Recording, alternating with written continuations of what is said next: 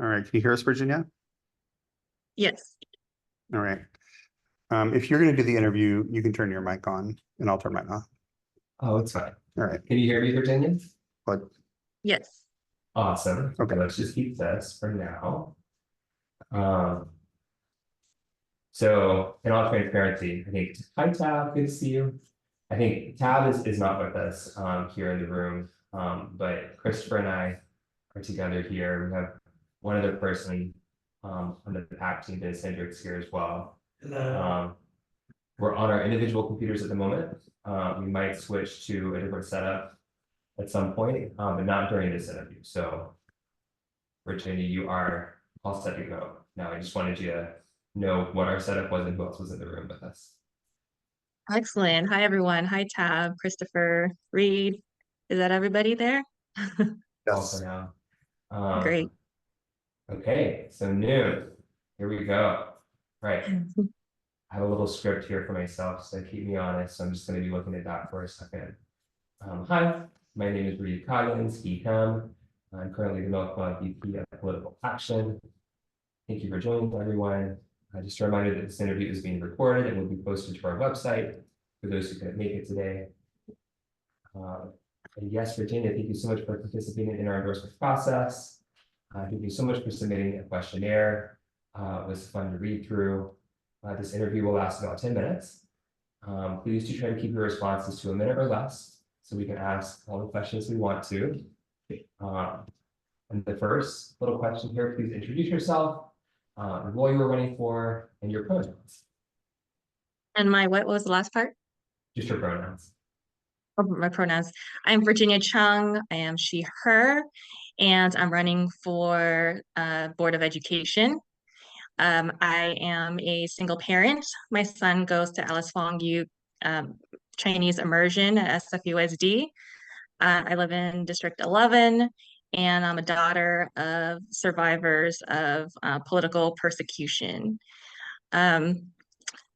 I've been endorsed by former Supervisor and Commissioner Norman Yee, as well as Gordon Marr, Commissioners Mark Sanchez, Jenny Lamb, community folks, Rudy Corpus Jr., Pastor Sonia Brunswick, Supervisor Mandelman, and many more. And my goal is to close equity gaps for marginalized communities, LGBTQ, immigrants, and people of color. I've worked 20 years in education and family services, most recently at Wu Yi Children's Services for over 7 years, the largest provider of Head Start early education. And I supported former Supervisor Jane Kim and Norman Yee's campaign for universal childcare, which now supports childcare infrastructure in the city with annual revenues of about 149 million. So, okay. Thank you for that. So why are you running for this position, and why are you running now? Well, my son is a little bit older, so I have a little bit more space. He's a little bit more independent. So I wanted to be able to support him in his education. When he was 1, I joined Wu Yi Children's Services to learn about early education. And I want to run to support all of our kids, make sure that every child in San Francisco gets a high quality education through the public school system. And I think that the public school system is the most powerful institution to be able to close equity gaps for all of our families and kids. Thank you so much. I don't want to take up all the spotlight, so I'll see if anybody else has any questions at the moment. I'm also watching online as best I can here to see if anybody's raising their hand. Hello, Joshua. Oh, Tab, yes, go for it. Hi, in addition to providing for our students, can you also share with us your vision of supporting our teachers and making sure that they're getting all the adequate pay and benefits they need to have in order to flourish well as teachers and be able to live here in the city? Absolutely. As a nonprofit worker, I'm in the same boat as our teachers, and They have been historically been undervalued, and I am and I would definitely fight for all of our teachers to be able to live and prosper in the city and in the community in which they serve. That's what I was doing at We Children's Services, was fighting for equitable wages for mostly women of color in the industry, to make sure that all of our educators could stay in the city, live in the city, support our children. So I would definitely be continuing that work as part of the school board. Great.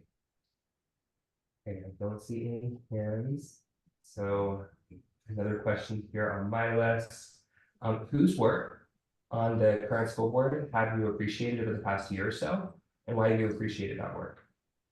What was that question? Sorry. Sure. Sorry if you can't hear me very well. I'm having trouble. I'm having trouble hearing you also. Oh, hey, I don't know if it's Go ahead and use your Hi, mic, Jeffrey. turn mine off. Okay, we're gonna switch. Who's Just mics, Yeah. the mic. 1 second. I'll wait for you to tell me when. Can I ask the question while you do that? Go for it. Yes. Hi, Virginia. Thank you so much for joining us. This is Jeffrey. I wanted to ask you about your position on Lowell admissions and whether or not the school board should revisit that issue. Sure. I think we need to keep it merit-based for the time being. Coming straight out of early care and education, I know that in order to prepare kids, we need to start early.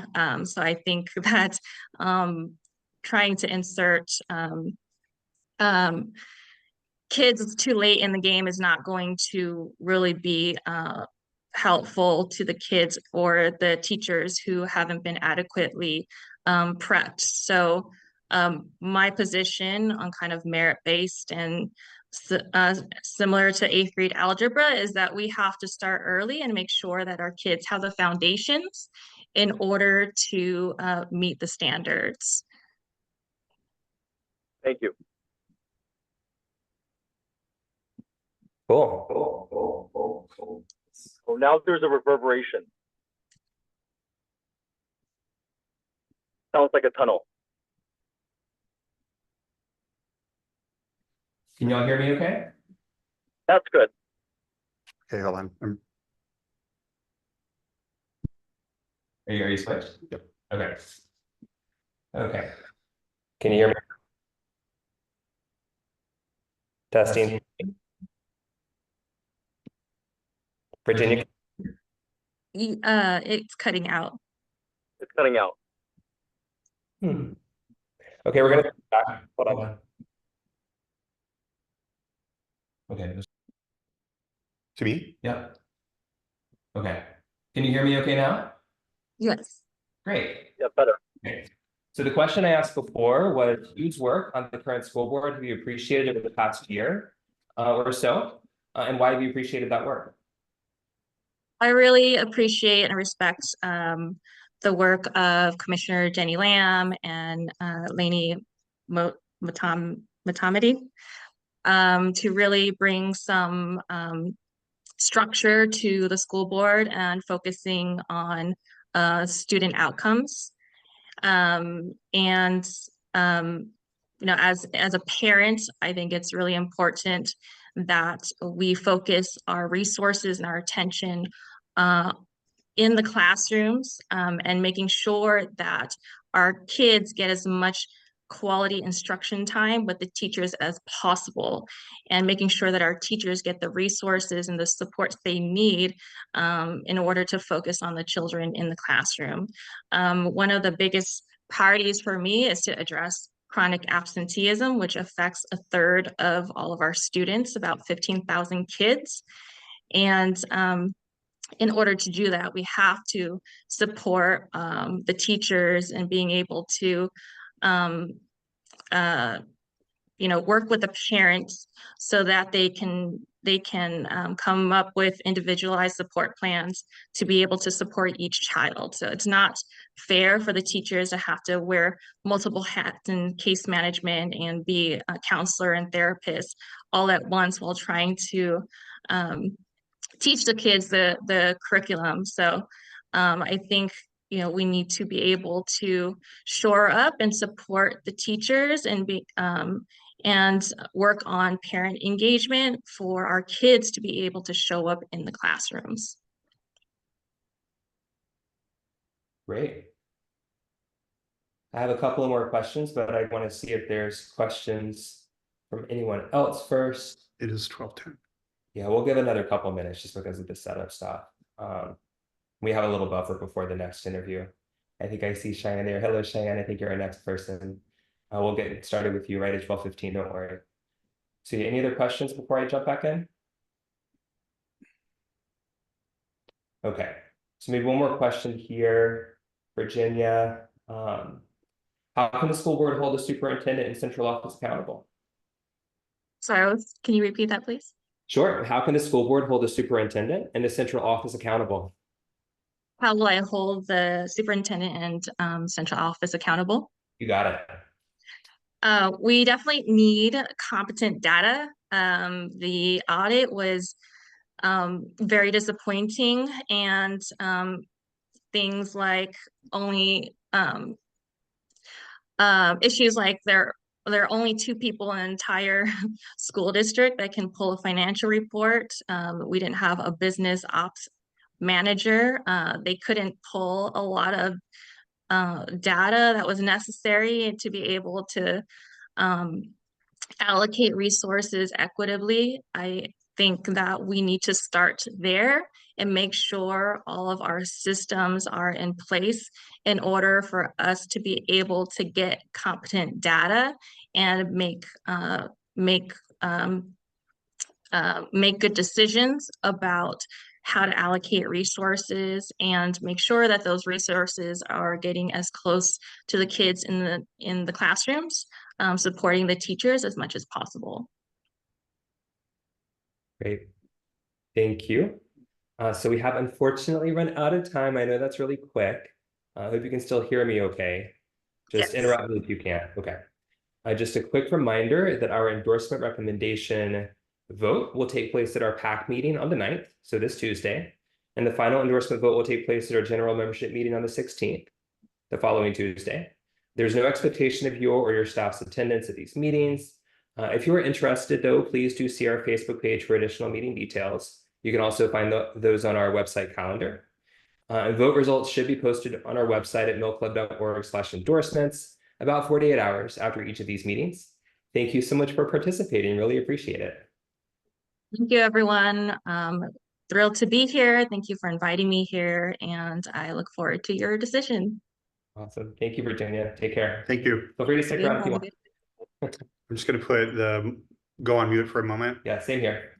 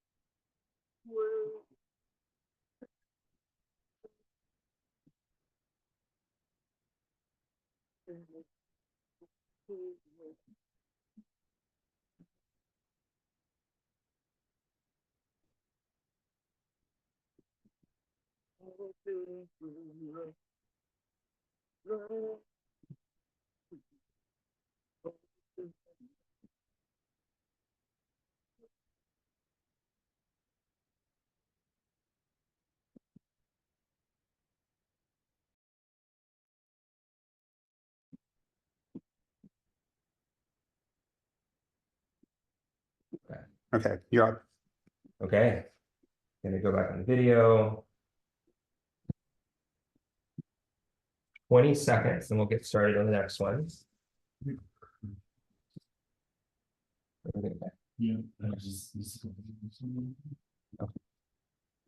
want to do a sound check again? Can you hear me okay? Yeah. There were parts of it even after you fixed it that sounded echoey, but now it sounds fine. Now it sounds good? Okay. I'll let you know. A little bit. What's that, Jeffrey? All right. Okay. There was a part where you skipped out also, so maybe I was just talking over you. Oh, no, you're good. I mean, I'm literally sitting immediately beside the laptop with the sound going through it. So if there's any issues at this point, I feel like it's like a Wi-Fi thing or something. I'm literally just as far away from the computer we're using for sound as the person at that computer. So don't know what else it would be. All right. 12:16. I promised 12:15. 1 minute late. I'm so sorry, Cheyenne. We will give you your extra minute on the end. Here we go. So hello, Cheyenne. My name is Reed Coggins, he, him pronouns. I'm currently the Milk Club VP of Political Action. Just a reminder that this interview is being recorded and will be posted to our website for those who couldn't make it today. Thank you so much for participating in our endorsement process. Thank you so much for submitting a questionnaire. Always very helpful. This interview will last 10 minutes. Please do try to keep your responses to a minute or less in order to maximize the number of questions that can be asked. So first, simple question here. Please introduce yourself, the role you were running for, and your pronouns. Great, thank you so much, and thank you for having me in at this time. My name is Cheyenne Chen. I use she, her pronouns. I'm running for District 11 supervisors.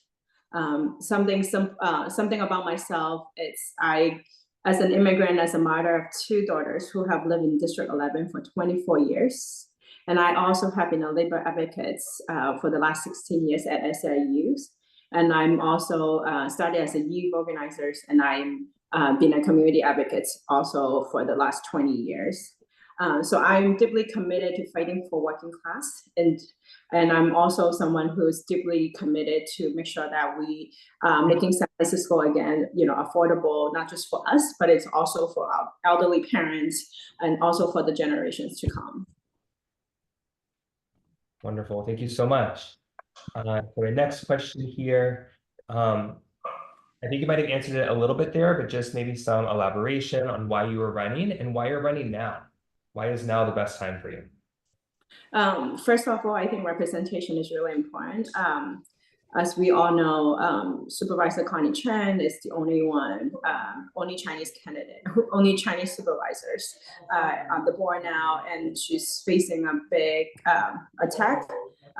And I think it is really important that we continue to have a voice for the Chinese community, for the Asian community, and at the same time continue to have someone who shares similar values, share the value of working family, share the value of people who believe in inclusivity, in making sure that our city have a fair justice and equity voice for all the residents.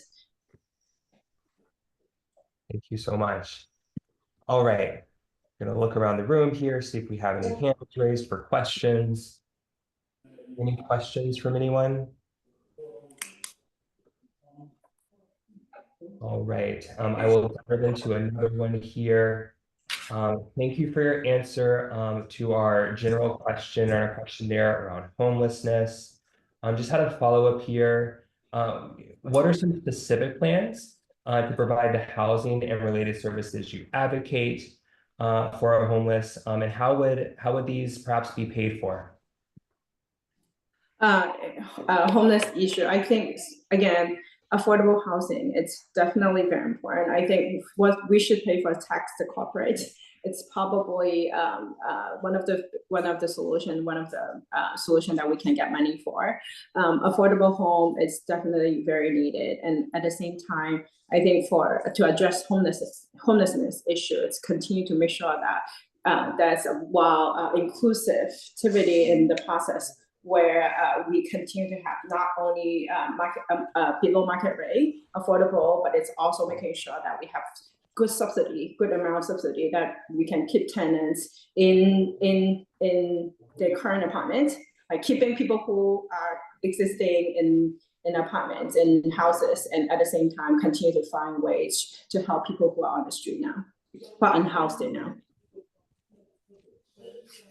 Thank you for that answer. Looking around, see if we have any questions from anyone. Yes, Christopher. Hey there, I'm Christopher. I'm one of on the membership team here at Milk Club. I want to ask you a question that I'm going to ask every Board of Supervisor candidate. Do you support BDS, boycott, divestment, and sanctions, the campaign to pressure Israel to withdraw from the West Bank, Gaza, and to institute full equality for Arabs and Palestinians? Also, relatedly, would you have supported the Gaza ceasefire resolution at the Board of Supervisors? I think any war happened in current era, it's inhumane. As a mother of two, have two young kids. Every time, it reminds me of Iraq war. It reminds me of any other war that it's like the Ukraine, any war that happened. It's kids, elders, the poor people, the people that's most vulnerable are the ones that suffer the most. To me, it is inhumane and unacceptable to even just have a war. So to me, I think I wouldn't want any war to happen in this country. And I think I would support cease the fire right away. No, we should stop war right away. We should continue to figure out a way to help ordinary people, civilians in those two countries who are harmed by not just those two people, but it's everyone who is seeing all those really tragedy video that it's put up online. It's just very traumatizing people. Yeah. Thank you. Can I get some clarification? Would you support BDS campaign, which is boycott, divestment, and sanctions in Israel to support full Palestinian equality?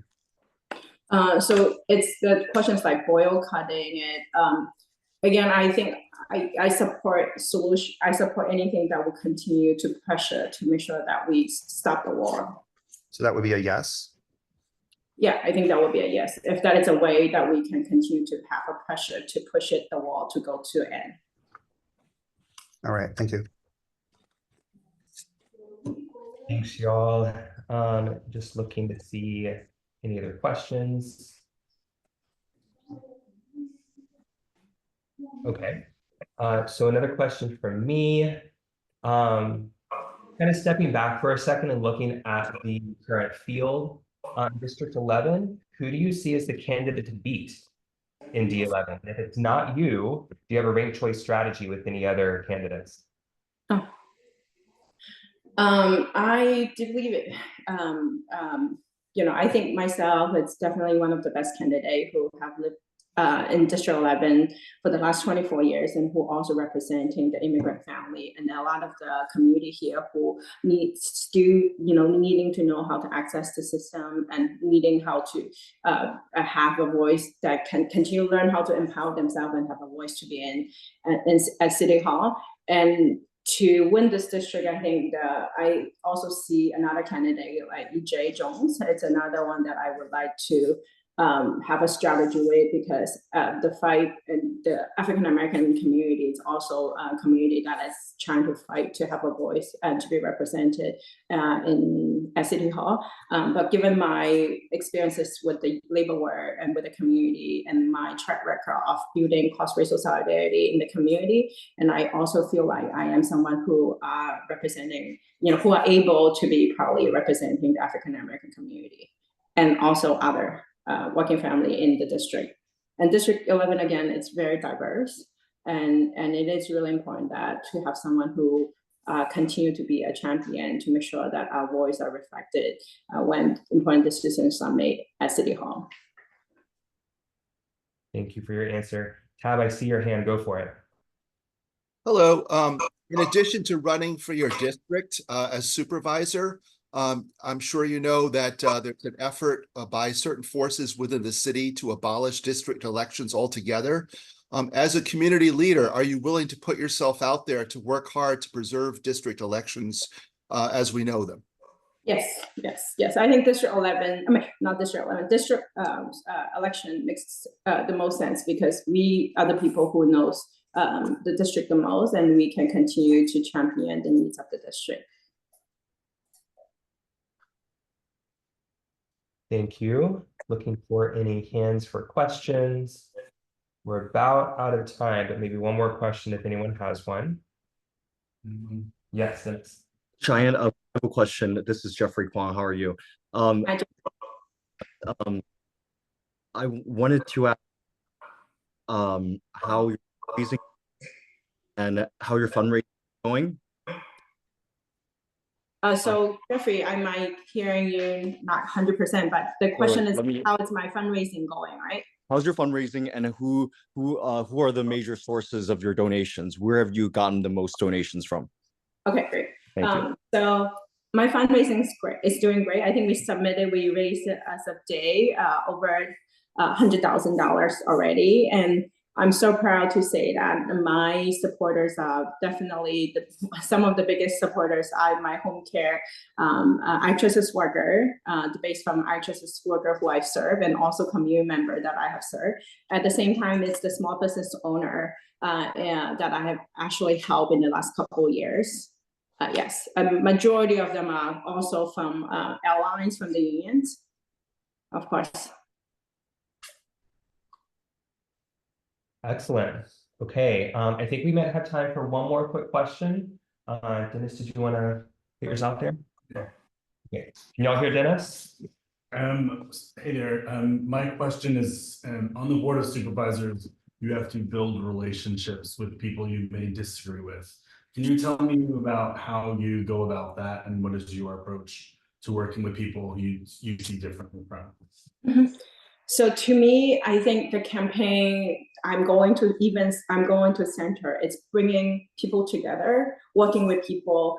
As a supervisor, when I'm elected, I think it's important to make sure that it's centering into I'm a supervisor that representing everybody, even people who disagreed with me. I will continue to commit to sit down and listen to their opinion, and to find, to make sure that, the decisions are made that represents all voices in the district, and citywide too, right? As a supervisor, if we have to make a citywide citywide decision. And I think District 11 is very diverse. And then I think my leadership working at the union and the community represents that too. It's bringing and working with people with different backgrounds together all the time, and bringing them together to consensus all the time. Great. Thank you so much, Cheyenne. We have run out of time. I know it's thank you. Thank you. Yes, and I think you were here when I read this for the last candidate, but I'll just read through it one more time for you. I just reminder that our endorsement recommendation vote will take place at our PAC meeting on the 9th, this Tuesday. The final endorsement vote will take place at our general membership meeting on Tuesday, the 16th. There's no expectation of your staff's attendance at these meetings. If you are interested, though, please do see our Facebook page or our website calendar for additional meeting details. Vote results should be posted on our website at millclub.org/endorsements about 48 hours after each of those meetings. And thanks again for participating. Good luck with everything. Yeah, thank you. And thank you for taking your Sunday, your valuable time and a long weekend to do all these interviews. Thank you. Take care. Thanks, Jen. Bye-bye. Okay, gonna go on mute for a few minutes. Can someone please come get me downstairs? Hey, Joshua. Yes.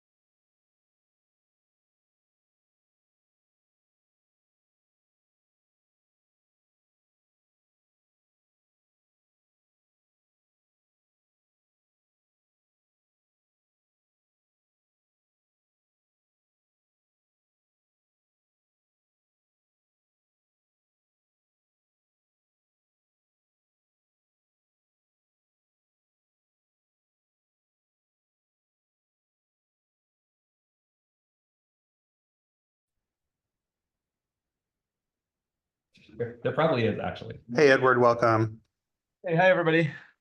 Hi, are we starting right at 12:30? Yes. Hello. Give me one second. Just getting reset up after the last interview. Okay. So I see we have the sound on. I'm going to turn my camera on. All right. Let's get going here. 12:30. So hello, my name is Reed Coggins, he, him. I'm the current Mill Club VP of Political Action. Just a reminder that this interview is being recorded and will be posted to our website for those who couldn't make it today. Thank you so much for participating in our endorsement process. Thank you also for submitting a questionnaire. It's always very helpful. This interview will last about 10 minutes. Please do try to keep your responses to a minute or less in order to maximize the number of questions that we can ask you. First quick question here, please introduce yourself, the role you were running for, and your pronouns. So, Eduardo Navarro, he, him, running for a supervisor of District 3. Excellent. Nice and concise. I like that. Thank you. So why are you running for this office, and why are you running for it now? So I think San Francisco is getting pummeled in the national press and also internationally. And I think I have the right background and skill set to help with the practical issues such as housing or issues having to do with public space. But most importantly, because I'm interested in making sure that San Francisco is fortified and is a place that remains a place where anybody can be who they want to be, right? Thank you for that answer. I certainly have more questions, but I'm going to look around the room to see if we have anybody else who wants to ask one first. Let's see here. Okay. So another question for me real quick. I see you're a fairly recent resident of San Francisco. I think in your questionnaire you said about 2.5 years, or maybe that's just in District 3. Maybe you can clarify that. Why did you decide to move to San Francisco at that point, or District 3? Sure. Yeah. So as a way of background, I come from architecture and finance. I studied architecture at Georgia Tech, then I was in Paris, and then in New York at Columbia. After school, I started a development company focused on small urban townships. With the economic crisis, it became a family crisis. So I was in Saudi Arabia with the construction of a new city. I was tasked with building 10 square kilometers of land, which is double the size of District 3. Thereafter, I was in Spain for the last 8 years before coming to San Francisco, to get to your question. I started an investment company and we invested US capital in Spain in real estate. We built over 1,000 units in all kinds of formats, from ground up development to repositioning to historic preservation. But with COVID and after reaching a certain level in Spain where I thought it wouldn't scale up, I looked back to coming to the United States and discovered California. I fell in love with the place, and I think it's maybe the place I was always looking for. It's an incredible combination of a lot of strength, economic strength, whether it be from technology or from all kinds of industries. But most importantly, it's also a leader of so many social movements, right? It's a place where I really found home. I met my partner, Fernando, a week into being here, and we've been together 2.5 years, like attached at the hip. So I guess that's the reason. Great, Who's been here? thank you. I think it said 2.5 years in the question right now. Okay, so we have someone else joining us here in the room. Apologies for the background noise. No problem. You're good. Hey, y'all. Looking to see if there are any other questions at the moment. Okay. I have two questions. Go ahead, Christopher. Yes. One's, I'm a little lost. Hold on a second. Okay. You want me to ask mine or? Yeah, go ahead. Okay. Ask yours. So I see here in your questionnaire that you mentioned, I believe San Francisco should enforce a ban on sleeping outdoors to maintain public health and safety. Mhm. How would you envision that ban being enforced? Well, I think the way we think about public space needs to be upgraded, right? We think homelessness, if one doesn't have a home, one ends up on the street, and I think that's neither humane nor useful. And it's public space is something that we should all share and belongs to all of us, right? So I would say the way we should think about homelessness and the occupation of public spaces, we have to remove it from the streets. And there's two ways to go about it, I think. On the person that has had hardship of whatever sort, whether it's financial, whether it's abusive family environment, whatever the reason, I think the way of creating shelter space, and then moving into permanent housing to re-engage in society is the right method. And I think that's what we're seeing with about half of the homeless population today. The other half of the population, around 4,000 people, which suffer from mental illness, drug abuse, or the other ones, we keep having a discussion in San Francisco regarding the best method of treatment. And I think there are people that are much better, much more able, much more specialized, and dedicate their profession to understanding these issues, that are more adept at attending to persons in that situation.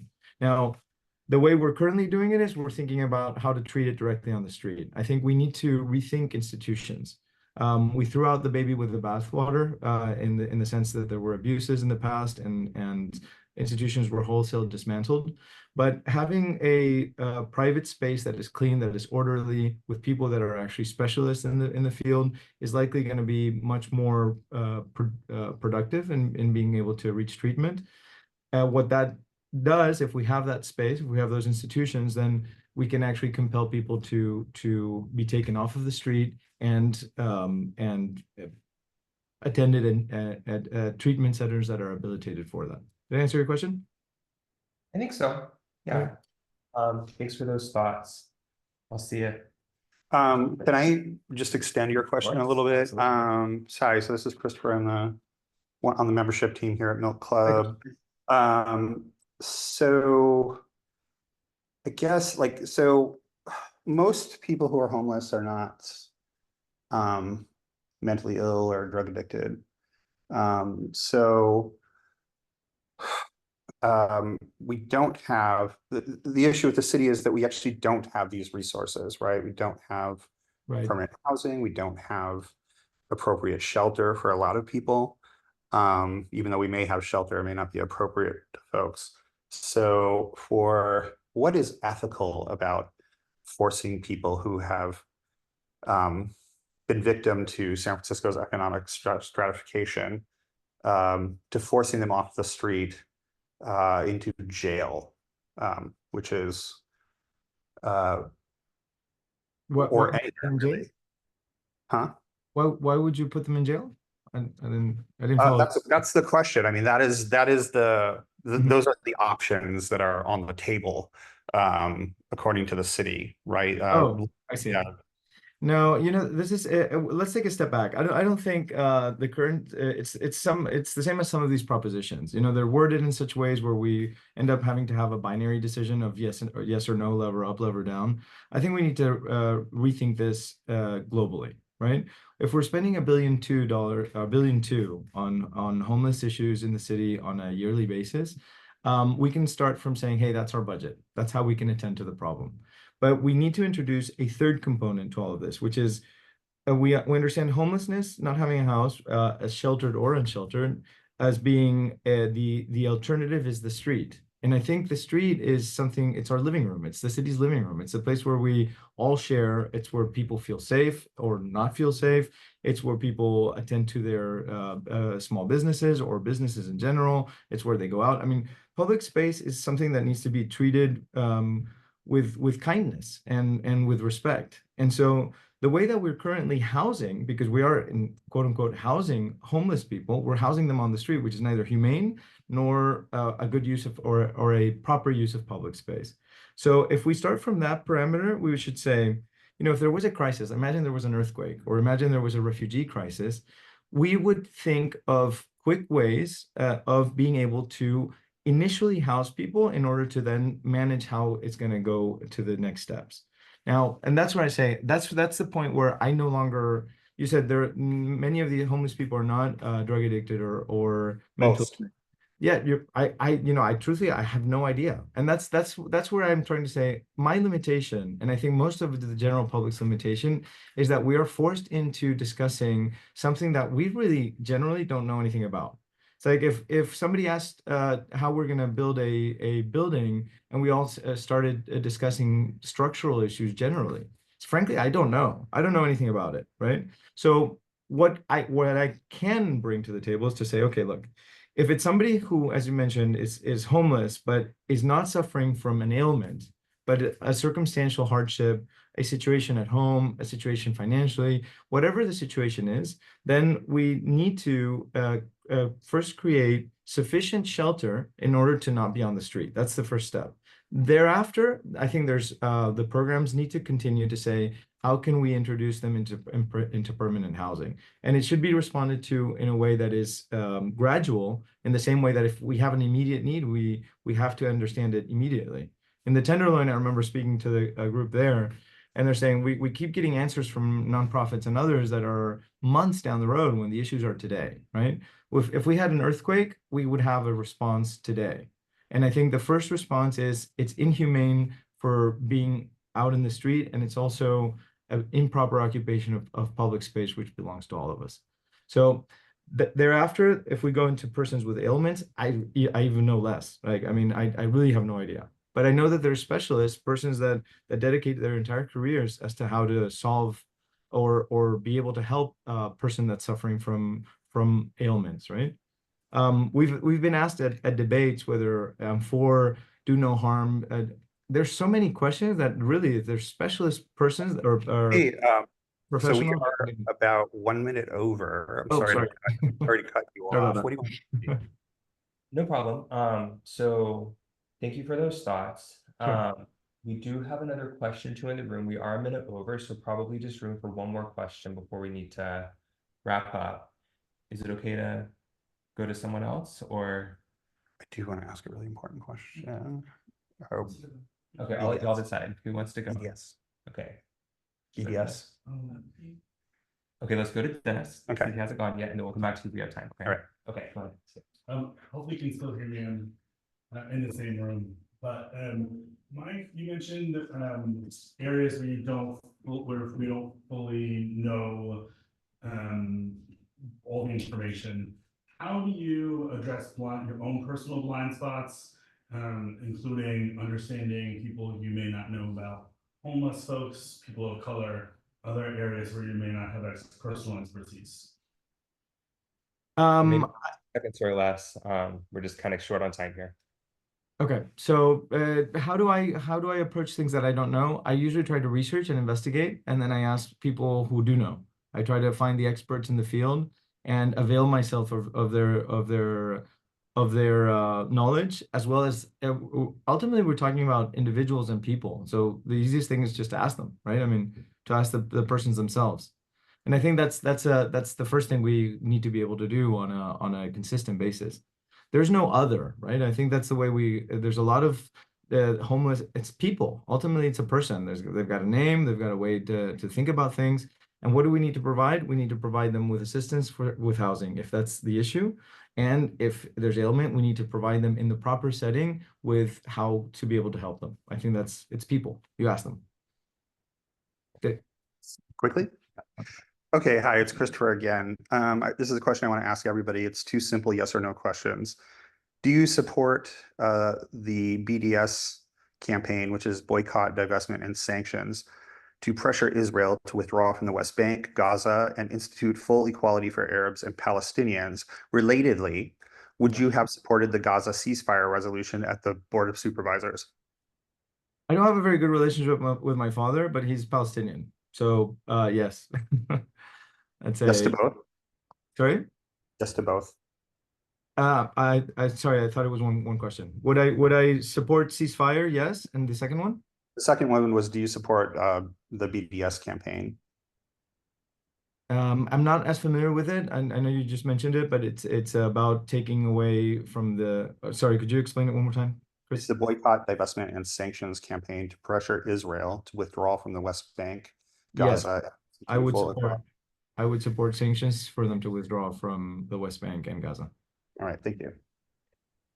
Hey, Mel, I see your hand. Is that me? Sorry. Imelda, I see your hand. Do you have a quick question or should we move on? Yeah, I just wanted, sorry, just a quick question if I can. Hi, Edward. Hi, I Imelda. wanted to, I really wanted to get an idea of why on your questionnaire you do not support the repeal of the Coster-Hawkins Rental Housing Act, especially since we just talked about our unhoused community and then the structures in place that puts them in those situations. And a lot of folks are also put in places where they're not rent control buildings, and then it's like skyrocketing rent that obviously leaves them very vulnerable to becoming homeless. So I guess I wanted to get get more information on why you do not support the repeal of the Coster-Hawkins Act. It's a very good question, Imelda, and I think that the simple answer is it's very difficult to answer yes and no questions. My background is very much in architecture and finance, so I know the issues around housing very intimately. And though the repeal of the Costa-Hawkins Act would allow for rent control at local cities to be put into place, rent control can also sometimes be used by cities to place people out and put undue burdens on new residents, right? So essentially, you're reducing the housing stock in certain areas because the rent control is put in place. It disincentivizes development and creating greater stock. So although I answered the question, this is something that I would be very open to having a much broader discussion, because I think the way we need to go about it is to really understand how we can create more housing and allow it to be mandated to be affordable. There's many more tools than rent control. I've seen it in New York where you had persons that are paying $400 for an incredible apartment, and ultimately it puts undue burden to new persons that move into New York, right? And people that are looking for affordability. So there's a greater discussion around it. I'm all for having more affordable housing, and I think there's many ways that we can get there. And I think the discussion needs to also be elevated. It's very blunt currently. Thank you so much. We have run out of time, unfortunately. I know it's short. Just a quick reminder that our endorsement recommendation vote will take place at our PAC meeting this Tuesday on the 9th. And our endorsement vote will take place at our general membership meeting on the 16th, the following Tuesday. There's no expectation of your or your staff's attendance at these meetings. If you are interested, please see our Facebook page or calendar website for additional meeting details. Vote results should be posted on our website at millclub.org/endorsements about 48 hours after each of these meetings. And thank you so much for participating in our endorsement process. Good luck. Thanks, everybody. Thanks for your time. Thank you so much. Take care. All right, I'll go right into Jamie. Yeah. Hi, Jamie. And I see you online. Jamie. Hello. Hi. You'll get your full 10 minutes. Don't worry. I know we're a couple time. Thanks for your patience. Yeah, Alrighty. happy to be here talking with you. Thank you so much.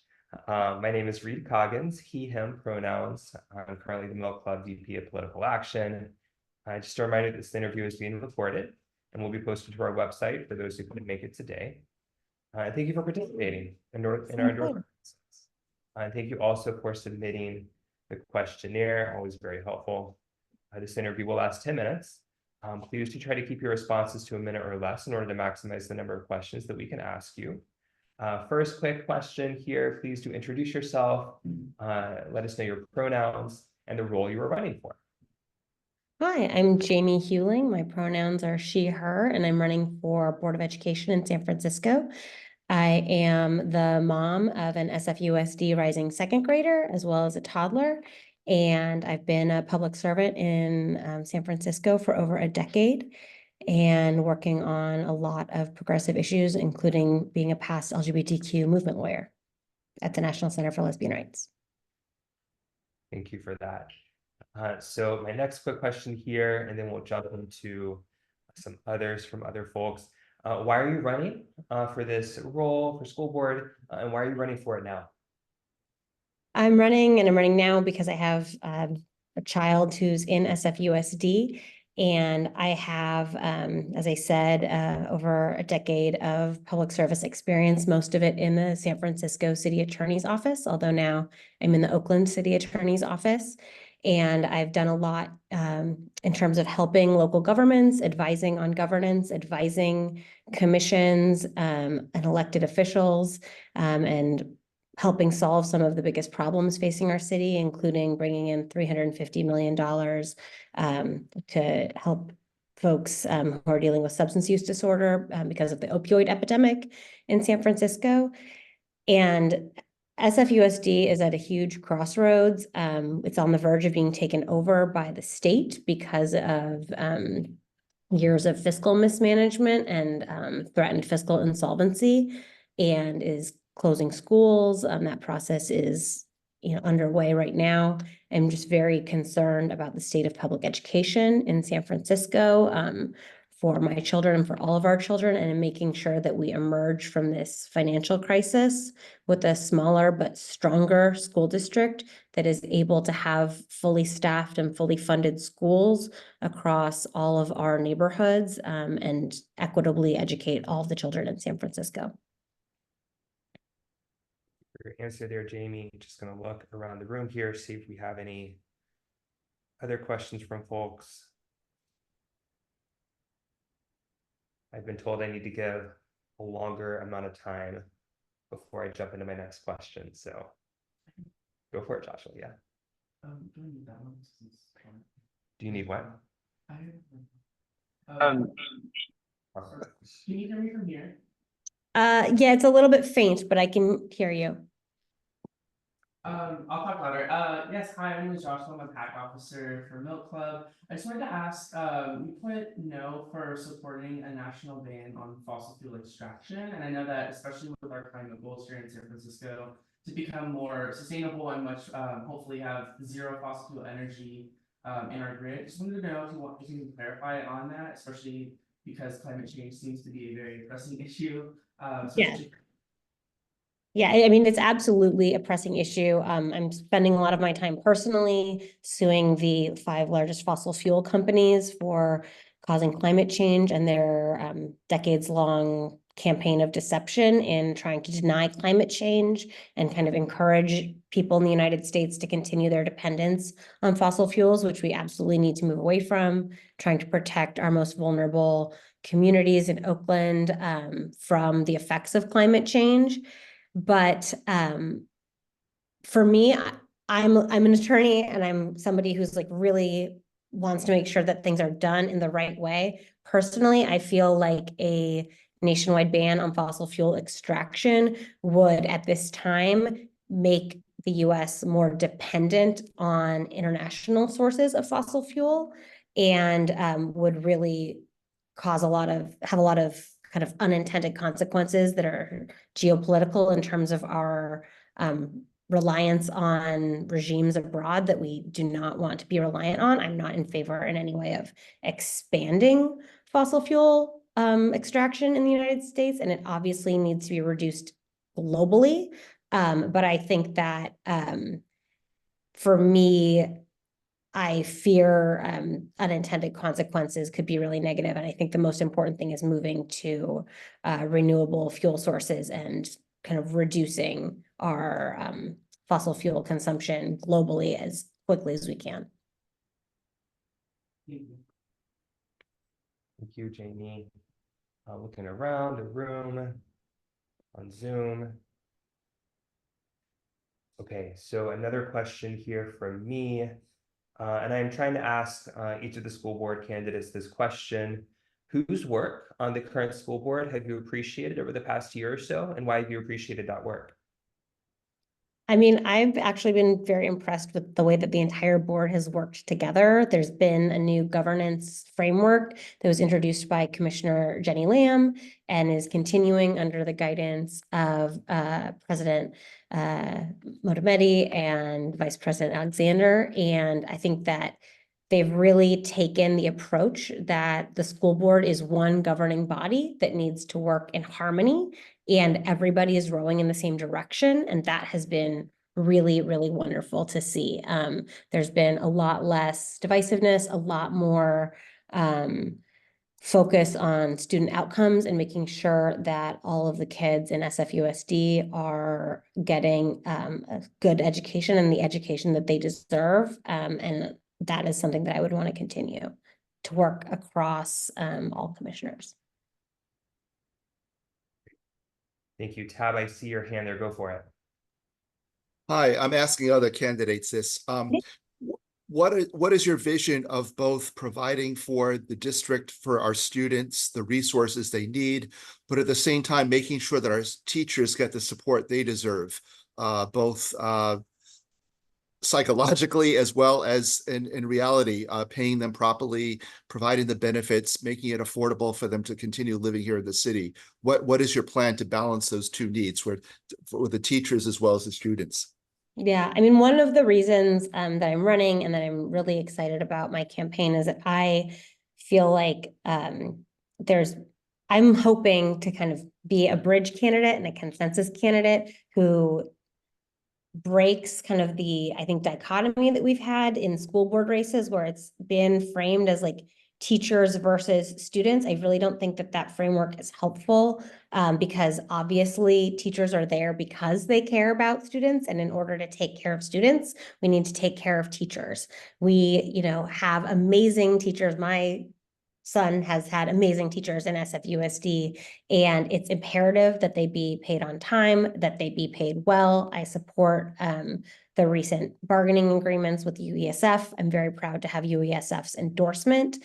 And I also support, the move to a proper payroll system. I was very concerned about Empower, and that's one of the things that made me feel like this was the right race for me, as I, to have the capacity as a local government lawyer to look at a contract like that and see like what went wrong, what was missing, what checks and balances were not there from the very beginning. And that's the type of eye I would bring to the school board to make sure that, we're not rushing into things that are half-baked, that are going to have those disastrous consequences for the livelihood of our teachers.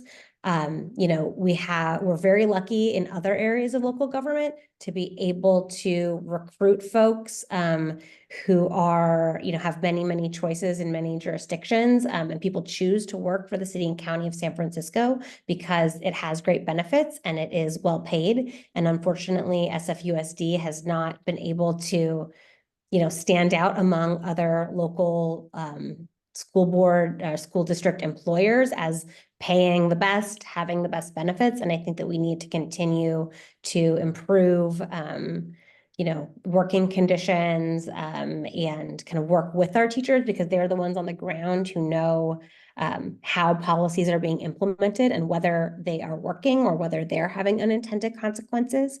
And so that is very important to me, to be someone who has, who's always seeking mentorship and education from teachers in the school district about how we can continue to improve. Thank you, Jamie. Just one more super quick question, giving you a little bit of extra time since we started a little bit late. And this question is not meant to like put you on the spot or to be awkward or anything. It's really just to help us to get a better sense of your values, where you're coming from. Yeah. This field is pretty big. It always is for a school board. So maybe imagine if you weren't running, who would you vote for? Who else would you be looking at? So I have endorsed Matt Alexander as well as Prag Gupta and John Jerson. And I have not really considered who I would vote for if I were not running as my fourth candidate, but those are other candidates in the race who I support. Great. Thank you so much. All right, any other last minute pressing questions from anyone? Oh, Imelda, go for it. Hi, sorry, I'm trying to get my question together, but I was looking at the questionnaire and I saw that you have endorsed Brooke Jenkins. I just wanted to confirm, is that true before I ask my question? I haven't endorsed her, but that is who I would be voting for, I expect. Okay, got it.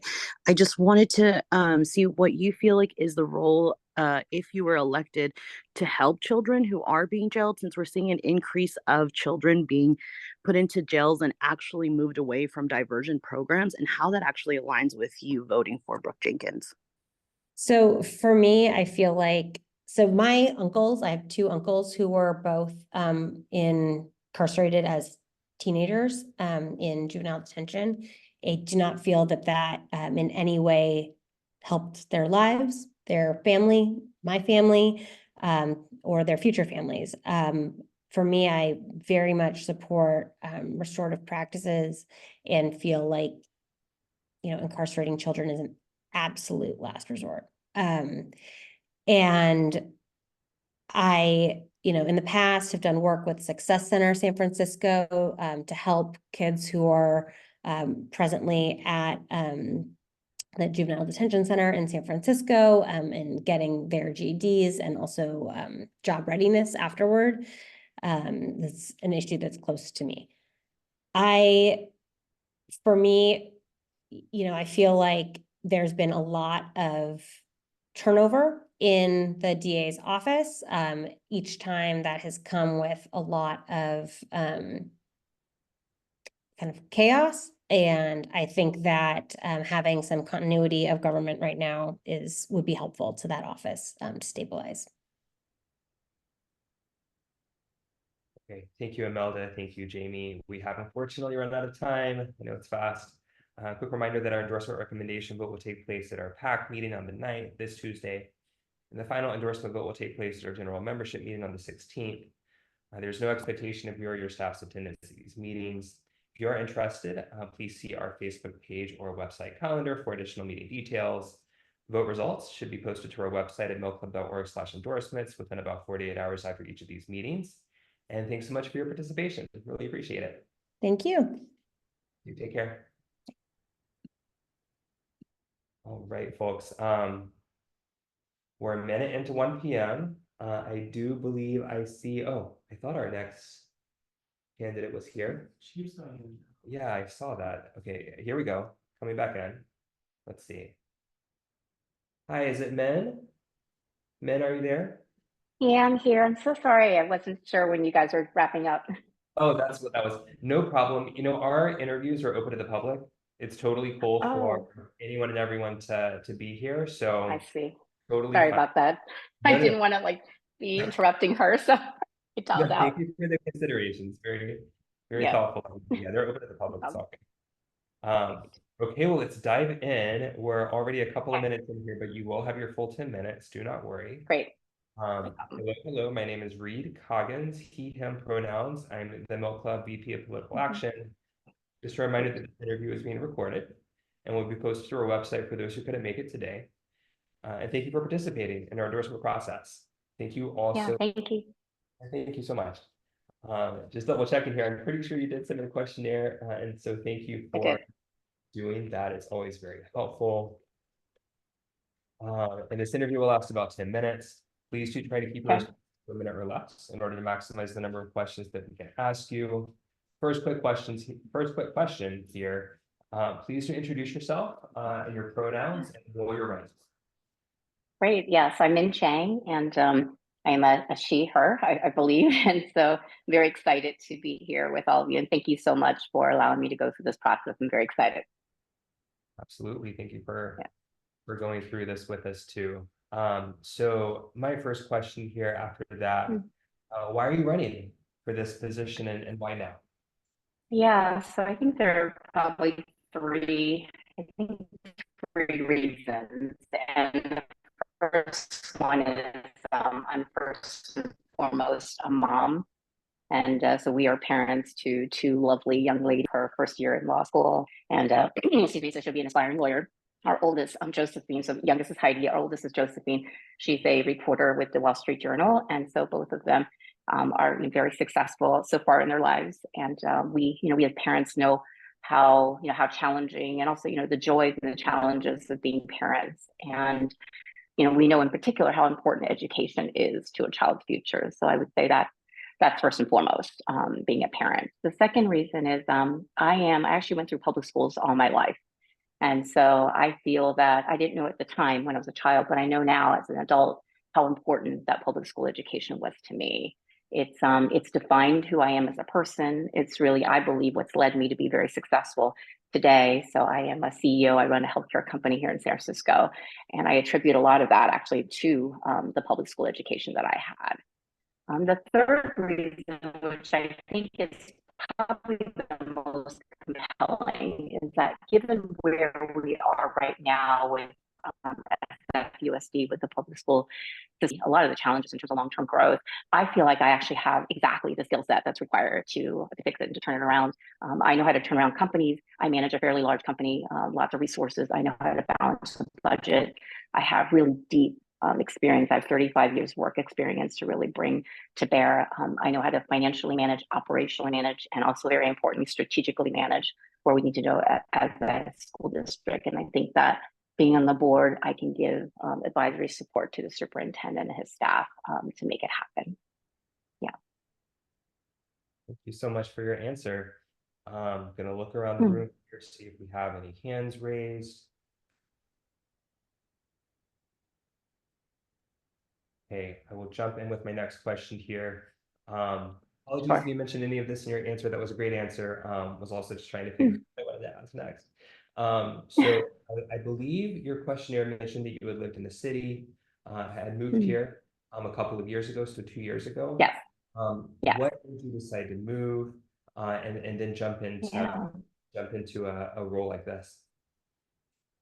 Yeah, so I moved here from Seattle, and I've been on the West Coast now, I think 5 or 6 years thereabouts, and I came for work. And so when I initially went to Seattle, it was to be a CEO for a nonprofit company there in healthcare. And then subsequent to that, I got a job offer here in San Francisco, also in nonprofit, also in healthcare. Today, I run a company that is, and I have about 600 plus staff. The majority of them are actually out in the community, serving the very vulnerable in San Francisco. We also do training for direct care workforce across California. So that's my day job, which I love. I absolutely love the work that we do. It's extremely meaningful to me and to my staff. But I also feel very compelled, as you can see, to really give back to the community. And it wasn't until I would say later in my career, sort of these last 5-6 years, where I really put a focus on giving back to the community. I would say that earlier in my career it was all about kind of career advancement, career development. It really focuses around me.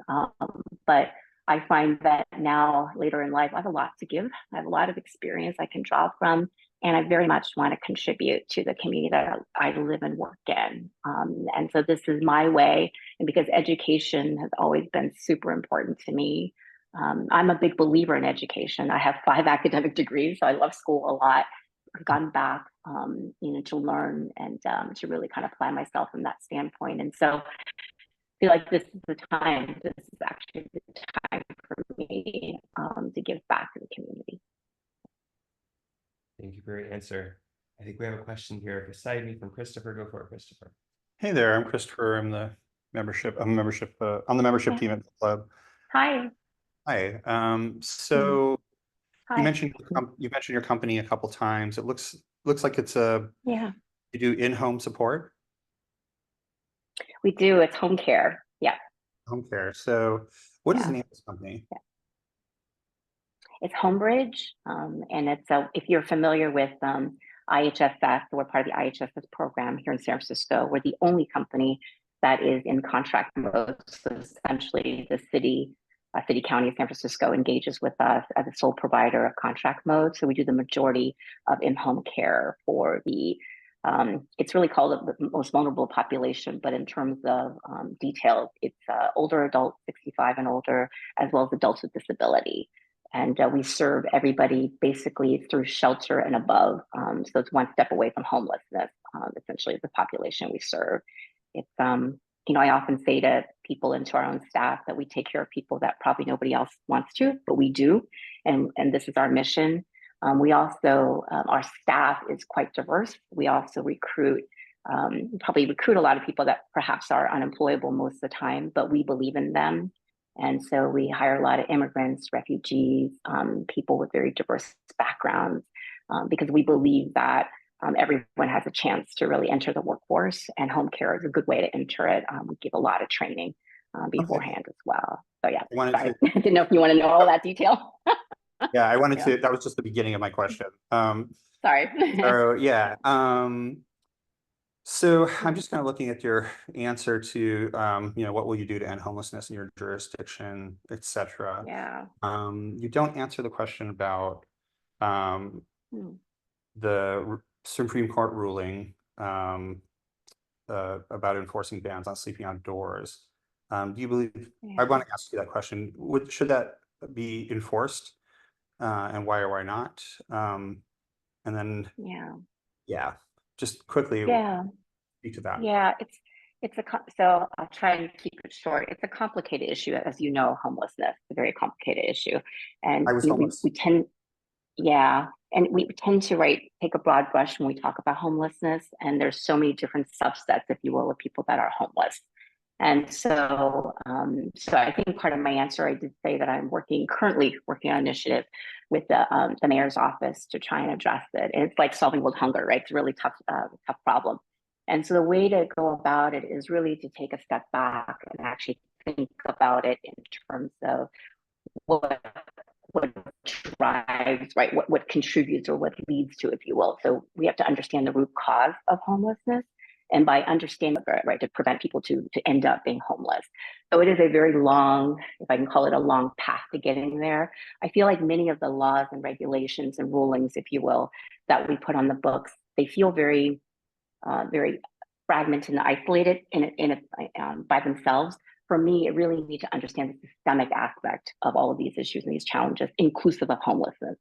So what that means is you have to understand every aspect of it, analyze it, then you can actually find out what the root causes are and what the solutions might be. I think it would be suboptimal for us to think about it that we can plug things here and there and solve that problem without understanding the holistic systemic issue around it. Did you hear me, Chris? Yeah. Yeah. Okay. Sorry. We're going to go to our next question here from Joshua. Yes. Hi. Can you hear me? Okay. Yes. Yes. Yeah. So okay. I can't see you, but I can hear you. Yeah. Awesome. Well, I was looking through your questionnaire as well, and looking at specifically regarding endorsements, and as you put, you are a registered Republican, and I just wanted to further ask, you know, as a Democratic club, we definitely give the Democratic Party hell when we don't agree with them and when they need to be held accountable. But I'm curious in terms of your registration as a Republican, kind of how you still affiliate yourself with the party, especially after an insurrection, the endless things that former President Trump has done as, and hopefully will not, but could continue to do as re-elected this November, and also how I guess just like what your stances are in terms of really aligning with the Republican Party, and how we can kind of there's any I guess crossover ideology there. Yeah. Thank you for the question. Yeah, so I am. So I did not put this in my questionnaire, but I've been a lifelong Democrat, and I actually moved to the Republican Party when I came to San Francisco a couple of years ago. And the reason is, you know, I remember San Francisco a long time ago, and I love the city. When I came here, I was not happy from what I could see. And I actually emailed the Democratic Party, didn't get a response back. And I emailed the Republican Party, and they responded back immediately. And they were, I said to myself, I said to my husband, you know, I'm going to see what the other party has to say, because I've never spent any time with Republicans. I wanted to really understand their perspective. And so I have to say that I've really enjoyed being part of the Republican group. I've really made a lot of friends. We have a lot of common perspectives, but we also have a lot of disagreements. And for me, I tend to think of myself as a moderate. I think I'm fiscally conservative, but socially very liberal on many, many stances. And so you may or may not have read the article that was done, I think it was by the San Francisco Standard, where they asked me point blank whether or not I would vote for Trump. And I said that I have a hard time voting for someone that I'm not passionate about. And so I got a lot of flack, I have to tell you, from my Republican friends, because they said, why? And I said, well, I can't, because I have to be true to my beliefs and true to my values. And so I take stances as a person based on what I believe, what my values are, as it relates to education. And this particular race is a nonpartisan race. And I very much believe that on the issues around education, public education, we actually have a lot of similarities across the board. And it doesn't even matter what party you're in. And I'm not a big fan of labels to start with, but I'll just say this, regardless of which party you're in, I feel like a lot of things that we want, like a really strong curriculum, really strong educators, right? We want our kids to really grow up to be lovely human beings, to arm them with as much as possible so they can be really successful and competitive in the global economy. You know, we want to make sure that the school structures are taken care of, the repairs and maintenance are done. We want to make sure that, you know, parents have a voice. We want to make sure that schools aren't closed. So a lot of things that we all care about. Actually, it doesn't even matter what party we're in, because as parents, as adults, as citizens, even as non-parents, right? Because we're taxpayers, this matters to us. And so for me, you know, for me, it's all about the issues. If you go to my website, if you spend more time with me, you'll find out I'm all about issues and solutions, and it's less about what affiliation. The other part I just want to also say, one of the reasons I very much wanted to go through this process with all of you at Harvey Milk is because I sat through the debate, the first debate that you all had with the mayoral candidates, and I really enjoyed it. I thought the moderator, I think it was Jeffrey or Jeff, I can't remember, but he was amazing. And I thought he was so in-depth and so prepared. And I read your website, I really looked at all the details, and I feel that as a club, you come out and you state that it doesn't matter if you're a Democrat, Republican, or otherwise, but you want to treat everybody fairly.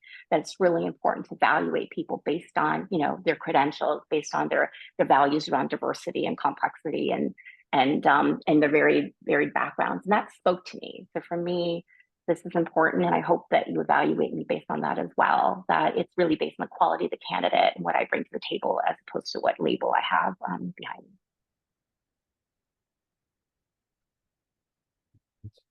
Did that answer your question, Joshua? I'm not sure. Yes. Okay. Yeah. Okay. So one more question. We're 6 minutes over, but we got a pressing question here. Yeah. I just saw in your survey this Sorry. Go ahead. Do you hear me? That's not my question, by the way. Say it again. Can you hear me? I didn't hear your question though. Say it again. I'll repeat it. So, can you say your question again? In San Francisco for 2 years, is that correct? Yes, that's correct. Okay, thank you. Okay.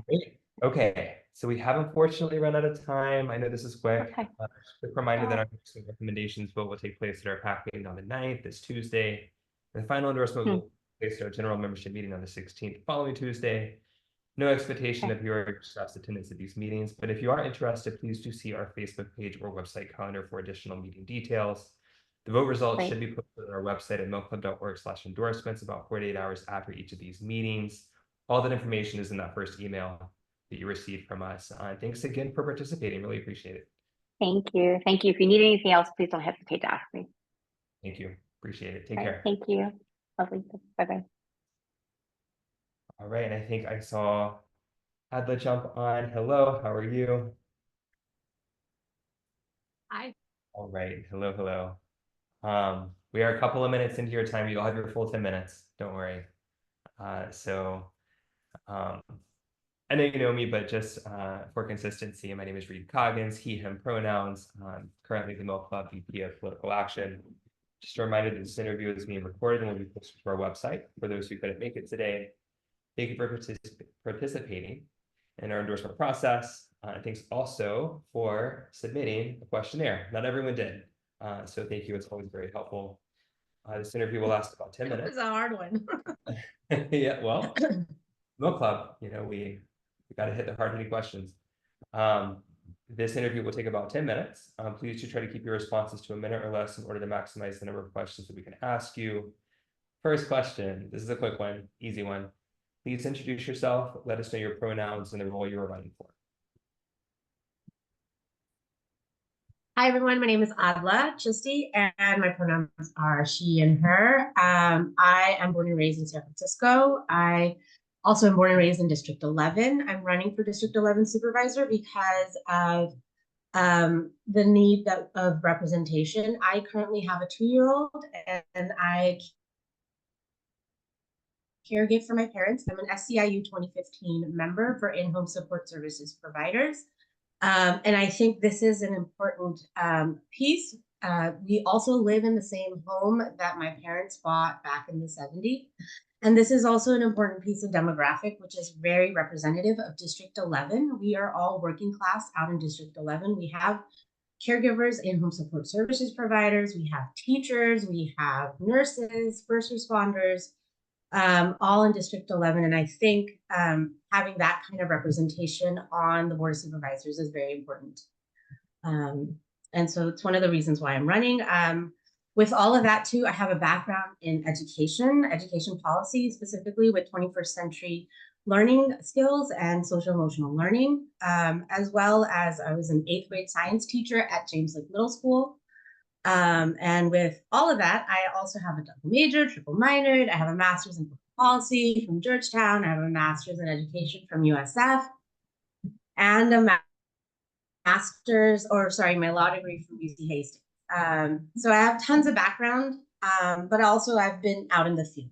I also was an environmental planner for Caltrans as well as a dispatcher. So tons of experience behind me on the field. And I think it's really important that we have someone who has that experience as well as somebody who is representative of their district. Great, thank you so much. Joshua, I see your hand, go for it. Yes, hi Adla, good to see you. Yeah, I have a few questions. I wanted to clarify, because I know you said you endorsed Chessa in 2019 on the questionnaire, but you also marked that you supported the recall. I just wanted to check if that was correct. Yes, that's correct. Yeah, could you go into further why, if you did support the recall, why? I've been pretty consistent with why, and it's really because I understand there's two sides of the coin. One is that $7 million was poured into that race. I'm very well aware of how much money was spent. And I think, that is one piece, but also, I believe in the democratic process. And I think, there are some folks who are saying that the recall wasn't appropriately used or whatnot, but it was used. And so in that essence, I believe that, that's one piece of the part that had happened in that election. But I also believe that, if the voters felt like that was not, if Chisa was not doing what he was supposed to do, then I also believe what the voters are going to say as well. So I also voted for the recall.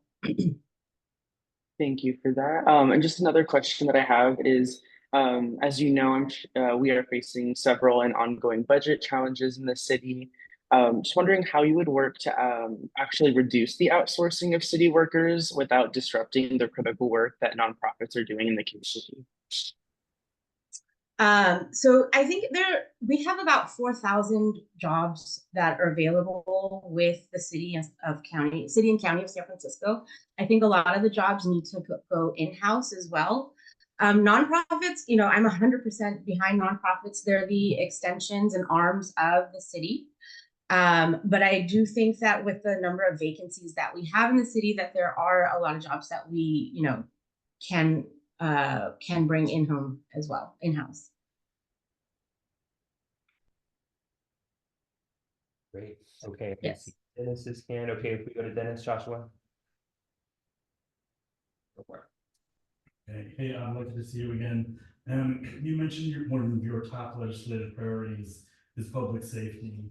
Can you go in a little more depth about what you view as the public safety issue and how you plan to address it?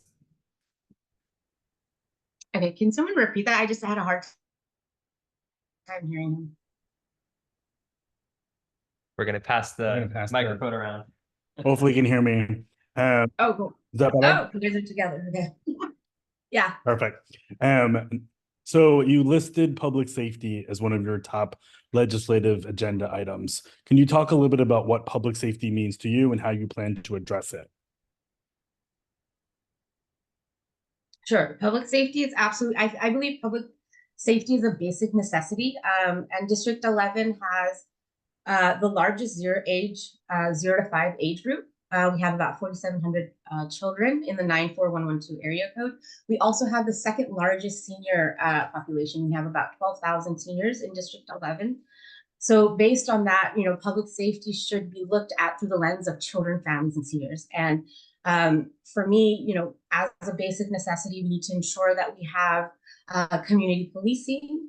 We don't even have the ambassador program in District 11, so we should focus heavily on having the ambassador program, having community policing.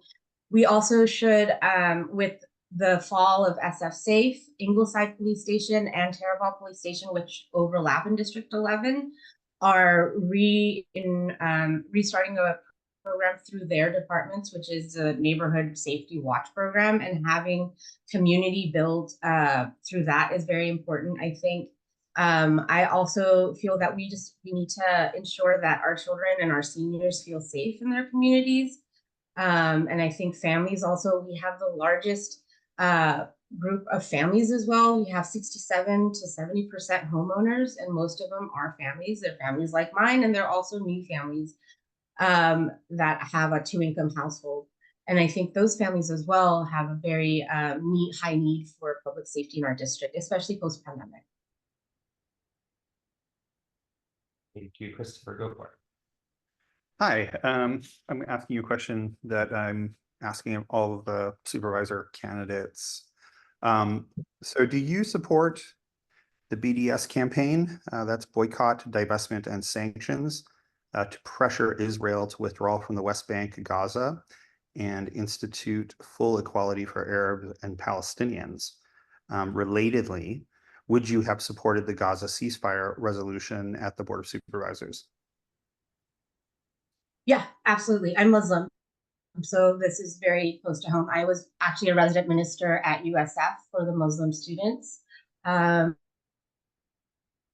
I was also one of the first co-founders of the Muslim Student Union at USF, which stemmed out of 9/11. We also led one of the first protests at USF for the first Intifada, which was in 2010, I think. So I was part of that as well. So absolutely, I think the amount of time, I just want to say this, that it took the Board of Supervisors, that was time that we could have used for other important city governance that we needed to do. I think this was a 1-week issue that we should have decided on rather than spending 3 or 4 weeks on this, that like we did. That was my biggest issue.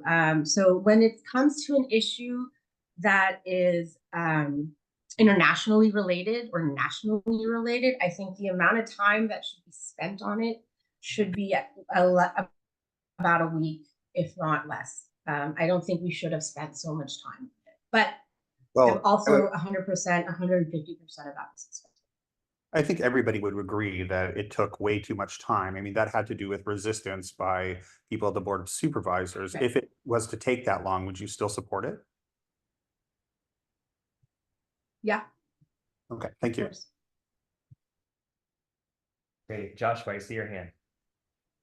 Yes, I got some more questions. Okay, one really important question, especially that Harvey Milk Club has been really vocal on, is supporting the implementation of overdose prevention centers. And I know that I believe you left it blank on your questionnaire. So I wanted to ask, what are your thoughts about, expanding and providing OPCs as an option to get folks off of? Absolutely, I think we need. And I think I don't feel like it's a yes or no question, which is why I left it blank. I think there are certain steps that we need in order to have safe consumption sites. And it's a more nuanced issue. We need to have staff properly trained. We need to have the infrastructure set up. And I think that's really important before it can be responded to in a yes or no response. I think it was also one of the questions in the questionnaire where we were able to expand on, and that's exactly, for me, that was important, is that we have the infrastructure set up in order to have a fully functioning safe consumption space. Thank you. And then just, do we have time for one more read or? Do one more, yeah. Okay, just a quick one. I wanted to touch on just in terms of public transportation and what ideas you have in terms of improving public transit access in District 11, especially when it comes to like reliability, public infrastructure, and overall sustainability. So, again, the greatest need is for, the school kids in the district. We have about 14 public schools in the district. We have the greatest need, again, is for seniors. One of the biggest issues right now is actually the stops are half a mile apart in some parts of the area, and this makes it very difficult for both groups in the district to access certain bus stops, right? And I think, seniors who go grocery shopping will have an absolute difficult time walking to a bus stop that's not close by. Same thing with children, children are children, and they need to have closely stopped bus stops in order to catch their bus. I think it's one of a functional a thing that we could do and improve in our district. I also think that we should have another alternative mode of transportation, especially for our seniors. And that, having an electric bike system or an electric bike passenger system or shuttle system that can connect seniors to where they need to go in, at their convenience, and that's frequent and that stops closer by to their homes. So I think there's tons of things that we can do with transit times and spacing of bus stops. But I think the one important thing that I think a lot of folks have talked about in the district are with the spacing of bus stops. Alrighty. Can you believe we're already done, Adela? That was quick. I know. So fast. Cool. We're in here for 5.5 hours today, so if we could give each candidate more time, we would, but I don't know if we'd last, so. Just a quick reminder that our endorsement recommendation. For sure. Yeah. Okay, well, I was just going to quickly give you a couple of reminders. I appreciate it. Thank you so much. Can you still hear? Can you still hear me? Okay. Yeah. This is all in the email that you received initially, but I'm just going to quickly rattle through it so we're aligned. Just a reminder that our endorsement recommendation vote will take place at our PAC meeting on the 9th, this Tuesday. The final endorsement vote will take place at our general membership meeting on the 16th, the following Tuesday. There's no expectation of your staff's attendance at these meetings, but if you are interested, please see our Facebook page or website calendar for additional meeting details. Vote results should be posted on our website at millclub.org/endorsements about 48 hours after each of these meetings. Thank you so much for your participation. Cool. Thank you, guys. Bye. Have a good day. You too. Take care. Bye. All right. I think I saw Chris jump in. Hello, Chris. Thanks for hopping on. We will go ahead and get started. We're a couple of minutes into your time, and you'll have your full 10 minutes. All good. So I'll get us started here, and then I will jump to folks with questions. My name is Reed Coggins, he, him pronouns. I'm currently the Milk Club VP of Political Action. Just a reminder that this interview is being recorded and will be posted to our website for those who couldn't make it today. Thank you for your participation in our endorsement process. Thanks also for submitting the questionnaire, always very helpful. This interview will last about 10 minutes. Please do try to keep your responses to a minute or less so we can ask you all the questions we have. First quick question here. Please introduce yourself, how you're affiliated with the campaign, maybe just a quick answer, your pronouns. And yeah, I'll leave it at that. So your name, pronouns, and how you're affiliated with the campaign. Yeah, hey, so my name's Chris. Pronouns are they, them. I am one of the official proponents of the Community Transit Act. Excellent, thank you so much. I am going to go ahead and open it up to questions from the group. So go ahead, Christopher. Hey, Chris. I'm Christopher. We know each other. Yeah. I am also the one of the membership team here at Milk Club. I've got about 4 questions for you. So I just want to ask, firstly, I think there's a lot of consensus on this already at Milk Club, I believe, but I want to clarify some stuff. Who are the Transit Justice Coalition and San Francisco Transit Riders? Yeah, so San Francisco Transit Riders is a transit advocacy nonprofit. The Transit Justice Coalition was a group started in, I believe, 2021 with some folks from SF Transit Riders and then some folks from a lot of different groups. There was some folks from different like neighborhood groups, union representation, etc. And they were doing a lot of work around research and discussion around transit funding policy, transit in general, but transit funding policy specifically. And then there was a smaller group in that decided to do a steering committee to work on a ballot measure. They had looked at a number of different options, researched different funding options, and like going, Board of Supervisors route versus other routes. And I, personally, after this March election, I was feeling very uninspired by the ballot props I was seeing. And I was like, I want to do something that I would want to vote on. And a friend of mine told me that this group was trying to do a ballot measure. So I joined up with them and I was like, hey, let's do it. Let's get these signatures. Let's bring it to the community. Let's get this on the ballot ourselves. Let's not wait around for other folks. Great, thank you. So is this legislation meant to be a stopgap measure until regional transit funding can be put forth in the state Senate, or is it meant as a permanent tax? So it is a permanent tax. So the context here is that after decades of underfunding of operations from the federal and state level, Muni is facing a deficit that it existed pre-pandemic, but now is exacerbated by the economic conditions of the pandemic. With transit, there is capital funding, which goes towards stuff like buying new buses, painting bus lanes, projects. And then there is operations funding, which is the day-to-day paying operators, paying maintenance workers, paying cleaners, paying for power and gas to run the vehicles. And that side, the operation side, has really been neglected.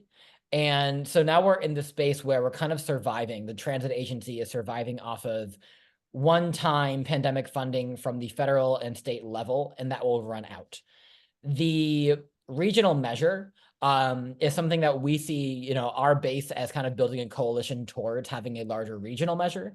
But at this point, that measure has been paused in the Senate, and we don't necessarily know for sure if that will fully cover all of Muni's needs, especially as these negotiations continue to happen. And so what we're looking at is how can we, to the best of our extent, reduce the severity of any service cuts. And so what we're looking at is this tax on corporations, on the businesses of these big ride-hail companies that are using our streets for profit, that are increasing congestion and causing cars to drive around with no passengers, inducing more demand for car rides, to bring some more investment to Muni operations specifically. Okay, thank you. So I have 2 more questions, but they're kind of related, so you can probably answer them together. Sure. And it's actually in the form of 3 questions, but how do you, I'm sorry, how do you expect this ballot measure will impact rideshare costs for individual rides? That's the first part. And do you know what the ride hailing companies have been saying? And I'm asking you this basically for like the next question, which is, how do you perceive that this will affect those disabled San Franciscans who have come to depend on ride hailing services? Yeah, so this measure does not directly tax passengers of ride-hail rides. This measure is a tax on these corporations, on their gross receipts. It is really up to these companies if they, they could decide to pass those costs on to the riders. If they did, it would be a increase at the most of about 45 cents on a $10 fare. And when you look at other cities that have decided to tax ride hail, for example, in New York, the local and state sales tax actually there does apply to ride hail rides. And so a rider there pays 8.875%, and then they have an additional surcharge for congestion. which is a $2.75 surcharge if they are within Manhattan, or a 75-cent charge if they are outside Manhattan. And so you think about that with like a $10 ride. In other cities, a passenger is directly paying up to $3 more of tax on a ride. And in San Francisco, our existing TNC tax, our existing ride hail tax, was something that was negotiated and supported by the companies. And we have one of the lowest of any city that has decided to tax ride hails. So on a $10 fare in San Francisco, the tax is currently $33. And so we don't think that's quite enough to make up for the cost that these companies impose on our city, especially compared to other cities that have done these kinds of taxes. And so that is really up to the companies if they decide to pass that on. At the same time, you know, the FMTA is taking a number of steps to try to reduce the deficit on their own. And one of those steps has unfortunately been to have to increase fares. And increasing fares is not something that, you know, brings in maybe $5 million a year, less than our measure would bring in. And that fare increase does apply to people with disabilities, unfortunately, as you know, even with a discounted fare, that fare increase still affects them. And so a lot of people with disabilities really depend on Muni to get around. And the ride hails have not had a experience for riders with disabilities that has actually worked very well for them. But it's really up to the companies how they decide to pass on the cost of this tax. Okay, that's all I have. Okay. Thank you. Awesome. Thank you, Christopher. Thank you, Chris. Any other questions from our group here?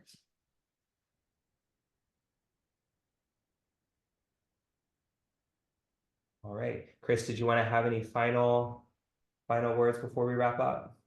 Sure, absolutely. I just want to say thank you for the time. And I was reading through your transportation platform on your website, and I love it. I feel like it really aligned with our measure around dependable transit, around equitable fare discounts, around funding and having dedicated funding sources from Muni. And so I feel like this measure works really well with your platform, and I'm really excited to be able to have your endorsement. We really see Harvey Milk Club support as crucial to getting this passed, and we really appreciate all of you taking the time. Awesome. Of Thank course. you. You know how to get those brownie points talking about our platform. That's cool. Good job. You like us, you really yes, like you us. really, You really like like us. us. Thank you so much. Okay, I think you were here when I mentioned this for the last campaign, but I'll mention it again just for consistency. Just some reminders from that initial email that we sent out about our process. Reminder that our endorsement recommendation vote will take place at our PAC meeting this Tuesday on the 9th. Our final endorsement vote will take place the next week on the 16th at our general membership meeting. No expectation of your or your staff's attendance at these meetings. If you are interested, though, please see our Facebook page or website calendar for additional details. Vote results should be posted on our website at milkclub.org/endorsements about 48 hours after each of these meetings. Thank you very much, Chris. Really appreciate it. Thank you. Have a great day. Take care. All right, we're going on mute, everybody. We'll be back in a bit. Back in a bit.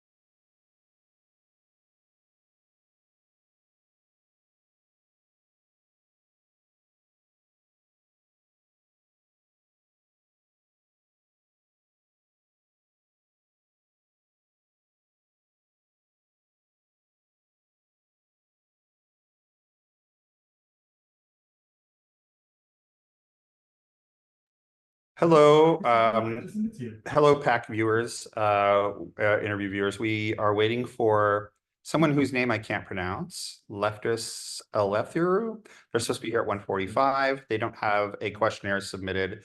They might not show up. In that case, we will restart again at 2 o'clock. Everybody cool? We might put the recording on pause too, just so people watching later don't have to sit through 15 minutes or fast forward or whatever. Yeah, and actually, let's pause it. All right. Ditto to everything that Christopher just said. Sorry, folks who are joining us on the recording. You missed a lot. No, we're just getting started again after a short break. Joshua, are you there? Yes, I am. Alrighty, take it away. Awesome. All right. Well, hello. My name is Joshua. I use he, him pronouns, and I am a PAC officer for Milk Club. Just a reminder that this interview is being recorded and will be posted to our website for those who couldn't make it today. And thank you for participating in our endorsement process by submitting a questionnaire. This interview will last about 10 minutes. So please try to keep your responses to a minute or less so we can maximize the number of questions that can be asked. And yeah, just first to start us off, if you want to introduce yourself, use your pronouns, and the role that you're running for. Also, you're muted.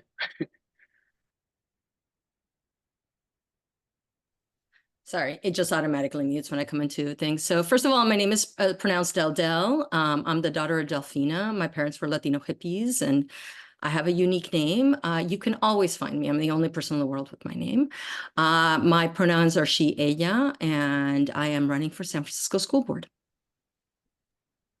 Awesome, thank you. The next quick question we have is, why are you running and why now? I am running a combination of things. One, I am someone that went through the San Francisco Unified School District until the age of 10 and grade 5th, but I'm also now raising a kid that's going to be graduating from the high school here. I am really deeply grateful to all the teachers that I had who helped me learn English. And I know that we're in a critical moment. I've also had a lot of community members that have asked me to run. I have publicly said that I'm sort of a reluctant candidate because I did not think ever I would do this, but I realized that when more than one person in your community is asking you to run, you should probably listen. And so that's what I've done. And right now in particular, as we're looking at a potential, not only in school closures, but a potential state takeover, I am deeply concerned that a lot of kids and families that are recent immigrant newcomers, as well as folks that are from marginalized communities, are not being organized and not being engaged in and asked in what they need, and that the process itself sometimes is very biased. Thank you. I just have a few questions and I can open it up. So first is regarding school closures. You stated in your questionnaire that it would be shameful to have to consider closing schools. And the question is, how would you keep school sites open while also balancing the school's district budget? First of all, there's no miracle pill or wand or anything that we can do at this moment in time. And so I try to be very practical. I'm a database person. And so there's a part of me where I'm like, the numbers are the numbers are their numbers. But I'm also really cognizant that we're in a city that's 7 miles by 7 miles and we have 74 billionaires and not one of them has created a new foundation, program, or engagement to actually help us out. And so I think that sort of political pressure needs to be brought to bear.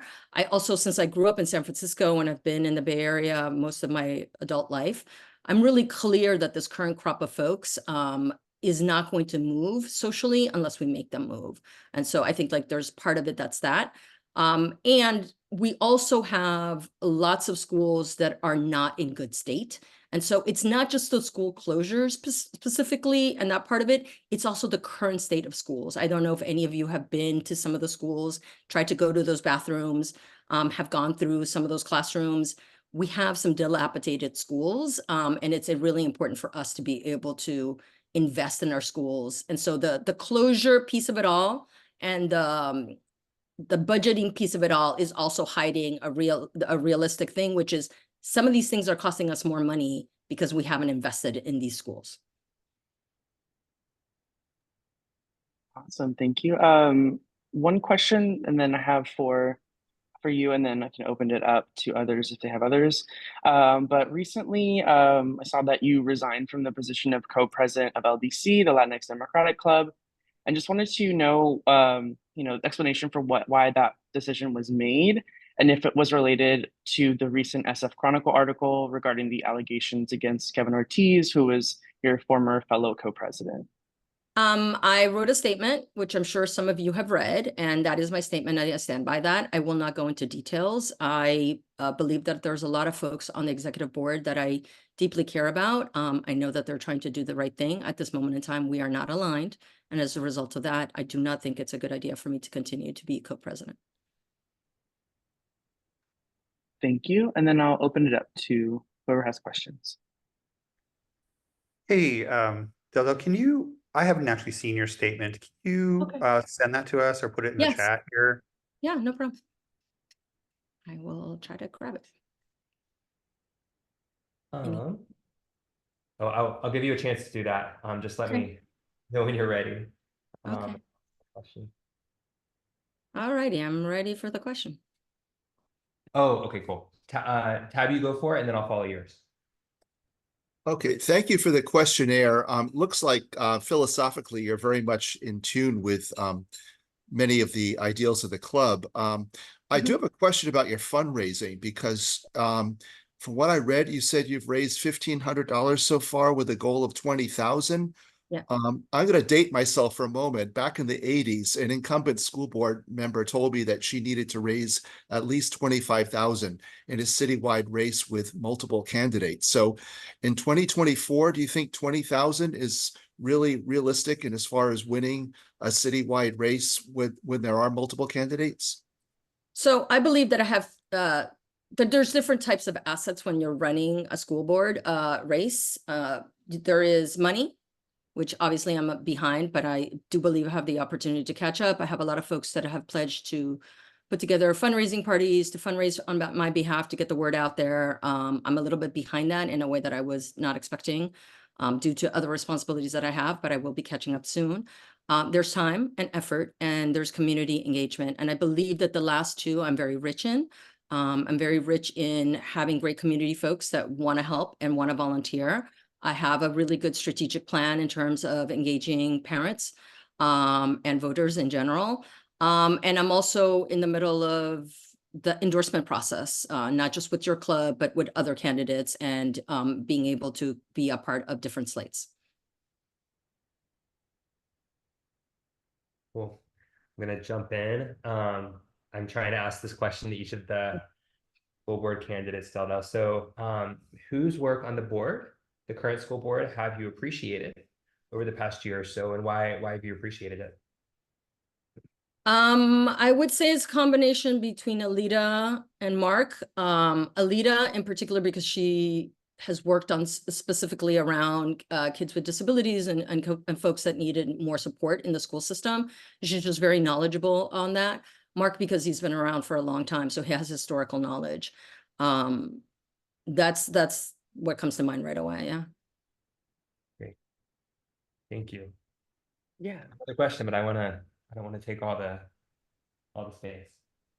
Yeah, I can ask one and then go back to you, Reed. Yeah, so on your questionnaire also, you marked that you supported the Yes campaigns for both Prop I and J, which were contradictory campaigns. I was to permanently open JFK Drive to cars, and J was to permanently close JFK Drive to cars. And this was back in the 2022 November election. Oh, I just wanted to clarify your position and what your stances were. Oh, sorry, that might be a typo. So my apologies. I had some problems with copying and pasting. So I lived in the Sunset up until 4 years ago. And I believed in keeping it closed from cars, mainly because it created a community space that did not exist before. It allowed us to bike and to run and to walk and to do a whole bunch of stuff that before as a family, we just simply couldn't. And so I supported the keeping it closed. I don't know which one of the two it is right now off the top of my head. Sorry about that. Yeah, keeping it closed was Prop J. Yes. Okay, awesome. Reed, go ahead. Totally. And I don't I don't have your questionnaire in front of me at the moment, even though I did take a look at it. If just a generic statement, if you do want to kind of correct the record with anything you've put in the questionnaire, feel free to resubmit. It's all good. Oh, great. Thank you. I will double check all of that and I'll get back to you in the next 24 hours. Take your time. It's all good. Okay, Well, not really a follow-up question, just another question I had here. So how can the school board, how can you, if elected, hold the superintendent and the central office accountable, for the things you would like to see them do? Well, I've attended enough school board meetings in the last 2.5 years, whether virtually or in person, to be a little bit dismayed with the culture of the central office. And I just think that the elevation and professionalization that needs to be done there, it's like pressure needs to be brought to bear. The thing that I have learned that I didn't realize when I started embarking in this was that complacency is the status quo. And that if you actually want to have change made, you actually have to build coalitions and you have to like create pressure. And that isn't just about the role and responsibility of somebody on that board. That behind every person that's on that board is a series of other folks that are actually engaged, but that part of that role is also educating and engaging families and engaging folks. And so I often have found myself in communication with other family members, with, other community members, and letting them know, did you know that this is what's going on at the school board? Did you know that this is this other thing? You should probably email, write, text like this person, let them know that this is important to you, because in an absence of that, the status quo just continues. In particular around the Empower situation, that to me was like the first eye opener. I actually read that whole RFP, and it was very obvious to me as someone who has made proposals for public consumption that the person who wrote it had no idea what they were asking for. And as a result of that, went for the thing that had the lowest amount. But that also showed to me like the lack of professionalization at the central office. And until those things get better, like we're going to continue to like go in these cycles. I think a lot of these things are self-inflicted wounds. But I think like this city is just really hard for parents. And the last thing you want to do is also like go to a meeting late at night when you have some kids. I know that I can do this work now because my kid is older, but when they were younger, that wouldn't have been possible. Awesome. Well, thank you so much. Unfortunately, we've run out of time. I know it went by fast. But just a reminder that our endorsement recommendation vote will take place at our PAC meeting on Tuesday, the 9th. Yes. And the final endorsement vote will take place at our general membership meeting on July 16th. Of course, there's no expectation for you or your staff to attend those meetings. But if you're interested, please go to our Facebook page for additional meeting details. Those voting results should be posted on our website at milclub.org/endorsements about 48 hours after each of those meetings in terms of a PAC recommendation vote and a membership vote. But yeah, thank you again for participating, and we hope to chat with you soon. Just really quickly, I want to thank all of you, and whether you do recommend me or not, I just look forward to continue to be in community and finding ways to be able to create the pressure that we need, not just at this level in terms of the school board, but actually throughout the city. I really do think this year in particular is a pivotal year for us to decide what kind of city we're going to be. And I do think that in terms of livability and affordability and opportunity, what kind of city do we want to have for the kids that are currently being educated through San Francisco Unified District? Like that's a question that we need to like answer clearly. So thank you so much. Okay, thank you. Bye-bye. Thank you. Gonna go on mute for a moment and we'll be back at 2:15.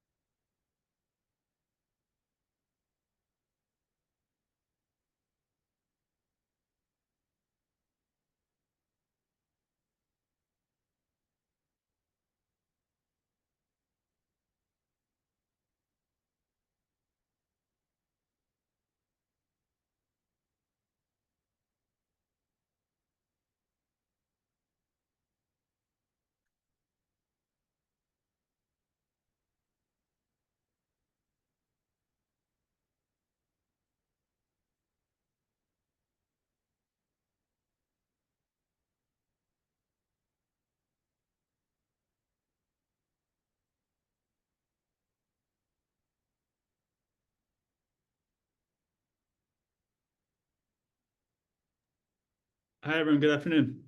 Hi, Hey, everybody, welcome back. It's 2:15 and it looks like Danny Sauter has arrived. And who's going to interview him? Hello. Hey, Joshua. Okay. Joshua, you ready?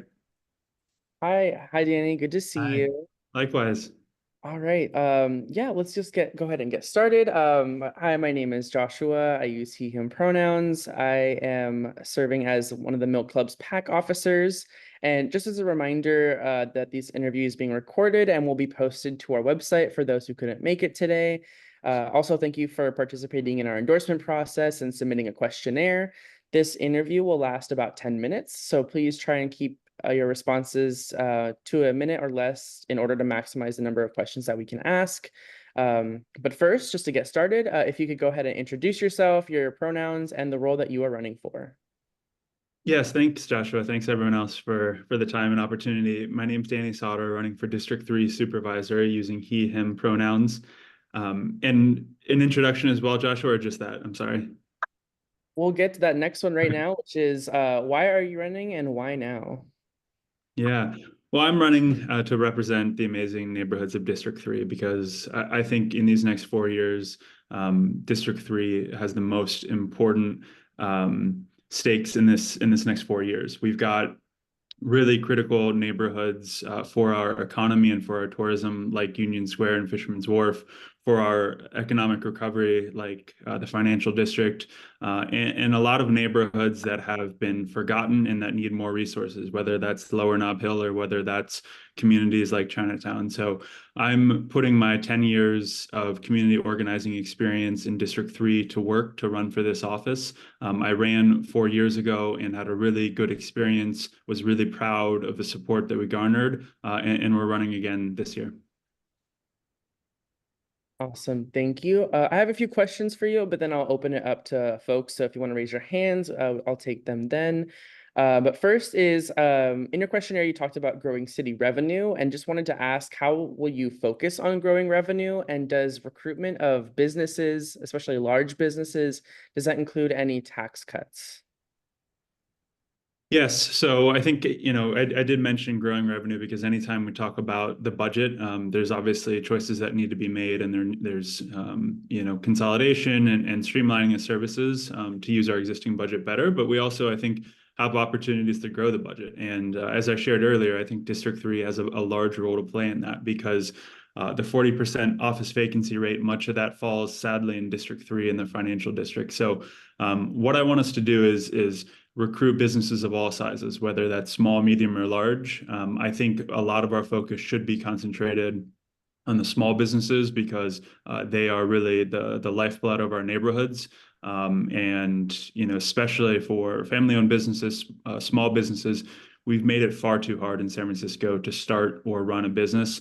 In fact, District 3 of all districts, by and large, is the hardest place to run a small business, mostly due to permitting and onerous permits. So I want to change that. In terms of tax cuts, I think there's a role to play in reshaping the gross receipts tax reform. I think the focus there should be on making it easier to open and run small and medium-sized businesses. I don't think we should put our focus on tax cuts for the large corporations, although there are other things within our city government we can do to make it more attractive and supportive to run businesses of all sizes.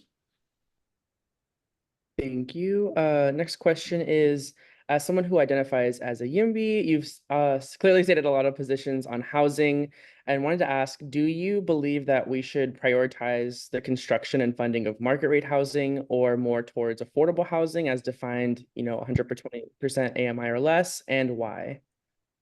I think we should do all of the above. I am someone who is a strong supporter of new housing, but also as the only renter of the leading candidates in this race, a strong supporter of rent control, of making sure that we fully fund eviction prevention lawyers, that we fund our SRO collaboratives who support so many of our residents, whether that's in Lower Nob Hill or in Chinatown, in those communities. So I think we can do all of it. We have other candidates in this race who are against all sorts of housing, whether that's luxury housing, affordable housing, or homeless housing. That's not me. I want to make sure that we're not taking an extreme position and saying no right off the bat. I think a lot of our housing in District 3 can come in vacant parking lots. It can come in old retail spaces along Fisherman's Wharf and Bay Street and North Point. It can come from converting offices downtown to homes.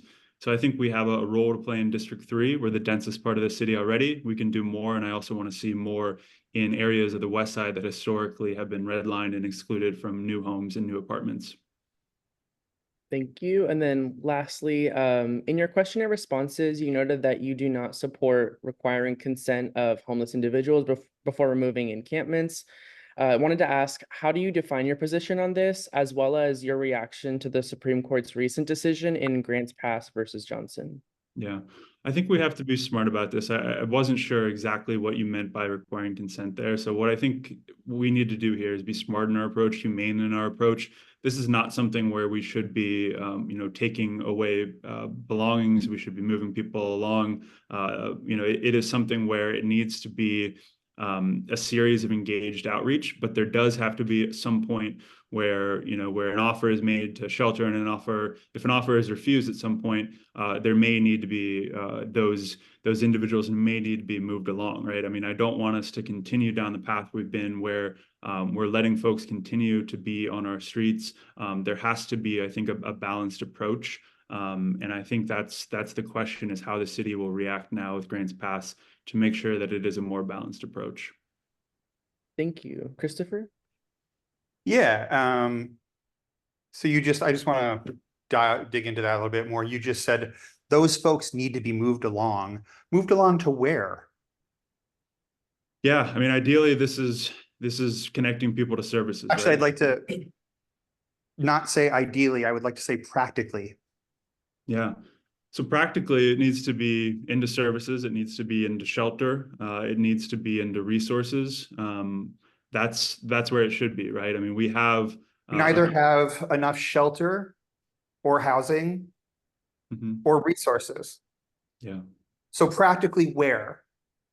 Yeah, and I recognize we have constraints, and that's why, as I shared earlier, I want us to be building housing of all types. I want us to be building more homeless shelters. I support additional navigation centers in District 3. We have one in the corner of District 3, but I think we need more. So I want us to have more resources to connect people to. Great. I think everybody in the city thinks that. Practically, where would you move people to? Well, I think I think that they should be connected to services, as I shared, and connected to shelter. I think there's other opportunities, right? Whether there's the Homeward Bound program or other opportunities to connect people to services. So I think it's got to be a variety of options based on their circumstance, based on the care they need, the support they need, the resources they need.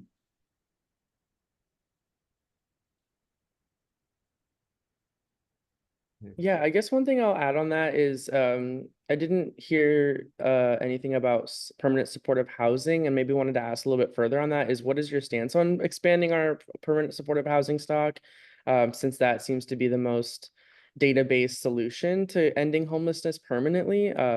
Your thoughts?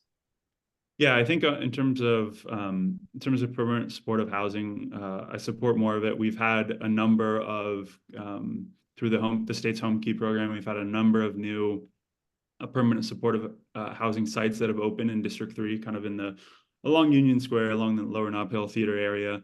And there's been 4 or 5 of those conversions in the last few years, and I want to make sure that those are working and are actually being successful in taking people off the streets into permanent supportive housing and then into long-term solutions. So I'm supportive of those. I want more in District 3. I want more citywide, and then also the other thing is, again, the investment in the work up front to make sure that people are not homeless in the first place, because we know once someone is on the street, once someone is without shelter, it is very difficult, very expensive, and very hard to get them into shelter. So doing the things like fully funding our eviction defense lawyers, expanding emergency rental vouchers, I think those are really important and smart investments up front.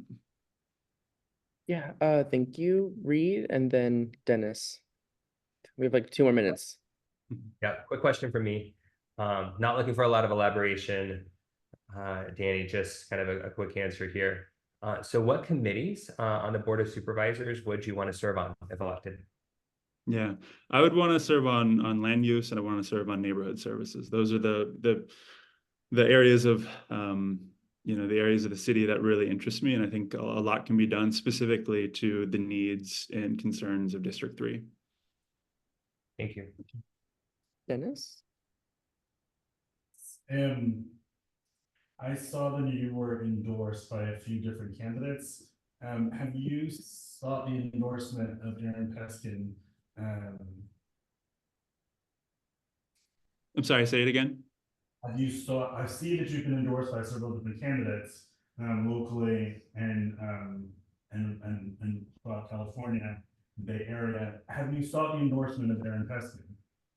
I have not. No, I have not. I, acknowledge that he's endorsed 2 other candidates in our campaign for District 3 supervisor. So I have not sought his endorsement. No. Thank you. And then Tab, if you have a really quick question, we can go ahead and that'll be our last. Sure. You didn't mention candidates whom you support right now. Could you please tell us whom you're supporting for mayor and the other supervisorial candidates in their respective districts? Yeah, I haven't made any endorsements. As you imagine, this is focusing on my own race is really where all my time is spent. There may be a point down the road where I do make endorsements, but especially on mayor, I get asked that a lot, and I'm doing my homework as well. But I haven't made any formal endorsements there, no. All right. Well, once you do please let us know what those endorsements are. But unfortunately, we're out of time today. Just a reminder that our endorsement recommendation vote will take place at our PAC meeting on July 9th, this upcoming Tuesday. And the final endorsement vote will take place the following Tuesday on July 16th. There is no expectation of you or your staff's attendance at those meetings, but if you are interested, you can visit our Facebook page for additional details about the meetings. Vote results should be posted to our website at milkclub.org/endorsements about 48 hours after each of those meetings. But yeah, just thank you again for participating and hope you have a great rest of your Sunday. Thank you, Joshua, and thanks for all your time. Take care. Thank you. Bye. Okay, everybody. Ernest is here. We're going to take just a minute and we'll be back at 2:30. See you in a second.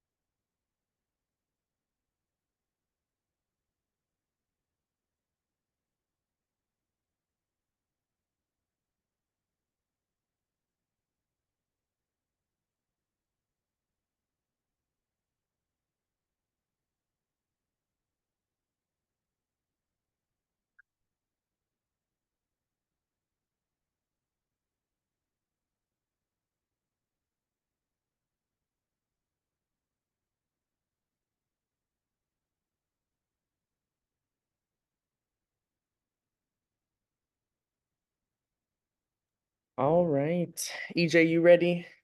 Mic check 1 2 1 2. Thank you so much. All right. Well, let's get started. Hi, everyone. My name is Joshua. I use he, him pronouns, and I serve as a PAC officer on the Milk Club's PAC team. Just as a reminder that this interview is being recorded and will be posted to our website for those who couldn't make it today. Thank you, EJ, for participating in our endorsement process and for submitting a questionnaire. This interview will last about 10 minutes, so if you could keep your responses to about a minute or less in order to maximize the questions that we can ask. And just the first one is to introduce yourself, your pronouns, and the role that you are running for. Hi, everyone. My name is Ernest E.J. Jones. Pronouns are he, him, and I am running for the office of District 11 Supervisor here in San Francisco. Awesome, thank you.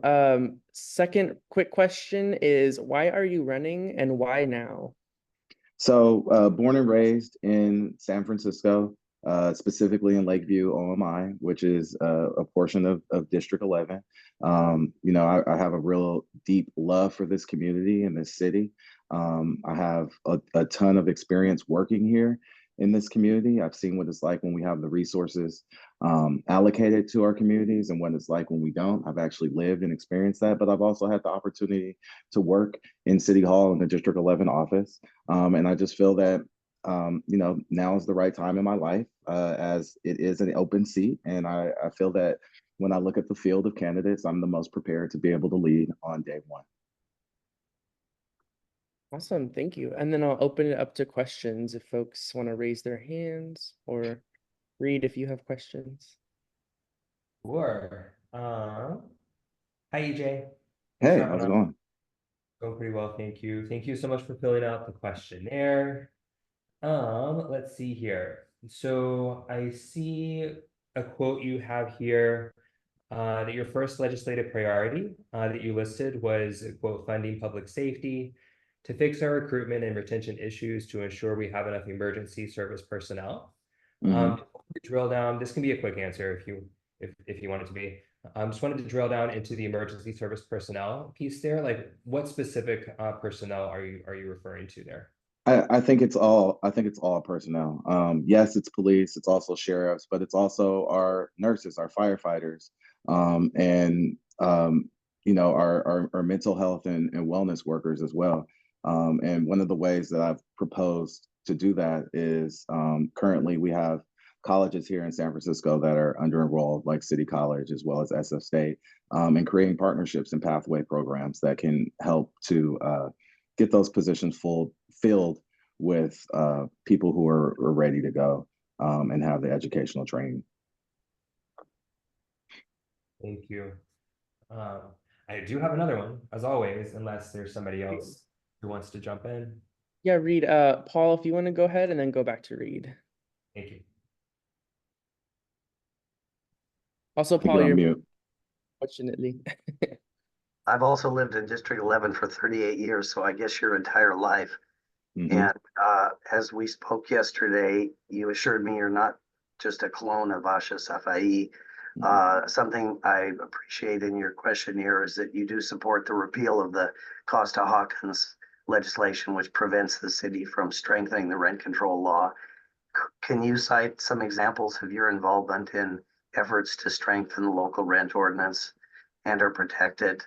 And are you endorsed by any of the major tenant organizations?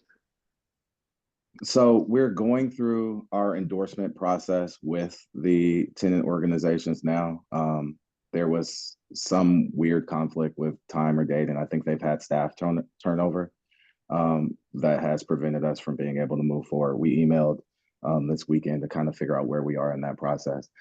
Yes, I think we have to strengthen rent controls all throughout San Francisco. And one of the things that I definitely would propose is that any new housing that is built or converted in our downtown area actually is supported with rent control to make sure that it remains affordable for San Franciscans.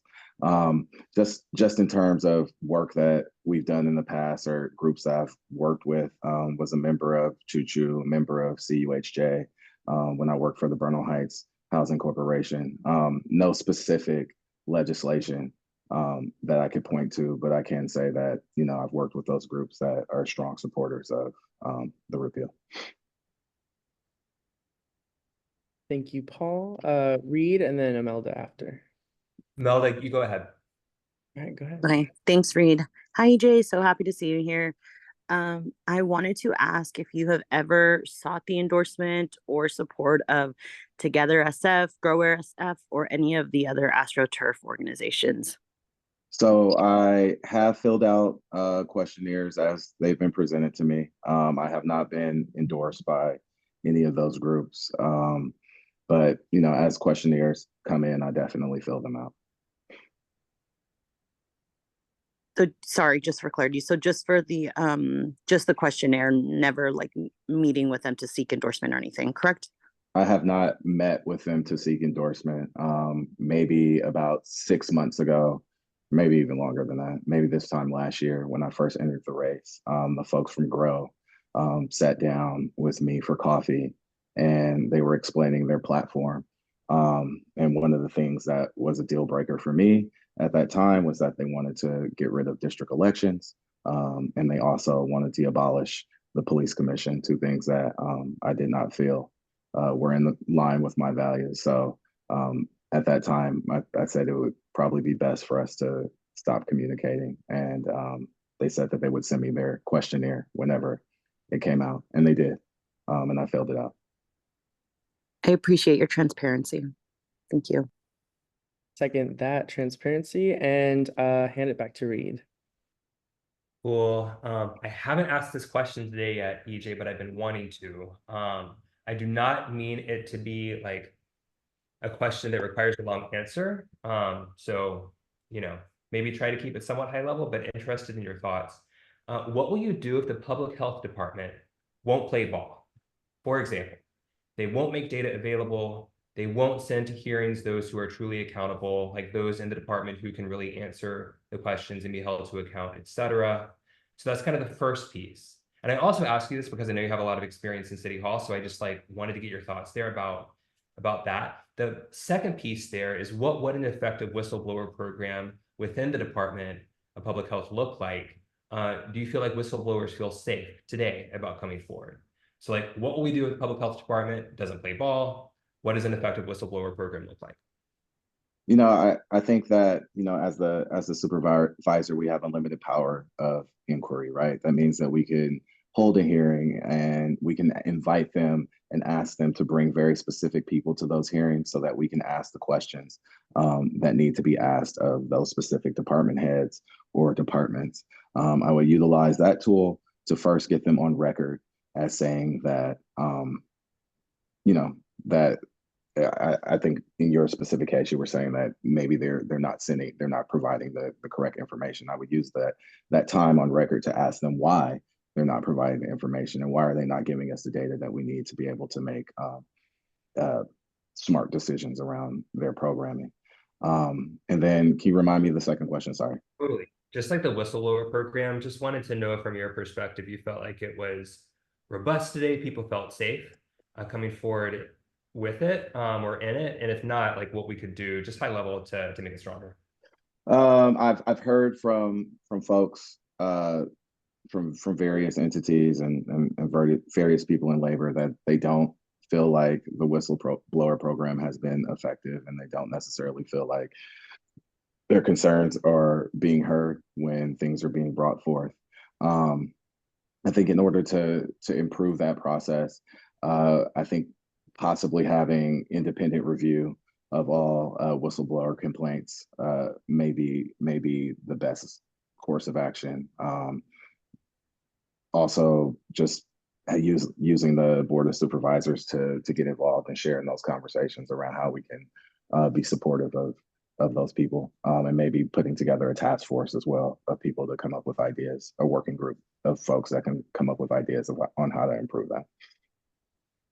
Great, thank you. Yeah, I just have one more question, and then if folks have any last questions, let speak now or forever hold your peace, and then we'll start closing out. But one question I have is, you put on your questionnaire that you do not support requiring the consent of folks who are homeless and in encampments prior to displacement by the city's government. I just wanted to follow up with that and see what your stance were when it comes to encampments and city support, and also your reaction from the recent Supreme Court ruling on Grants Pass versus Johnson. Yeah, no, I thank you for that question, and I felt like there was going to be some follow up around that one. Just in terms of the question, I didn't know how detailed it was, and I thought that there were some spaces where there could have been nuance involved.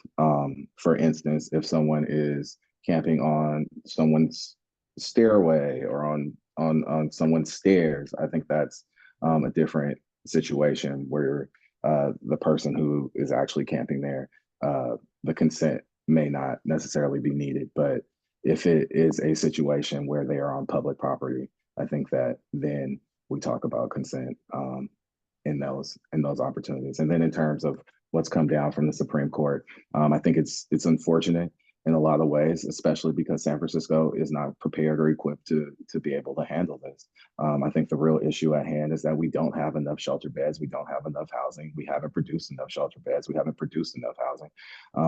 And so, the timing of this is poor.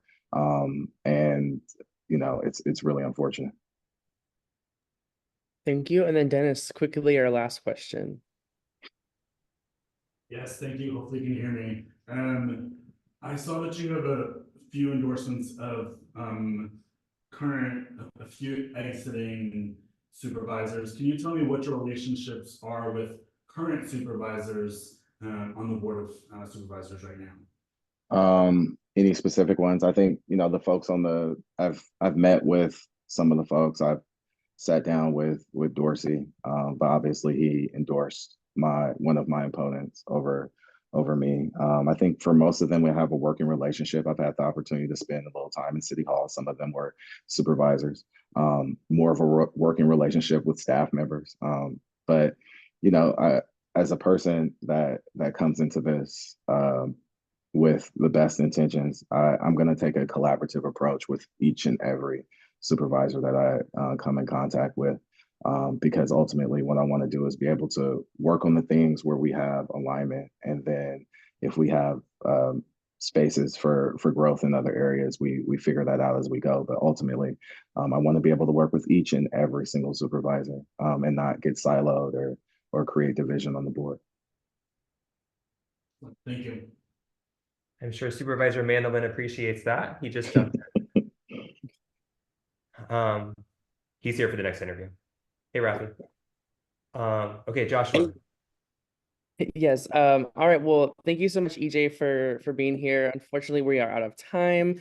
But just as a reminder, our endorsement recommendation vote will be taking place in our PAC on Tuesday, on July 9th, and the final endorsement vote will be taking place at our general membership meeting on July 16th, the following Tuesday.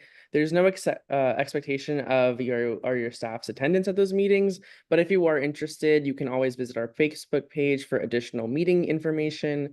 Those vote results should be posted on our website at milkclub.org/endorsements about 48 hours after each of those meetings. But yeah, I just wanted to thank you again for your participation and hope you have a great rest of your day. Thank you all for sharing this time with me. Have a great day. Thank you. We're going to go on mute for a minute. Please stand by. We'll be back.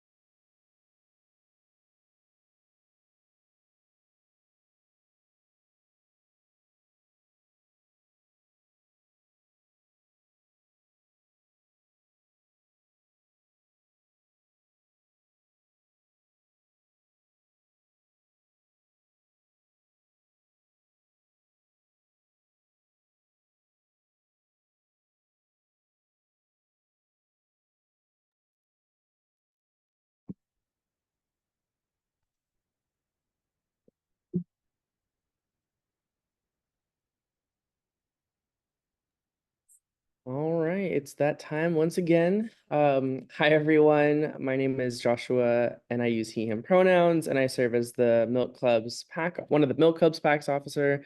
And just as a reminder that this interview is being recorded and will be posted to our website for those who couldn't make it today. Thank you, Rafi, for participating in the endorsement process, and thank you for submitting a questionnaire for this measure. The interview will last about 10 minutes, but if you can keep the responses to about a minute or less, that would maximize the number of questions that we can ask. But first, Supervisor Mandelman, if you wanted to introduce yourself, the measure that you are advocating for, your pronouns, and yeah, go ahead. I'm Raphael Mandelman. I use he, him pronouns. And I miss the olden times when, people would pile into a room at the Women's Building or the LGBT Center. But alas, and in fact, therein lies some of the reason for this ballot measure. So this is the San Francisco business tax reform. My interest in this goes back to 2022 when we were coming out of the kind of the height of the pandemic, but our economic recovery was slow, and in many ways it has continued to be slow. Folks were slow to return to work in the office buildings downtown. Downtown was feeling pretty hollowed out. The measures of the recovery of our downtown as compared to other downtowns suggested that our companies were choosing not to bring their employees back, or their employees were choosing not to come back. But whatever the reason, it seemed to me like that had implications for our business tax, which is a big part of our local revenue. And so back in 2022, I asked the treasurer, tax collector, and the controller to take a look at this and come back with their assessment of how, of whether we should be worried about our business taxes. And they said in 2023, yes, you should be worried about your business taxes. 3 findings in their response. 1, the city's business tax revenue increasingly comes from a smaller handful of larger taxpayers, mainly in the tech sector. These businesses could potentially reap substantial tax savings by locating in other Bay Area tech centers. With the persistence of hybrid work, most of them are currently reducing their office space needs in the city and elsewhere. Secondly, the city is increasingly reliant on taxes on the leasing and sale of commercial office properties. Remote work has led to a marked volume, a reduced volume of transaction of these properties, and there's some evidence of a marked reduction in property values. Both trends lead to revenue weakness for the city. And finally, both structural changes in the city's economy and policy choices to make the tax system more progressive, all of which the Milk Club and I have supported, has had the effect of raising overall revenue volatility by concentrating revenue in a few payers. This runs counter to a longstanding city policy goal of minimizing volatility by broadening the tax base. I have mixed feelings in some ways about the direction that points us in. We can talk about that because I can imagine the Milk Club would also have some mixed feelings about the direction that points us in. But we, following on that report, sat down, continued our conversations with the controller and the treasurer tax collector. This was sort of convened by the mayor's office, these conversations, and Aaron Peskin's office. And Aaron Peskin, as president of the board of supervisors, I got to sit in because I'd sort of asked for the original report. And what we got out of that, a very good process with a lot of conversations with all stakeholders, was in February of 2024, recommended reforms to the business tax system. There were more conversations following on with more stakeholders. And then in May, the city kind of put up on its website this little deck saying, if somebody out there wanted to reform our tax structure to reduce our reliance on payroll, to include.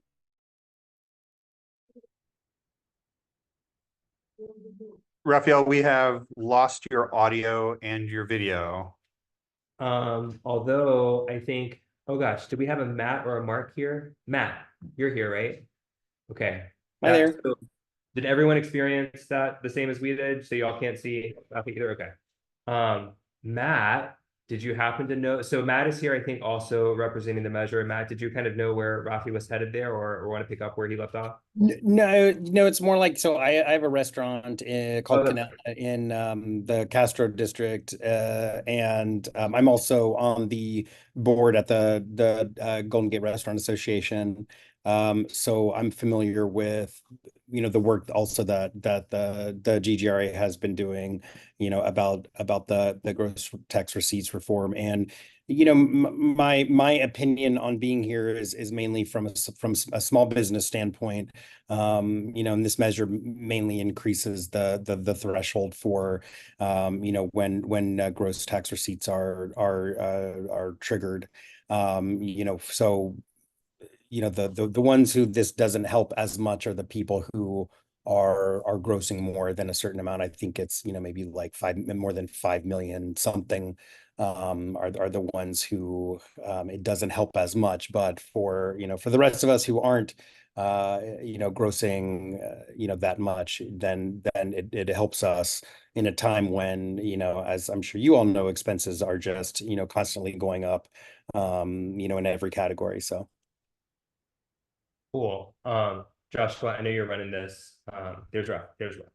Okay. Okay. So I think, Ralph, you joined. We had Matt speak for a minute or two there. Joshua, do you want to correct us? Yeah. Yes, before, if there's any further explanations, just want to open it up for questions. If anyone has questions, Christopher, go ahead. Yeah, so Google and Airbnb put a lot of money towards this. And it seems, although I'm trying to understand how this works, this seems to be a pretty good measure for these kind of huge companies. And at the same time, this is, to kind of benefit smaller businesses, as Matt was talking about. So why is it a good thing that this is a benefit to Google and Airbnb? There are winners and losers in kind of, under 5 million, everybody's a winner. Right. Above 5 million, there's winners and losers kind of at every tier. And as you get to the top tier, for example, Amazon would be a loser in this because they are selling a ton and don't have a ton of payroll in San Francisco. So we don't know exactly because we can't get this information out of the treasurer, but it would seem like this would be a direction that a company like Amazon would be unhappy to see the city moving in. It is a direction that a company like Google and some of the others, plainly as evidenced by the fact that they're contributing so much to it, that they think is of benefit to them. One of the this 2023 response to my 2022 inquiry found that 27% of our business taxes are paid by 5 payers. And so the bad thing for them is they're paying it. Milk Club doesn't care. I don't really care. The problem with that heavy concentration, though, is that it's based on the number of employees, or it's based, too much of that high paying is based not on how much money they're making off of San Francisco, but on how many employees they have working in San Francisco. And so there's this real incentive for them to get their employees out of San Francisco, or at least there's not a real strong incentive for them to try to convince everybody to come into work every day. And it also means that if one of those big 5 pulls out, we don't know exactly who those big 5 are, but given what Google's putting into this, I'm gonna suspect that Google's one of the big 5. To the extent that they reduce their presence, we just have extreme vulnerability to this pretty small number. Now, if you are a big, not wealthy, but a company that's making a ton of money in San Francisco, but you're under that top threshold, there's winners and losers there too, because a lot of that, again, it's sort of shifting away from structures that are more based on payroll and to structures that are more based on activity and sales, which I generally think is probably a good thing. But it means that there are definitely some companies, and think in like the sort of significant architectural firms, law firms, service delivery firms. A lot of those, I think, may be getting pretty hard. I've heard, some architecture, I think Gensler, for example, is a company that generally, they do a lot for the city. We're grateful to them for many things, and I think their tax burden goes up quite a bit under this. So there are these companies. One thing we could say to those companies is, yeah, your burden is going up, but your work depends on there being a thriving downtown economy, and So if the companies that you are working for are significantly retrenching, you're not going to be making much money anyway. And so it's kind of worth it for you to chip in to help pay the bills and help us restructure this. Even after this restructuring, it takes that what the top 5 are paying. I think it's from like 27% maybe to 24%. So it's still like, there's still heavy concentration and dependence on a few taxpayers, but it brings that reliance down a little bit. It probably shifts a little bit who those top taxpayers are. I've asked, the controller, past controller, current controller, like, is this actually, I mean, in your professional estimation, is this a good shift for San Francisco to be making? And their response is, yeah, it's not like the end all and be all of tax reform. We're probably going to have to do more tax reform over time, but this is probably a good move in terms of resilience, not just because we're giving a bunch of stuff to the people at $5 million and below, but because it probably creates, more stability for our taxes over time and more stability for our revenue. That's the part I understand. I want to just really quickly, there seemed to be a little bit of opposing things like on the website and then in your in the questionnaire for this. So Yeah. this is a is this a permanent tax, or is this a tax that are these changes not permanent? The changes are permanent, I believe, but they come in over time. So there's less revenue in the first few years, and then it grows over time. So there's a little bit of a tax cut for some businesses initially, but and that's because there are some taxes that were scheduled to go into place like this. Well, they were scheduled to go into place in 2020, and we keep deferring them. But That's what I was eventually, asking about, the deferred tax. so there's old taxes from Prop F that we had planned to impose, and we keep having not having the stomach to do it given the economic conditions in our downtown, and so we keep deferring them. And so part of the revenue relief is the factoring in a reduction in overall business tax revenue in the first few years that grows up to more and sort of recovers that loss in future years. But it's built in. It's not like there's a lapse in this tax at some point, or we go back to the way it was. Okay. And then lastly, I was trying to ask around about this. I think there were some people who supported it, but mostly it was about people that didn't necessarily want to support it, but they didn't want us to oppose it. So is there any opposition to this bill? And do you know who or why that might be?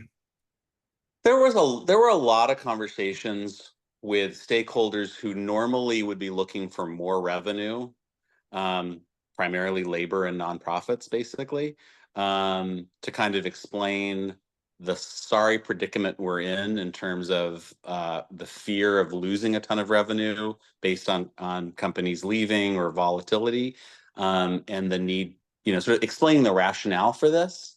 And I think they got to the perspective of like, you can't really ask us to support this, but we're not going to oppose it. We understand what you're trying to do. We don't hate it. We would like to see, I think in labor's case, we would like to see this be revenue positive. We'd like to see more money for the priorities that we think the city should be pursuing. This is not a revenue positive measure. In the initial years, it's actually a little bit revenue negative. And so they're like, not our fight. We're not going to make this harder for you to do, but we're probably not going to be like leading the charge to say this is something that should be done. I think the conversations with the nonprofit community were more like, particularly around like Prop C, the Prop Cs, to make sure that people felt like they're going to end up on funding for homelessness stuff, funding for childcare, in at least as good of a situation after this as they're in now. And I think they felt like, okay, we're good. So I think there was. And then I think there's some folks in the business community. Similarly, there are, lots of companies that are like, this is going to significantly raise our taxes. We understand what you're trying to do. We're not going to fund a campaign against it, but we're not thrilled about this, and we wouldn't be sad if this loses. Okay, thank you. Do we want to do 2 more questions, Reed, or We're a little over time. Joshua's leading this. Joshua, maybe we can take Imelda and then we can wrap it up. Yeah, Imelda, go ahead. Hi, quick question. I'm so sorry. I just wanted to get clarity that just for my notes that labor is not supportive of this ballot measure, correct? Just a yes or no. They're neutral. They're not opposing. They're not supporting. At least the Labor Council, I believe, and particularly 1021 and 21, the public sector unions. It may be that, you know, some parts of labor support, but I don't see that on any of the lists. Yeah, I don't think they have. I suspect they will have labor support at some point. I suspect the public sector unions will, and what I think they've indicated is that they're just going to be neutral. All right. Well, I believe that is all the time that we have, but thank you, Supervisor Mandelman. Just as a reminder that our endorsement process, a recommendation vote will take place at our PAC meeting on the 9th, this upcoming Tuesday, and a final endorsement vote will take place at our general membership meeting on the 16th. There's no expectation of you or your staff's attendance at those meetings, but if you're interested, please see our Facebook page for additional meeting details. Vote results should be posted on our website at milkclub.org/endorsements about 48 hours after each of those meetings. But yeah, just thank you again, both you, Supervisor Mandelman, and Matt, for participating in our endorsement process. All right. Thanks, Milk Club. Bye. Thank you.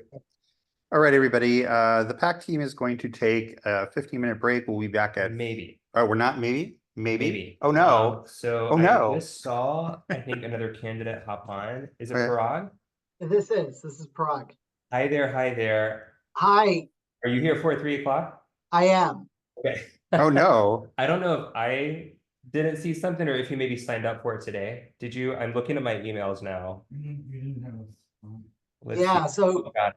Okay. So I submitted my application and put my interview request in over very spotty internet. I'm glad my application made it.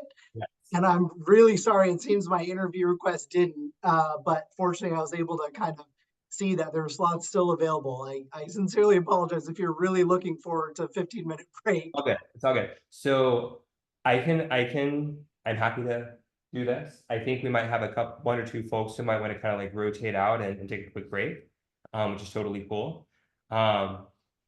Just to kind of clarify why I wasn't aware of this, and Prague, you're good, it's all good. I know the signups are still up, so it's totally cool. I think you did sign up like after we had started the interviews today, I think maybe about an hour ago, and so that's why we've literally been in back-to-back interviews, you know, since noon or 12:30, I think. No, noon it was, right? So that's why I didn't see it. Apologies about that. It's just so everyone's aware, that's why I didn't see it. But again, I'm happy to run with this if folks want to take a break. Joshua, did you want to pass it back to me, or did you want to go ahead and move forward?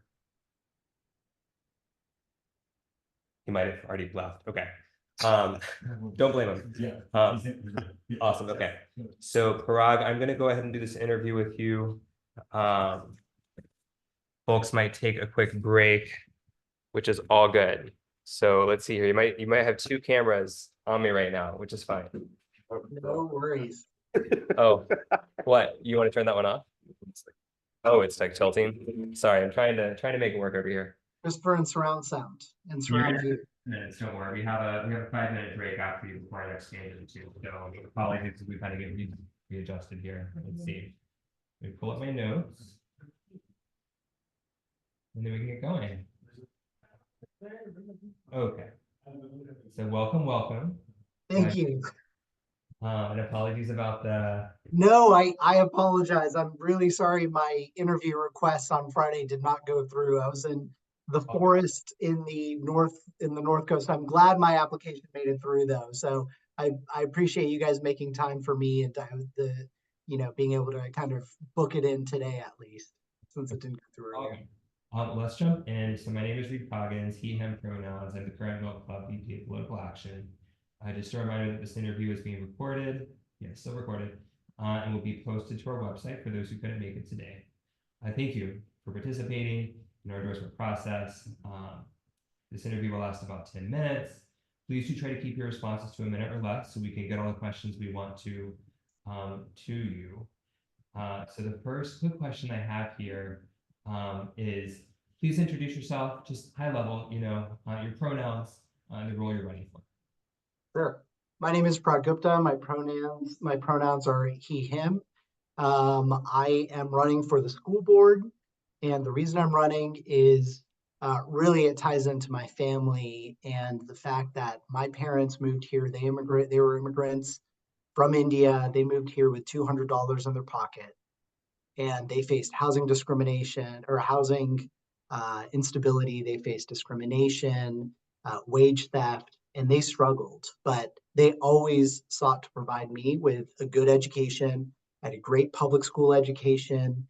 And I wanted to make sure that I pay that forward and be able to uplift other families. And so for the last 25 years, I've been working in community. Currently, I am the Chief Program Officer and Executive at Mercy Housing, the largest affordable housing provider in the country, where I oversee resident services for 45,000 individuals across 21 states. And I seek to be elected to the school board so I can make sure that we lift up all our students and make sure that we provide them with the opportunity to get a high quality education.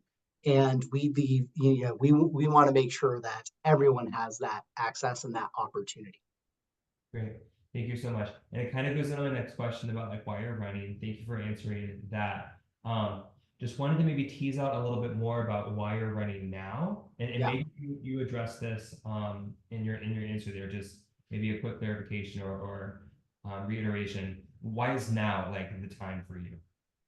Yeah, our school board our schools are really at a crisis moment, and we need all hands on deck. And what I mean by that is we know we face a $421 million deficit in the 25-26 school year. That's going to result in tremendous cuts that unfortunately no one is going to be happy with. And so given that, it is a time for all of us to step in, work together, work with all stakeholders. This is why I'm excited to be endorsed by UESF, by everyone around the table, so that we can all come together and focus on this. Make sure we raise all our student outcomes, particularly address the achievement gap, make sure that we are financially stable so we can make sure that we're providing what we need to our educators so that they may give our children and our students the success that they deserve. And then finally, make sure that we are having neighborhood schools that encourage community. Because if there's anything that I know from Mercy Housing, it is how we create community. So it is incredibly important that we use this opportunity to make sure we create great education and educational opportunities for all our children, whether it be in the Southeast, whether it be wherever it is across the city, that we're giving our students the excellent education that they deserve. Great. Thank you. I have a couple of more questions, but I'm just going to see if anybody else on the call has their hand raised. Okay, I'm going to keep going here, but I'll be on the lookout for any hands to come up. So, whose work on the current school board have you appreciated over the past year or so, and why have you felt positively about that? Yeah, so I'm thrilled to have Jenny Lamb as an advisor to my campaign. I feel like Jenny embodies this idea of let's take politics out of school governance and make sure that we are focused on student outcomes, as well as making sure our district is financially solvent. Student outcomes, she, along with all the school board members, and I would give credit to all our school board members in coming together, putting aside any, all the different shades of blue, and really just coming together to push forward the idea of student outcomes. How do we raise the bar on our student outcomes? How do we make sure we're closing that achievement gap? And then particularly do so in a way that, we started to turn the ship around the financials, but we still have more work to do in that regard. Yeah. Great. Thank you for that answer. Watching for any hands. All right. So of course there's this relationship between the school board and the superintendent and central office. How do you feel like the school board and you as collective can hold the superintendent and central office accountable? So one of my roles at Mercy Housing, and one of the things that I'm most proud of, is the fact that we're shifting it from just looking at outputs to really looking at outcomes. So we want to shift from being compliance-based in a manner to really focusing on how are we measurably making a difference in the lives of our residents and empowering them to feel in control of their lives. I want to take that same ethos to the school district and the way in which the school board works with the superintendent. What I mean by that is we're that close to having a state takeover. We know a state takeover is no good for our students. It's no good for our educators. We need to keep local control. We need to keep that control within our community. And the best way in which we can do so is by demonstrating the accountability that we have to our students, as well as making sure that we're fiscally solvent. The way in which we do so is as an executive that's been, of impact systems for the last 25 years. The first thing I'd seek to do is to create a 100-day cabinet, if you will, that brought together those that are most in control of the revenue dials and those that are most in control of the cost dials of our school district, to make sure that we were working towards a measurable fiscal solvency. So increasing revenue, having a plan to increase revenue, having a plan to know what our financials account for, as well as on the cost side, making sure that we were reducing costs in a meaningful manner. And I think as part of that, we need to be inclusive of all the stakeholders at the table. I know as a parent who served on my school site council, who fought for educators to make sure that they had protective equipment during COVID, that neither teachers or educators and our parents felt like they weren't really involved.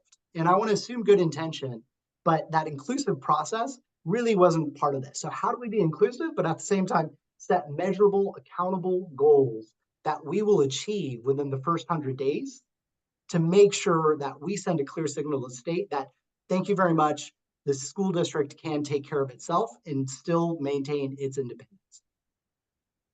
Got it. Thank you for that. And I was hearing you kind of reiterate some of what you had said here under the closing public schools questionnaire. So thanks for walking through that. I was going to follow up a little bit more on like how exactly we could keep schools open and do that with a balanced budget. But I think you generally addressed that, so I appreciate it. I see Imelda, your hand up. Go for it.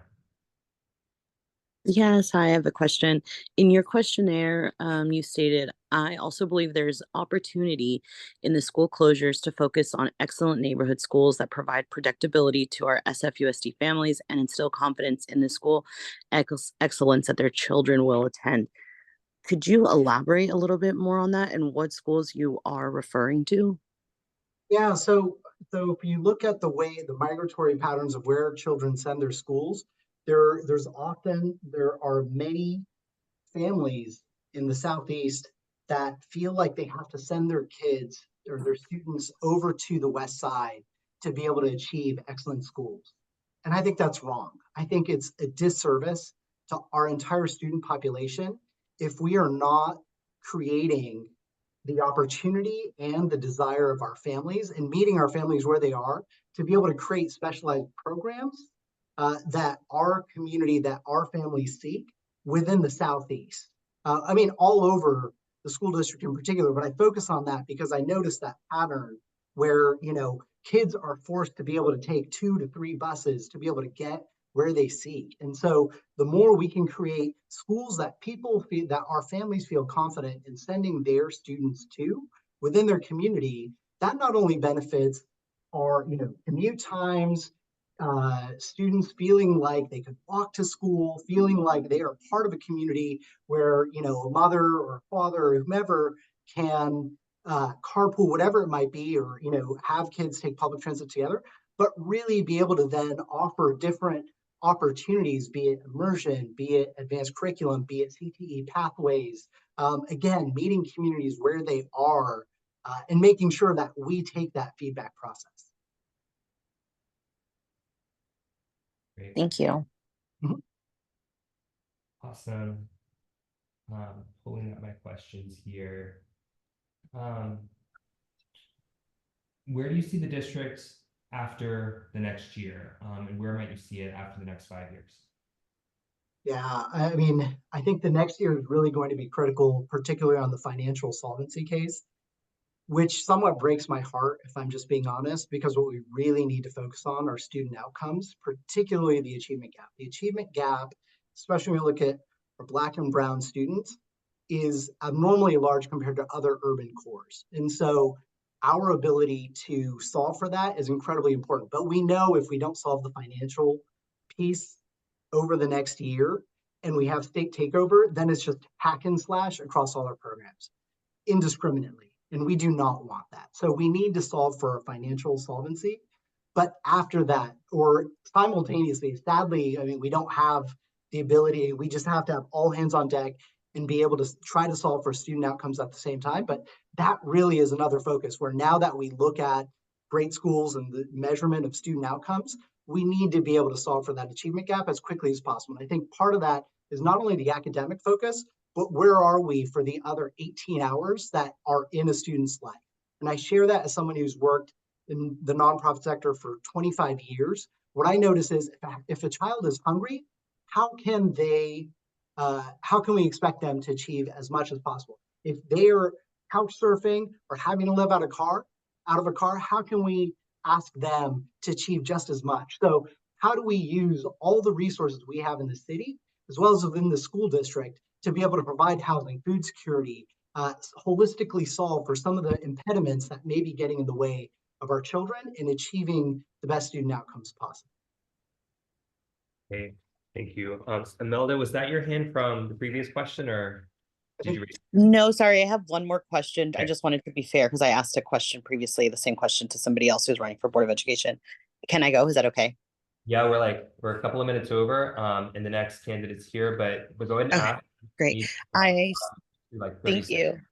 I saw in your questionnaire that you are either endorsing or voting for Brooke Jenkins. Under Brooke Jenkins' administration, we have seen an increase of Black and Brown children in juvenile detention instead of being processed through more diversion programs. How do you feel that what you are saying in terms of the importance placed on Black and Brown students and achievement, including making sure they're fed at home, aligns with you also supporting either voting or endorsing for Brooke Jenkins?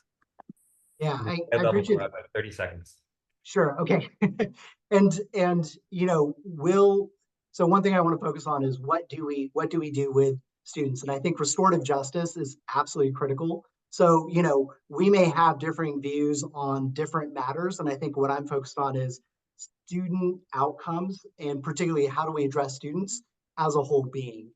So that's where I think, I'd seek to engage in restorative practices as much as possible.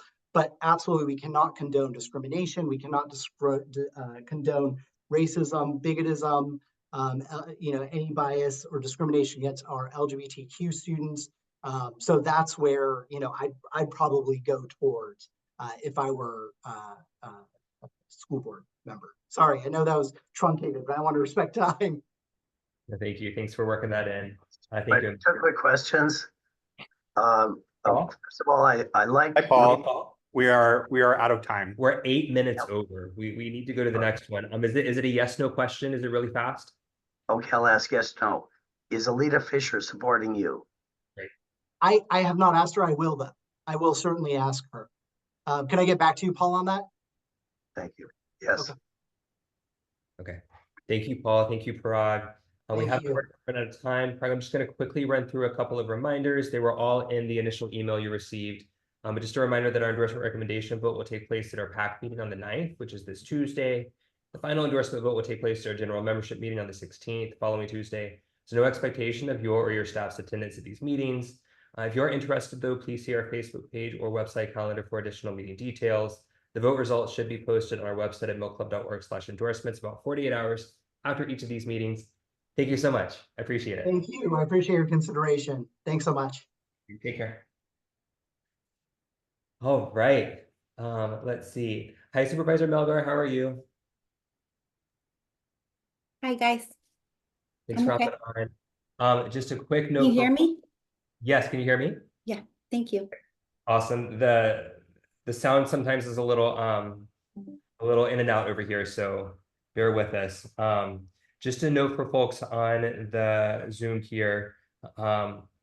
Supervisor Melgar, I did post your questionnaire in the chat. Thank you for submitting that. It did come. Sorry it was so late. No, it's all good. I'm glad you got it in. Thank you so much. We'll have it for the interview now. If people can take a quick look at it. We'll have it for our PAC meeting, general meeting, which is great. I'll get it up on the website after this, but I did put it in the chat.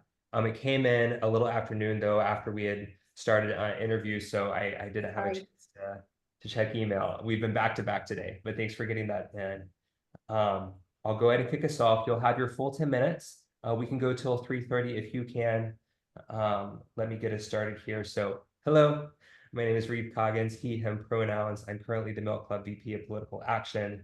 Just a reminder that this interview is being recorded and will be posted to our website for those who couldn't make it today. Thank you so much for participating in our endorsement process. Thanks for hopping on. Thanks for the questionnaire. This interview will last 10 minutes. Please do try to keep your responses to a minute or less so we can get our questions out to you. And first quick question here, can be very high level. Just really quickly, please do introduce yourself, your pronouns, and the role you're running for. Yes, thank you so much for the question. And thank you, everyone, for spending your Sunday just upholding democracy. It's really important.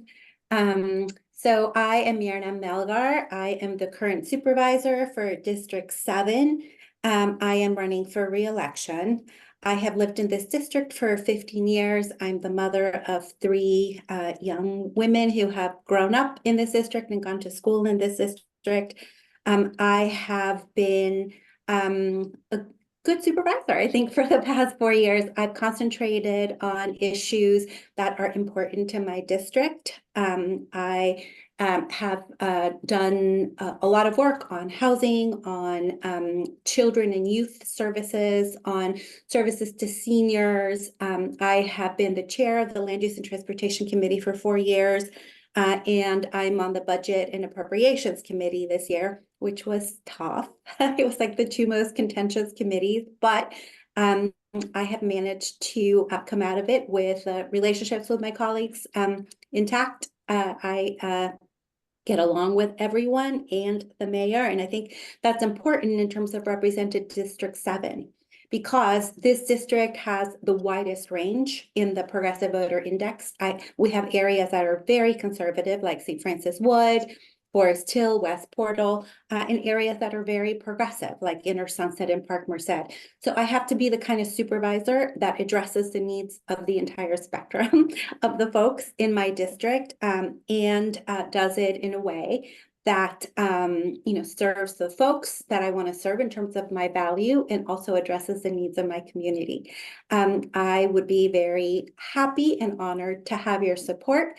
I have always supported your club and want to make sure that we all continue to thrive in these difficult times for our democracy, because I think more is coming. Yes, unfortunately. But yes, thank you for your answer there. I'm going to be on the lookout for any hands that pop up with questions. Otherwise, I'll just keep going here. I think you might have had a little bit of an answer to my next question to what you just mentioned there. But why specifically are you running for re-election? I'm sorry. I was trying to figure out the light here. Why am I running for re-election? Yeah, and I think you addressed some of that in your previous answer, but specifically, why do you want to go for it again? I know, it's crazy. I am not done. So believe it or not, 4 years is not a long time to get some of the stuff done that I wanted to get done. So one of the things that I think I'm like in the middle of is legislation to put together co-op housing in San Francisco. I'm an urban planner by training. I've spent the bulk of my career on community economic development and affordable housing. It's crazy to me that we are so conservative in San Francisco in the ways that we finance and build affordable housing. We have like 2 flavors, and that's what we do. And we have this tiny little office in the mayor's office as opposed to like a Department of Housing Preservation and Development like New York has. even though this is our biggest problem in the city. So I've been working with a bunch of folks on creating a program to do both development, redevelopment, financing, and organizing of existing co-op boards. We have thousands of co-ops in San Francisco. You wouldn't know it because we stopped producing them in 1970. And we've done like one project since, but I think that, you know, as opposed to New York or Chicago or Washington, D.C., where the main avenue towards homeownership for low and moderate income folks is co-op housing, we produce none of it. So I'm in the middle of that. That is one big thing that's still outstanding. And I have a whole host of issues around the way children's services are funded and accounted for in the city. And I have a ballot initiative in November towards that. But the big thing that's left undone is universal childcare, which is something that we promised the voters of San Francisco years ago and haven't quite pulled off yet. So I'm running again because I still have stuff on the table that I need to do. But I also really love this job. You know, most of the job, like 80% of it, is not like the sexy, big legislative stuff. It's like the constituent relations and the potholes and the garbage cans and those kinds of things. And I get a lot of satisfaction out of solving those little problems for my constituents, and I want to keep doing it. Great, thank you so much.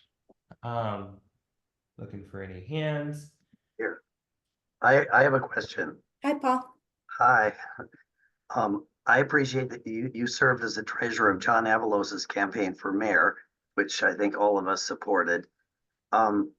As a resident of District 11, I have a question. I know that you've endorsed E.J. Jones, and I'd like you to comment on the reasons. And are there any other candidates in District 11 that you are also endorsing? Yes, so I've done a dual endorsement in District 11, actually. I've endorsed EJ and Cheyenne Chen. And I am, you know, helping them both as much as I can. Could you elaborate on that just a little bit? So as I said, you know, 80% of this job, I think, is serving the community. I think both EJ and Cheyenne have deep community connections, and I see it. So 11 and 7 share a very long border, and it runs along Ocean Avenue. Everybody knows EJ. EJ was born and raised on this hill right here in the OMI, and I know his connections are deep. His family, the way that he, like, you know, walks around here. And the same can be said about Cheyenne. Cheyenne has very deep connections, different community and different geography, but I think both of them will represent well. They will be connected to, you know, the folks who need our services in the city. And I think, you know, more than anything, I think that their values are genuine. Thank you. Thank you, Paul. Go for it, Christopher. Hi, Myrna. I'm Christopher. I'm a membership person here at Milk Club. Nice to meet you, Christopher. Hi. So I have a couple questions. The first one is for your own district. You said that you would, if you were going to vote for somebody that wasn't you, you would vote for Stephen Martin Pinto. I find Stephen to be one of the most reactionary right-wing people in the city. Could you expand on that? That's not quite what I said. What did you say? They asked about a ranked choice strategy. That was the question. And Okay. so they said, you know, who would you vote for? I said, of course, I would vote for myself, number one, and I think I will come in number one. But as a ranked choice strategy, you know, I would put Stephen, yes, because I know him, and he has been you know, involved in all kinds of things in the community. The other guy hasn't even voted, although he did get the endorsement of the POA and the San Francisco Realtors Association. So, you know, I need a strategy. Got it. I need to formulate my next question. Sure. Goes to someone else. Totally, yeah. Dennis, and you might want to. You're gonna go on mute? No, I can lift it over there though. Oh, yeah. Sorry. We're doing the sound situation.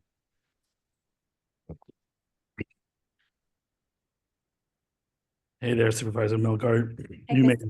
tell we're in the same room. I know, I like the art behind you. Thank you. You may see it in various backgrounds. So I had one question. You said you were going to you've already supported Mayor Breed, and you're considering a ranked choice. Who would you consider, and what would the kind of thought process go beyond that in that process? Yeah, so I endorsed Mayor Breed in 2022. Before we passed Prop H and moved the election to this year. And I haven't done anything else. Who I would consider endorsing is Aaron. But you know, Aaron and I worked together and we knew each other for many, many years before that. And so, you know, there's a lot in our relationship and in our history. So I need to have a conversation with him and come to some agreements before I support him. Okay. So are you saying that you will be endorsing him, or there's a possibility? I'm not ready to say that. Thank Okay. you. I'm asking the questions. Yeah, of course. Thank you. I'm just, you know, telling you because, you know, I'm OG. I've been around for a long time and worked with all of these people. And the rest of the candidates, you know, I don't know that they bring anything to the table, just being honest, you know. I think Aaron does. But, you know, as much as, you know, skills and political leanings, it's also how somebody exercises power. The mayor's in San Francisco, that office is very powerful, despite what everybody's saying about it. This is a very strong mayor system. So how somebody exercises power is important to me in that office. And like I said, we've known each other for a really long time. So, right. You may see us changing backgrounds again. Just a quick time check. So we are 2 minutes over. Actually, 7 minutes over. So do you have a quick? No, let's quit. I'd like to stay on schedule as much as we can. That's great. And I'm sure Supervisor Melgar would make yourself available, maybe via at least email, if there are any follow-up questions there, Supervisor, or you can tell us maybe how you would prefer to be contacted if there is that space. Okay. All right. So fortunately, I have run out of time. All this was in the initial email that we sent out, Supervisor, about our process, but just wanted to give you a quick reminder. Endorsement process recommendation vote will take place at our PAC meeting on the 9th, which is this Tuesday. Final endorsement vote will take place at our general membership meeting the following week on the 16th. There's no expectation of your staff's attendance at these meetings. However, if interested, please see our Facebook page or website calendar for additional meeting details. The vote results should be posted on our website at millclub.org/endorsements about 48 hours after each of these meetings. And thank you so much for participating. Thank you. And I'm really sorry that I missed your gala. It's like my favorite thing ever. It happened to be the same night as this debate that we had, the first debate in District 7. So I'm really sorry. Next year. All good. Next year. Thank you guys. Bye. Bye. All right. So Matt, I see you there. I think you're still on here. Yes. Hello, Matt. Let me see. Is Joshua or no? Did you want to? Okay. So we're gonna kick off your interview. Go for it. Great. Hi, everyone. Oh.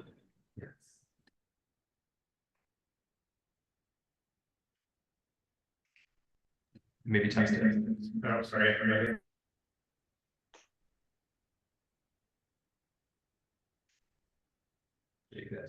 Hey there, Matt. Are you able to hear me?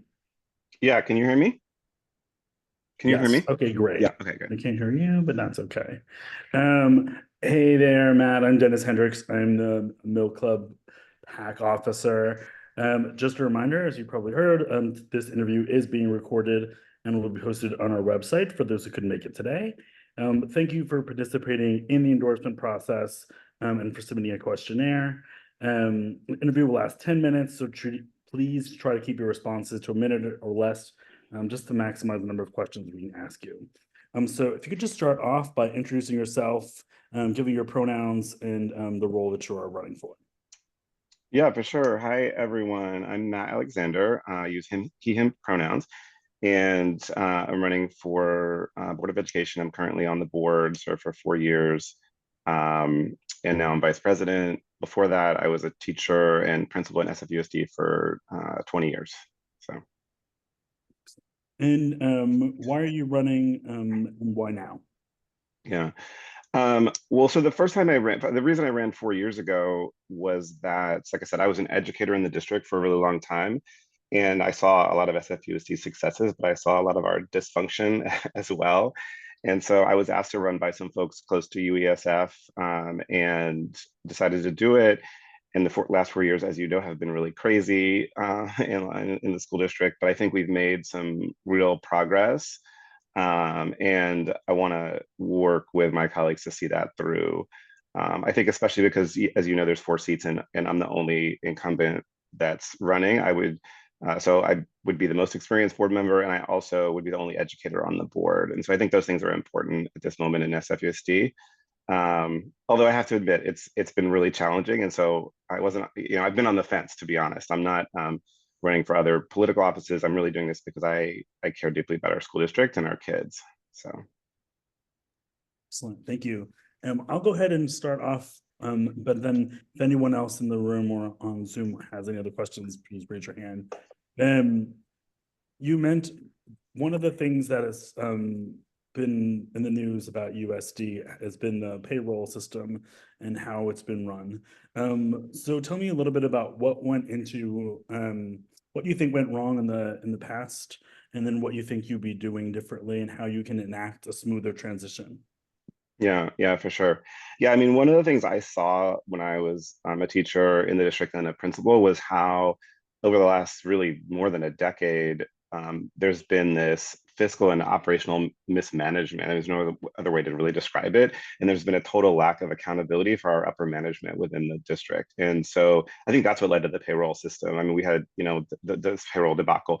We had this contract, big, huge contract given out, and there was no accountability, there was no testing, all that stuff. So we've already begun to make progress, in terms of since we've hired the new superintendent, we've been really clear around how to hold him accountable to these things and having clear metrics. So like when we're leaving that payroll system and going to a new one next summer, but there's transparent metrics that are available that we have him reporting at board meetings about every step of the way. And there's a whole bunch of other issues like that I could talk about where there's just been there has been in the past a total lack of accountability, and it's really just wrong for our families and for our educators on the ground. So that's something that I think I've been really, that's been something I've really fought for is trying to increase accountability for our superintendent and high level staff in the district. Well, thank you. Any other questions from other folks? I'll throw one up. Go ahead, Paul. Go ahead, Paul. Matt, I live in District 11, and the school board member I know the best is Alita Fisher. I assume you're supported by Alita, and I wondered what other candidates are you and Alita supporting, or not supporting? Yeah. So no, Alita is definitely a friend and an ally on the board, and she's supporting me, and I will be doing everything I can, assuming I win, to work with her. And I think it's quite likely that if you look at the quote progressive moderate split, that will be the two progressives on the board, and so we will be working closely together and trying to really represent working class families and the educators who serve them. Not to say that other board members don't represent those families, but I think that just in terms of where we're coming from, we're gonna be continuing to do that. So I'm also, you may have heard, others may have heard in the news that in terms of the current folks that are running, I'm supporting Parag Gupta, Jamie Hulin, and John Jerson, because I think they are the most qualified among the folks that are running. I think even though they are, again, considered to be moderates, they are very open, and they seem, again, of the people running, they seem like folks who I feel like I could work with and would be, and Alita could too. And I'm not speaking for her in terms of, I'm not sure who she said who she's supporting, but I just think I think it could help stabilize the board and move forward in terms of, especially in this moment. I think those of us who call ourselves progressive need to be building bridges in this environment, and I think those are people that I can definitely do it with. Who was the third one? John Jorson. Henry, did you have a question? Sure. Can you hear me okay, Matt? Yep. Awesome. I'm just turning toward the mic here. So I appreciated how you had the 10 features for success noted in your questionnaire a few times. I took a quick look at it. There was a feature or a section about authentic assessment in there. Just wanted to get your thoughts on, how that could be measured in a consistent way, across the range that it would be used for. If I was understanding correctly, this might replace kind of how we do some of our standardized testing. Not a huge fan of standardized testing, but there is some standardization, of course, built into that, and so it's consistent in that way, even if it might not be the best, assessment tool. So how would this different kind of authentic assessment approach be used consistently? Yeah, I love that question, because I'm a skeptic of standardized tests too, because I think they don't measure a lot of the things we really want our kids to learn, right? I mean, in terms of like growth and development as humans, as well as just the range of intellectual kind of skills that we want kids to develop. And so, yeah, alternative assessments there's a lot of different ways to do it. When I was principal at June Jordan School for Equity, we had a portfolio assessment system where, and this is at the high school level, but you can do it at elementary, even in middle school too, where every student to graduate had to present a portfolio of their best work and defend it in front of a committee, almost like a mini dissertation defense, but at sort of at a lower level. But it was awesome, because kids got to, they would write a literary analysis essay about a book that they got to pick, right? Any book, and then they would have to defend it in front of this committee and answer questions. So that's just one example, and it creates kind of this public accountability for teachers, for families would come to the sessions, but like you said, it's not, at a district-wide level, that's really hard to do. So right now we are measuring our sort of academic goals that we have for the superintendent using standardized tests. I think we can get better tests, for one thing. And I think there's ways of doing those kind of portfolio type assessments at a larger scale that I think we need to look at as a district, but it's just a question of resources. Right now, since we haven't been able to do that, we are still using the sort of state tests, at least at a district-wide level, right? When you get down to the school and classroom level, that's where I think the use of standardized tests can be more harmful, right? Because if you're looking at it on a broad level, the standardized tests are a good sort of dipstick of where you're at. But at a school and classroom level, you need much more nuanced tools. Great, thank you. Just a quick note, I really appreciated your answers in the questionnaire. I saw how you left like the yes/no section blank for the most part. I do have some thoughts there. I do not want to put you on the spot about anything now, although I do feel like some of those are applicable actually to the office, and you can clarify your answers there. So I'll just send those thoughts to you via email, and I'll give you a chance to maybe resubmit if you'd like. Thanks, and I'm happy to answer anything right now if you want. I really wasn't trying to avoid the questions. I just am trying to be careful, especially as a current commissioner, to not, sometimes it's like they ask us to take positions on everything, and it's like, it actually just creates drama when it's unnecessary. But if there is something that you feel is relevant, I am 100% ready to answer. So I don't want to, yeah. And I'll collect any thoughts from others too, although I think we are. Okay, that would be awesome. Thank you. I appreciate that. Well, thank you so much. Perfect. Yeah, so I also have that note, but unfortunately we're running out of time. A reminder that endorsement recommendation vote will take place at the next PAC meeting, and that the final endorsement vote will take place at our next general meeting. There's no expectation for you or your staff to attend these meetings. If interested, please see our Facebook group for additional meetings. The vote result will be posted on the website millclub.org/endorsements within 48 hours after those meetings. So thanks, Matt. Appreciate the time and for participating today, and good luck. Yeah, really appreciate it. I'd be honored to earn your endorsement. Love your work and thanks for your leadership. Really, really appreciate it. You're welcome. Thanks so much. Bye. Bye-bye. Do you want to go on? You want to go on? Give me one moment.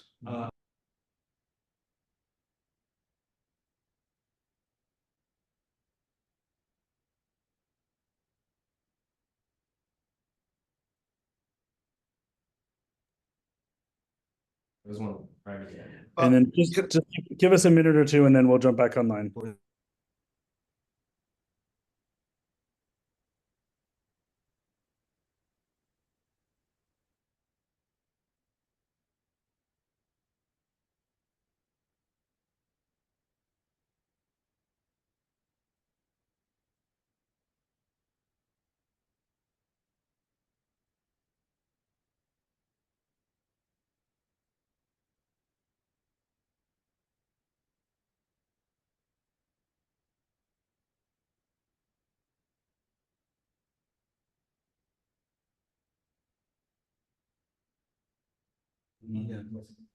Hey there. So all right. So our next interview is with Stephen Martin Pinto. He's not here. We are going to take a break. If he shows up, we will pop on. But Did he request this time specifically? Yes. yeah, And I'm gonna check to see if he submitted it after we started today. all right, we'll Hey be there, back. Tab. Could I ask a clarifying Oh, question? Tab, do you have a question? Yeah, a clarifying question. Matt had just mentioned that the three people that he's supporting for school board are John Gerson, Parag Gupta. What was the third person? Do you Jamie. recall? Don Jerkin. Jamie, I believe. Okay, Jamie, all right, Jamie. because I'm gonna double check, but Delda Medina, from what I wrote down, also said that he endorsed her. So Oh, I'm just gonna double check the questionnaire, but okay. Don Jerkin. right, okay. So Nothing against you, Tab. All right, okay, just checking. Thank you. we're gonna take this moment to take a break.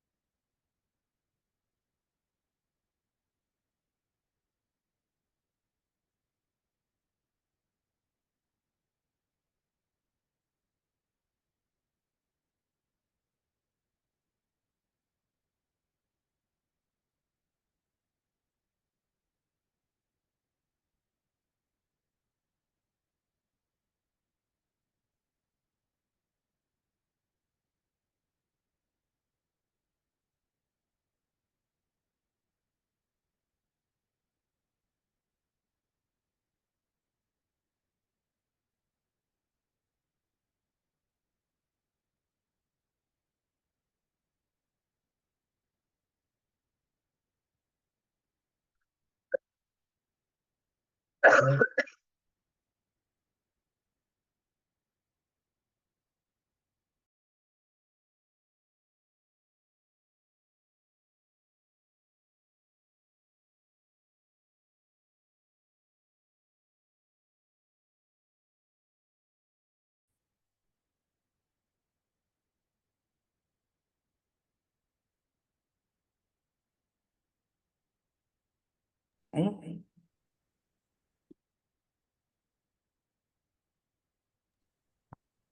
Hello, everyone. I think we're gonna get ready in about a minute or two. Let's just give everyone a second to get ready.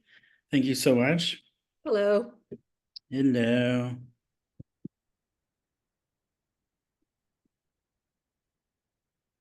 Okay. All right, let's go ahead and get started. I am Dennis Hendricks. I use he, him pronouns, and I'm a PAC officer with the Mill Club. So thank you so much for joining today. Let me find my script. Just a reminder that the interview today is being recorded and will be posted on our website for those who can't make it. So thank you so much for participating in the endorsement process and for submitting a questionnaire.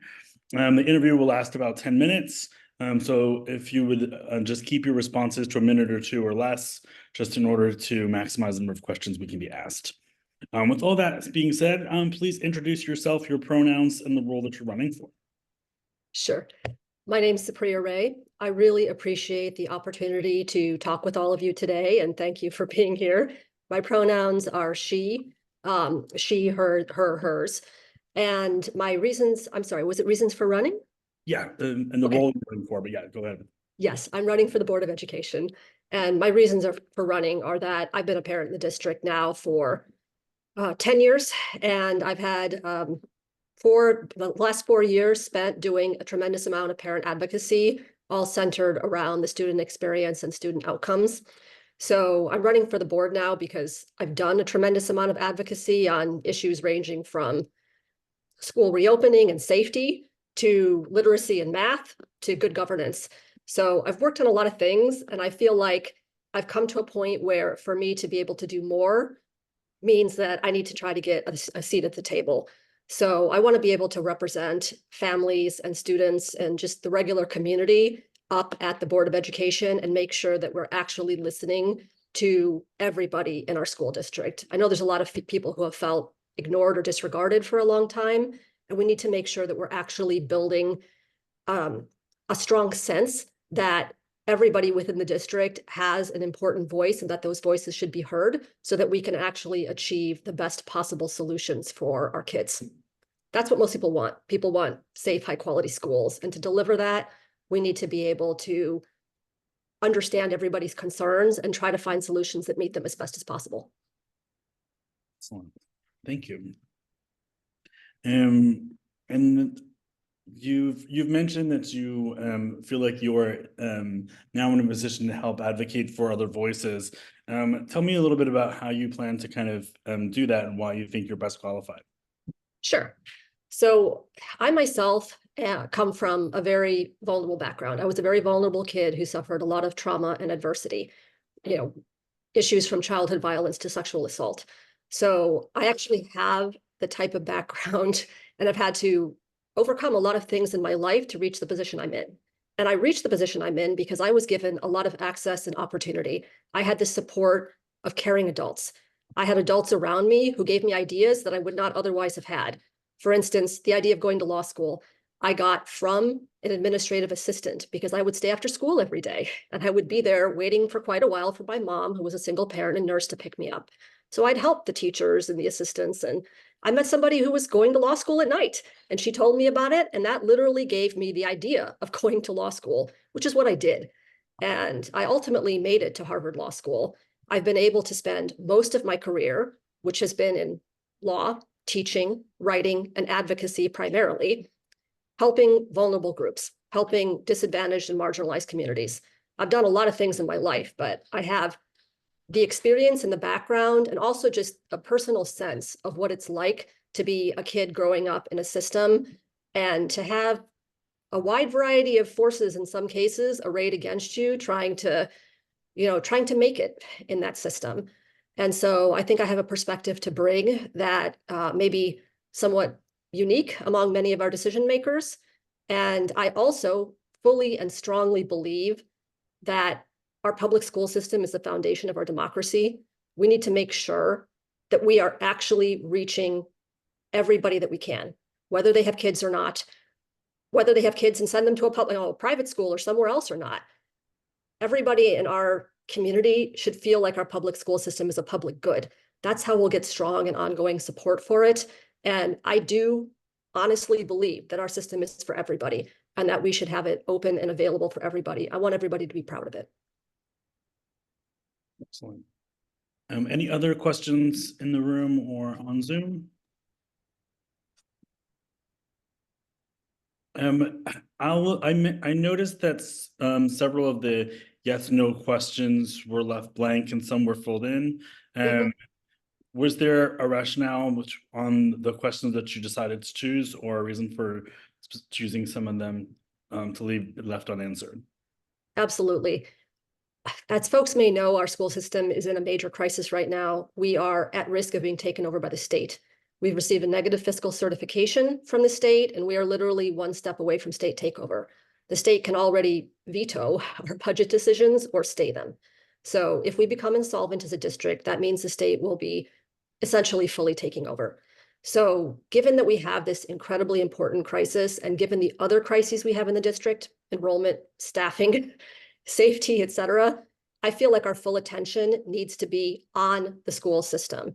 There are lots of folks doing great work all over the city. And I think that our best path forward in order to be able to focus on what we can, what our main job is as a Board of Education commissioner, our fiduciary duty is to the school district and its students. So I think that we should keep the focus there, and that is most likely to allow us to actually address our challenges and have the capacity and ability to address them, but also most likely to let us focus on issues that we share in common.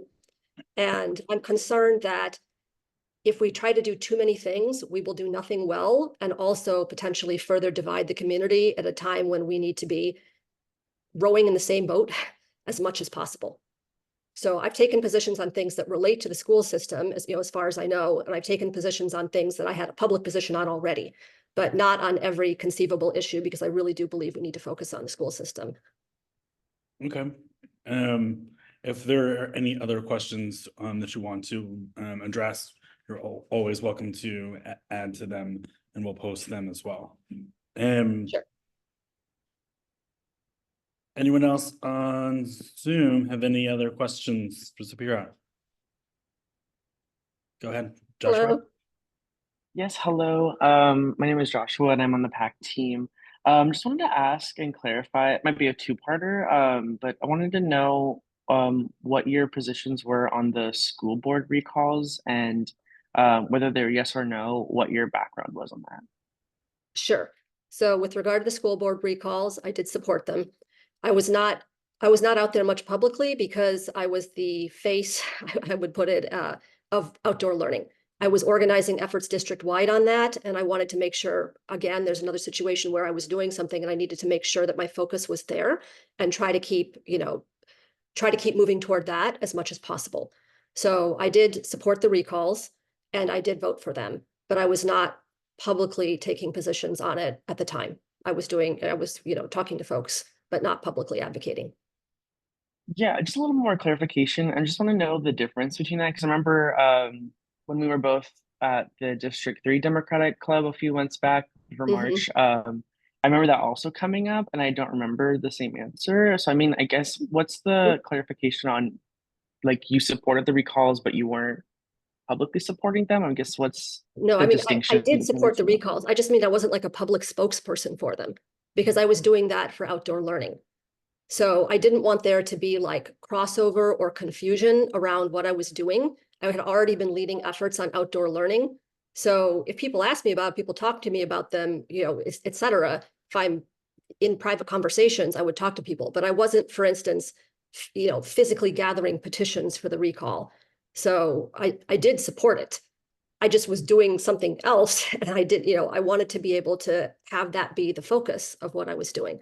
So I do personally believe that the recalls were the right thing to do. And I know there are folks that disagree with that. coming from the background that I came from, one of the very first things I thought when the schools closed was, I really worried. I really worried what this would mean for the most vulnerable kids, because I know this would have been a very difficult, unsafe, and problematic situation for, me and my mom and my brother. And I knew that even once, subsequently, that she would not have been able to manage that type of situation, being a single parent and a nurse. It just would have been impossible for her. And I was very, very concerned. Thank you.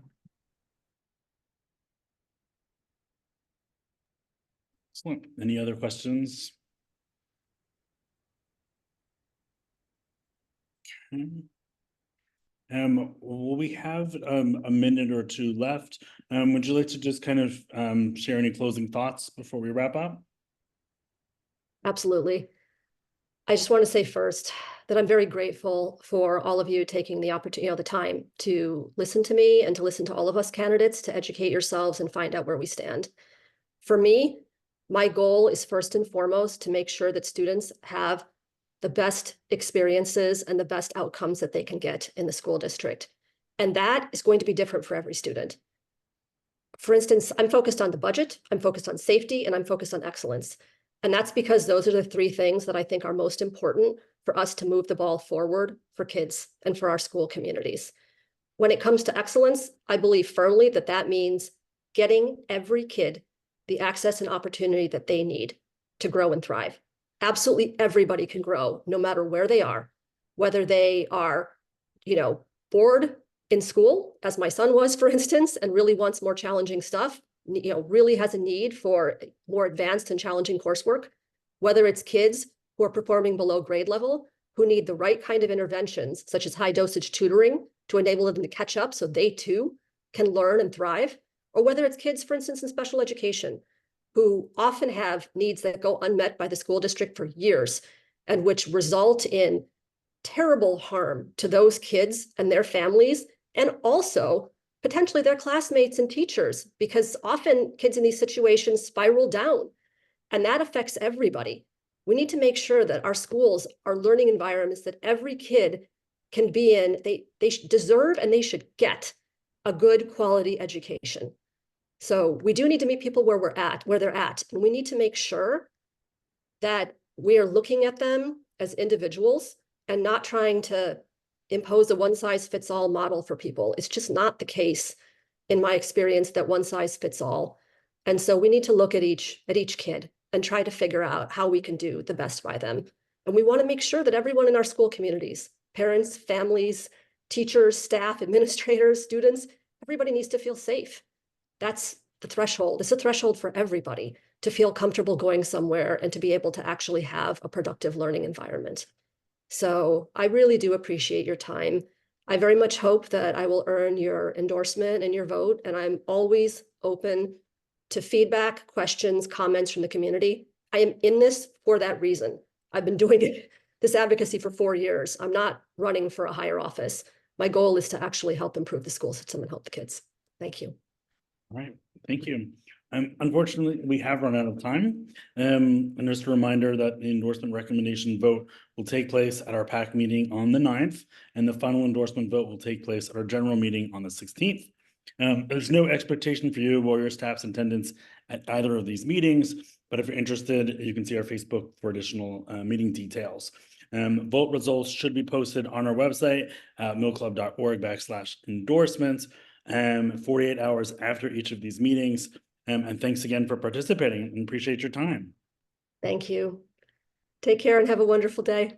Thank you. Bye. All right, everyone, we're gonna take a few more minutes and then our next interview will start at 4:15.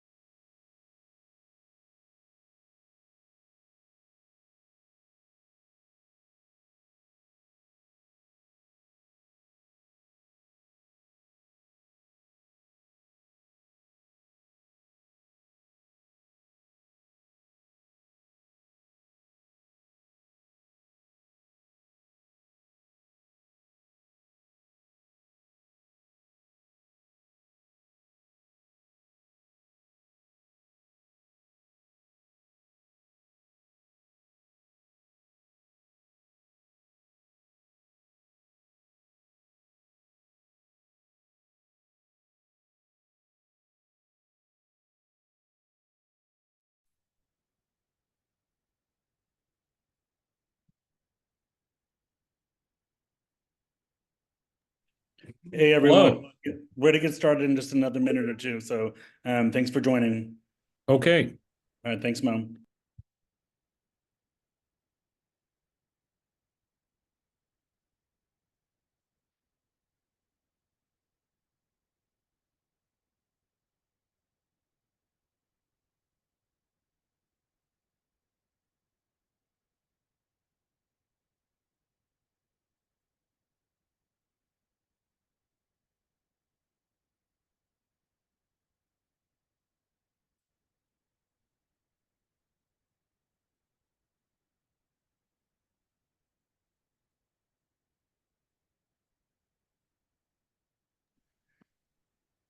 You want me to know?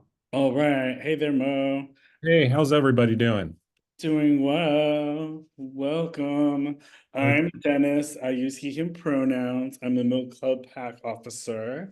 And just a reminder, this interview is being recorded and it will be posted Great. on our website. So anyone who can't make it can view it and get access to it. Fantastic. Well, thank you for participating in our endorsement process. And I believe you, yes, and for submitting a questionnaire. The interview will last about 10 minutes. So given the brief amount of time, just try to keep your responses to a minute or less, just to maximize the number of questions we can ask. Absolutely. But just to get started, if you could just introduce yourself, your pronouns, and just share the role that you're running for. My name is Mo Jamil, he, him pronouns. I'm running to be the next District 3 supervisor to succeed Aaron Peskin, 5-time duly elected supervisor and mentor of me. And I am come to this world vis-a-vis my experience as a neighborhood leader. I've been committed to the protection and preservation of tenants, small businesses throughout our district, and in partnership with every neighborhood organization in the district. I've been working on those issues. I also come to this world as a deputy city attorney, where I've represented the assessor, treasurer, tax collector, members of the board, and the mayor on tax measures fighting for our public fist to make sure that the city isn't cheated out of real estate taxes from REITs and other corporations. With respect to preservation, I'd also like to highlight my work on San Francisco heritage. We fought in partnership with many for the Castro Theater. It was a valiant fight. We didn't win, but it was a good fight nonetheless. Proudly endorsed by the San Francisco Tenants Union, Aaron Peskin, Mark Leno, and Art Agnos, and several others. Excellent. Real quick, why are you interested in running now, Mo? So it's an open seat, number one. Number two, I've been working in partnership with President Peskin for the last 10 years on every issue that's important to this district, particularly around tenants' rights and displacement. And I've done a lot of that work with respect to rent evictions, which are basically where you have fancy remodels and tenants are chased out. I've done that work. I've sat in. I'm look at the opportunity now and you look at the challenges that San Francisco faces, particularly around land use and development, which I believe is the forever issue in San Francisco. And we're on our heels and we need people that are going to fight back. I'm the only candidate in this race that's called the 82,000 unit mandate from the state, an unfunded mandate that we should be pushing back on as unenforceable. And I'm prepared to fight with others to get the law changed to create a private right of auction for us to sue the state. So it's urgent. The issues that are facing us are urgent, and we need people to step up, and we can't have people that are just going to be pacifists and say, well, our history's written, too bad. I'm not going to be doing that. Excellent. So I'll check in to see if anyone else has any questions, either here in the room or online. All right, Joshua, go ahead. Yes, hi Mo, good to see Hi, you Josh. again. Yeah, I just have some questions in your racial and social justice portion of the questionnaire. There's a few of them that are a little bit troubling to me, and I really wanted two specific responses and like maybe a further explanation. One of them is you do not support requiring an independent investigation of all police officer related shootings. So I'd love to hear more about that. And why you do not support the implementation of either safe injection sites or overdose prevention sites, since those are shown to address the drug crisis as a public health crisis. Would like to hear both. Both great questions. I believe it's the duty of the mayor and the board of supervisors to provide oversight. I think in a perfectly functioning system, which we don't have right now, we would have a mayor and an administration that had proper oversight over the police chief and the police department. The board also has unlimited power of inquiry and oversight as well. So I viewed that question as, do we need somebody else other than those entities? I think those entities can provide the oversight that are needed. So I was hesitant to create another entity and basically allow the mayor or people on the board to say, well, it's not my responsibility. So that's how I viewed that question. The second question about safe injection sites, at this moment in time, there doesn't appear to be a legal pathway to create safe injection sites. If the community would like to have a conversation about those particular sites, I'd be open to having that conversation, but I just don't see the legal framework in place now, and I don't see it with our current governor changing. And what I've heard from my constituents in District 3 is they're really fed up with facilities being located in their district without proper oversight, without proper accountability from this administration, and they feel that their voice has not been heard and there's been an over-concentration. Thank you. Going to Tab, who I saw next, and then Christopher. But Joshua, I do agree that what's happening on our streets is a public health crisis, 100%. It's not humane to let people die on the street, and we need to change that. Right. Hi, Mo. I'm Tab, Hello. and I wanted to ask you about you do not support the consent of homeless people to well, you say you do not provide you do not support consent of homeless people in encampments before the encampments are removed. Can you please explain that?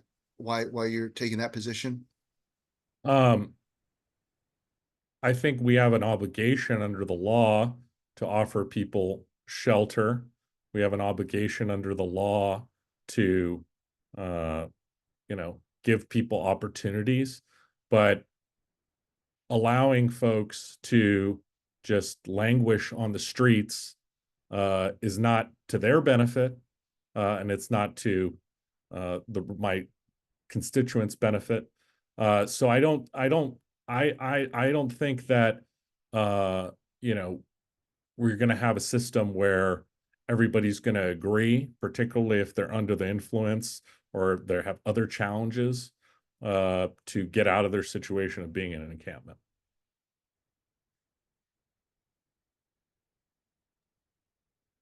Thank you, Christopher. Sure.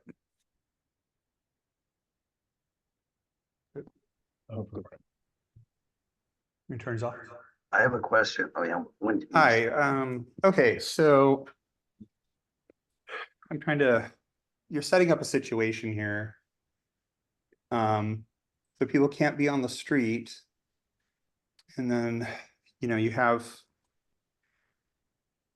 you've clearly stated you'd like to see medical and psych rehabilitation centers. Absolutely. And sober living facilities in the city. Yep. As a necessary response to homelessness. And I assume that you also meant drug and mental health crisis. Yes. Yet you don't support having a navigation center in your district. And then recently, the city tried to open a sober living facility in the district. And there was kind of a xenophobic response by the neighborhood to that. And it was so strong that it closed down. So you said right here, you don't want any of these things in your neighborhood, how is that an ethical position to refuse to have these facilities anywhere in your district?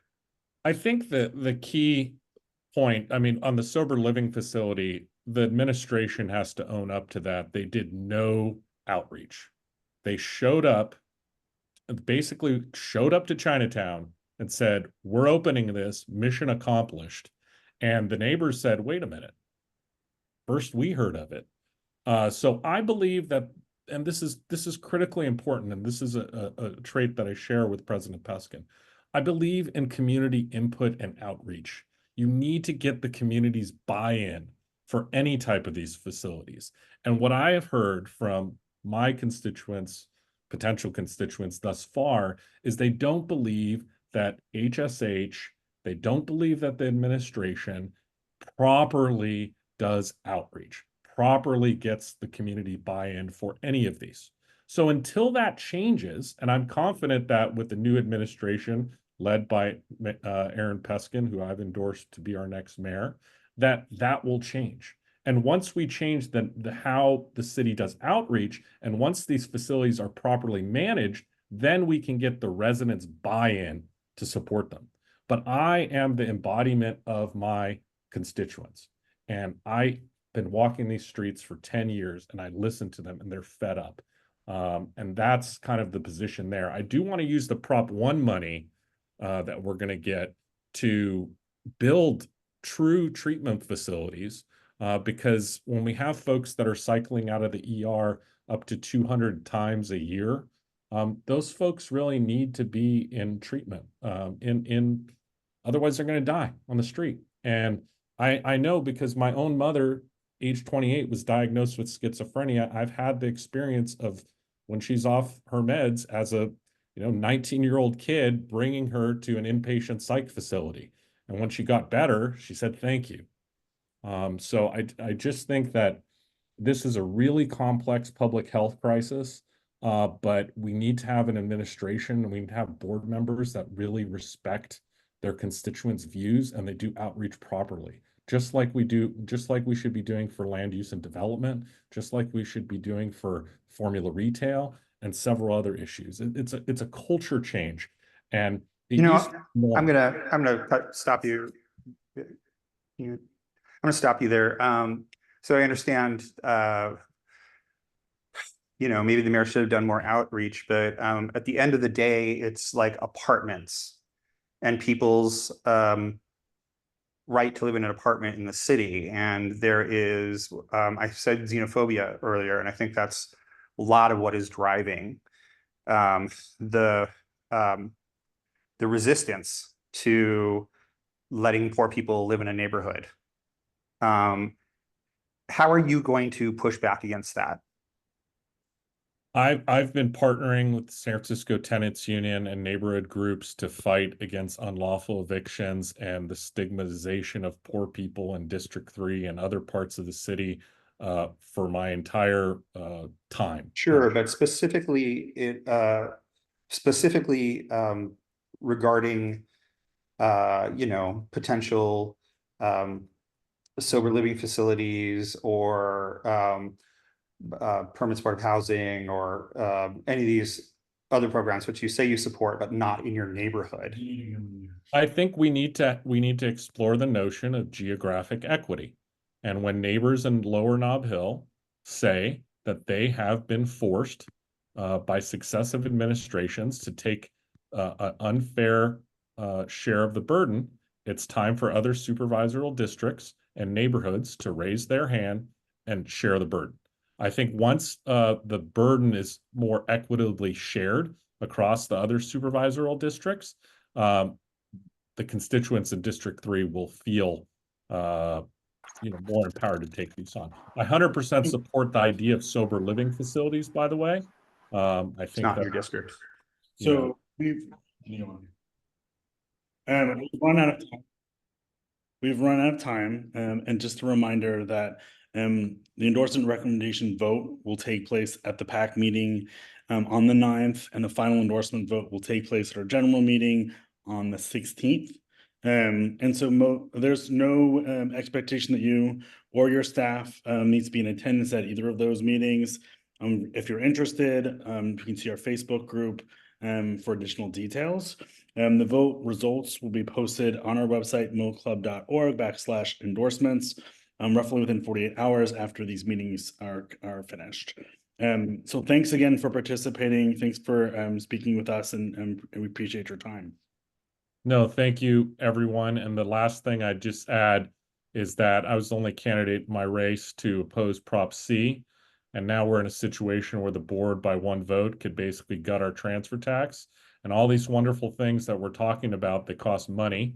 And I recognize that ballot measure was going to potentially gut our general fund to fund many things that your club advocates for, and including one thing we didn't talk about today, which was funding for HIV and other related causes.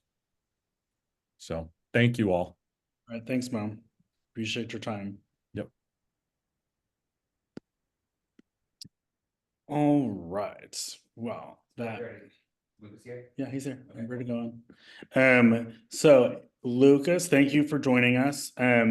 My name is Dennis Hendricks. My pronouns are he, him, his. I am Mill Club PAC officer.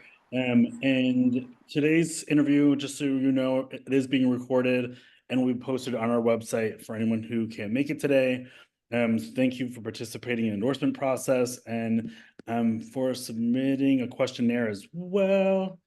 The interview will last about like 10 minutes or so. So if you can keep your responses to like a minute or less, just that we can take maximize the number of questions we have during the time we have allotted. If you could just start off by introducing yourself, sharing your pronouns, and kind of the measure you're speaking about.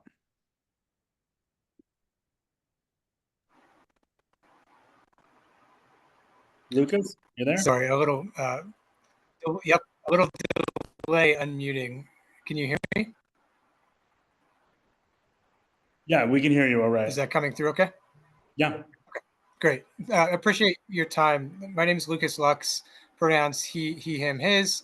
And I'm here to answer questions and present to you guys on a measure to create a new oceanfront park by converting the middle section of Great Highway, which has been a pilot park for, you could say, 4.5 years, into a permanent park.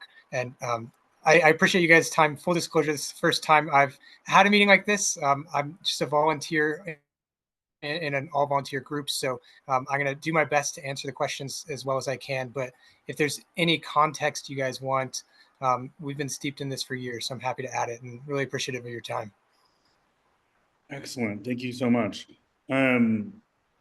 If you could just give a little bit more explanation about the measure and kind of some of the things that you think are important for us to consider as we look forward to this endorsement.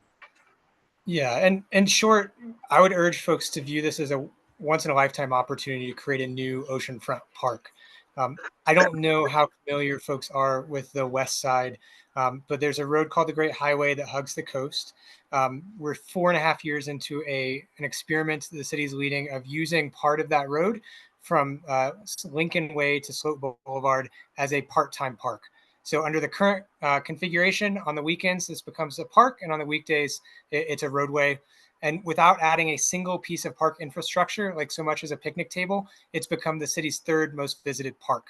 10,000 people come out every single weekend to recreate by the coast. You can think of it as like a JFK promenade, but with an ocean. It could not be more clear that San Franciscans want to recreate by the coast in ways that are just not possible in the sand itself. So I guess I should answer the why do we call this a once in a lifetime opportunity? And in short, it's because the southern chunk of that road called the Great Highway is closing permanently due to coastal erosion. That's already been legislated and passed into law by the Board of Supervisors. When that happens, which is expected next year, drivers who have historically relied on the Great Highway are going to have to divert inland the same distance, whether our measure wins or loses. And so basically traffic patterns are going to have to shift. And if we act now, we have an opportunity to give drivers the exact same trip distance that they would have either way and create an oceanfront park. And so the benefits that I would urge you to think about are things like increasing coastal recreation, making the coast more accessible to people like wheelchair users who can't use the sand, removing automobile runoff pollution from the coast, which is the leading contributor to pollution of California's coastal waters. And then the trade-off that you need to consider is pretty simple. This measure asks drivers going in and out of the city on the west side to turn inland one street earlier, at Lincoln instead of Sloat. Their trip distance and their destination remain the same. And all relevant streets in the outer Sunset and Great Highway itself have traffic levels that are significantly below pre-pandemic levels as well. So in short, we see this as a comparable opportunity to the Embarcadero, Crissy Field, where we can completely reimagine our coastal land and make it more accessible and enjoyable for future generations. And it also gives us an opportunity to redefine our city in a positive light in a time when that's really needed. So I hope that gives you some good context for starters. And yeah, again, appreciate your consideration. Thank you, Lucas. Anyone have any questions or clarifications on this measure? Go ahead. Hey, I'm Christopher. I'm on the membership team. Yeah, so I guess one of the things I'm trying to figure out is, the opposition to this measure and what the deal is. Like, what is, it seems really logical, right? The part of the Great Highway is getting kind of cut off already. So there's no like straight drive to Pacifica or whatever. But people are, I've seen people absolutely livid about this, but but not coherent. So like, what's your take on the opposition and what it is? And is there anything legitimate about it? So big picture, I think it's a change that is relatively large for folks who have been accustomed to using one route. And of course, if you're going to driving by the ocean is really pleasant, right? And so that is true. In terms of the arguments that they make about the traffic impact, those aren't borne out by the data. And so if you look at the data that the MTA has released, the shorthand is traffic is way below pre-pandemic levels in both the park configuration and road configuration. And so let me just throw some numbers at you. 40% less traffic on Great Highway itself relative to pre-pandemic. On the side street, immediately next to it, 50% less traffic. On Sunset Boulevard, you're over 30% less traffic. And so the short version is there's much less traffic.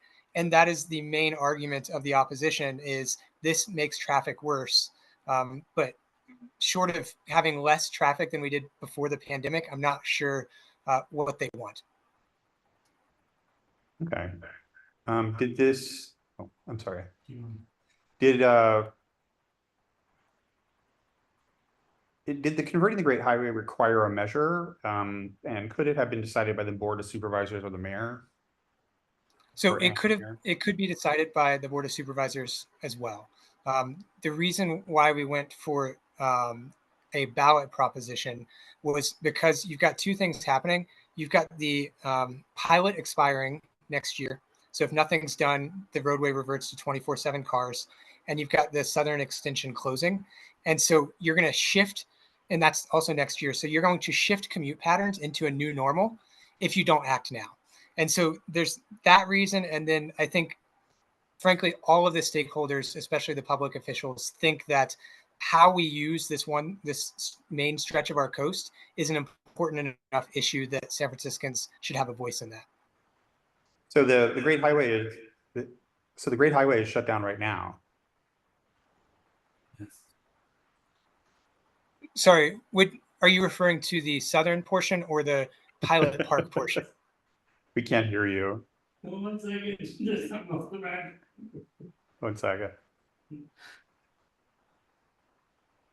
Here, do you want me to? I'll turn my mic on. He's like, why aren't you listening? Okay, can you hear us? I can't hear who you're sitting with. Okay. So I think the question was, so the Great Highway is in a pilot program and it's currently shut down. So on weekends, at basically Fridays at noon becomes a park or promenade. Mondays at 6 a.m. it becomes a roadway again. Got it. Okay. Gab, do you want to go ahead? Hi, what type of support or opposition do you have for the people who live in those immediate blocks by the Great Highway? And so I live there, and I support it. And the short version is that the people who care the most on both sides live relatively close to the park, right? And so our group, who has been championing this cause for 4 years, we all live, almost all of us live in the neighborhood, and the opposition mostly lives in the neighborhood. The main split is along generational lines, if you wanted to simplify things. So that's kind of like the short version is the neighborhood has people on both sides. There's no consensus that I can point to beyond like your Proposition I and J vote, which the side to permanently, so Proposition I asked voters, do you want the Great Highway to only be a roadway forever? And that lost in every single district, including ours. And so that's the only direct electoral evidence we have of our neighborhood's support of at least part-time park use.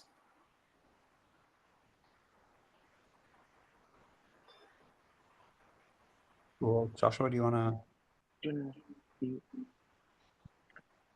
Okay. Okay.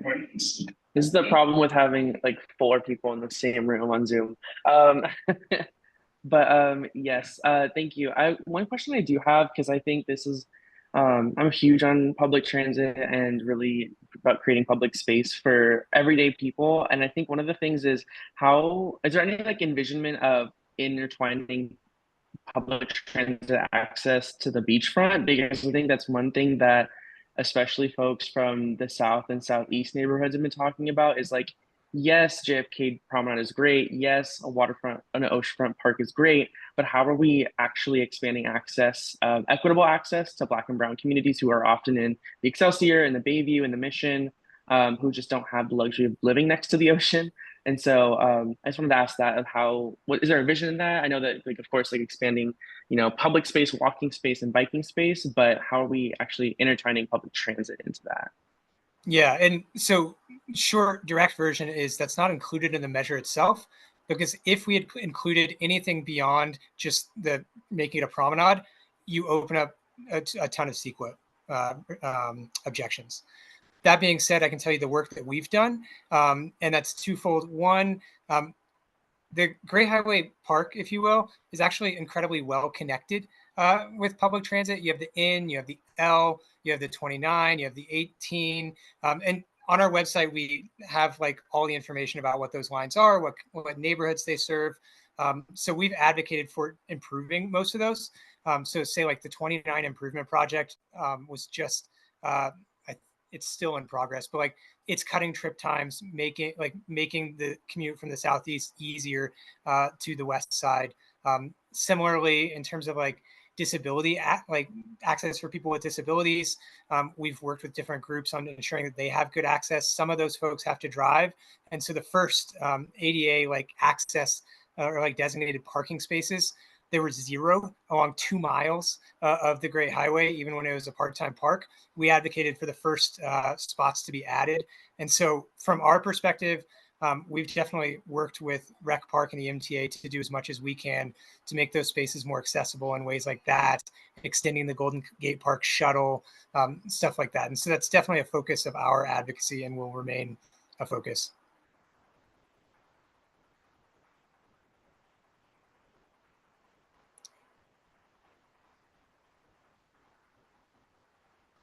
All right, unfortunately, we are out of time. So just a reminder that our endorsement recommendation vote will take place at our PAC meeting on the 9th, and then a final endorsement vote will take place at our general meeting on the 16th. There's no expectation that you or your staff's attendance in those meetings, but if you're interested, You can see our Facebook page for additional information about the meeting details. And the vote results will be posted on our website, milclub.org/endorsements, 48 hours after each of these meetings.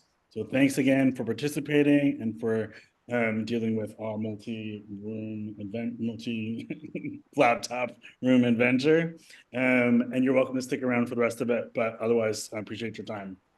Okay. Thanks for spending your Sunday afternoon with me. Absolutely. Thank you. All right, Lawrence, just give us a minute or two and we'll get set up for you. But thanks for joining us.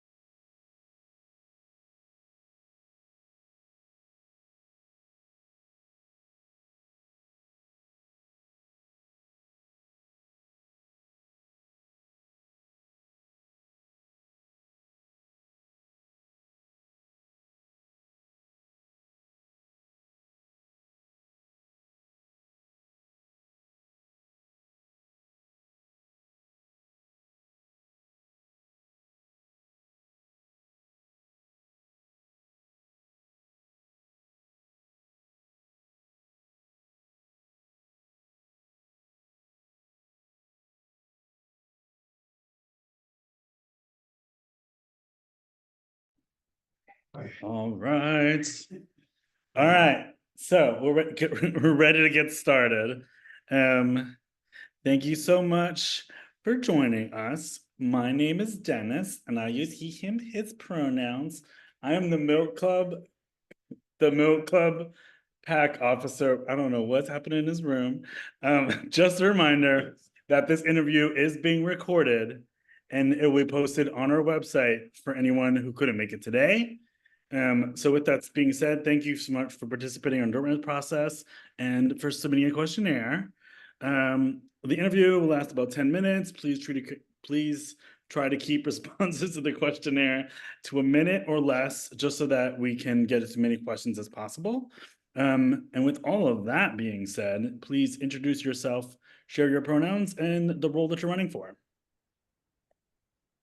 Well, thank you very much, Dennis, and everybody. Appreciate all the time you guys do for this whole effort every single cycle. It's so much work, and it's so needed for democracy. I'm Lawrence Lem Lee. I'm a he, him pronoun person. I grew up in the city, and I'm running for the Board of Education. There's 4 positions open this November, and there's a large group of us running. I went to San Francisco Public Schools and am currently helping the school district in a lot of different ways, most particularly looking over audits of the facility spending of their bond money. which is hundreds of millions of dollars, and trying to get things back on track and timely. So here is a case of someone that's been involved in trying to get the city better by just helping out in a small different way. And I think that, given so many people that want to have the schools better, if they know family or educators that are family or in the schools, I'm an example of that. And I just see that we are very close to getting things better, and I want to contribute. Excellent. Well, thank you so much. And tell me a little bit about why you are running now. Like, what about now is the time for you to be engaged in this role?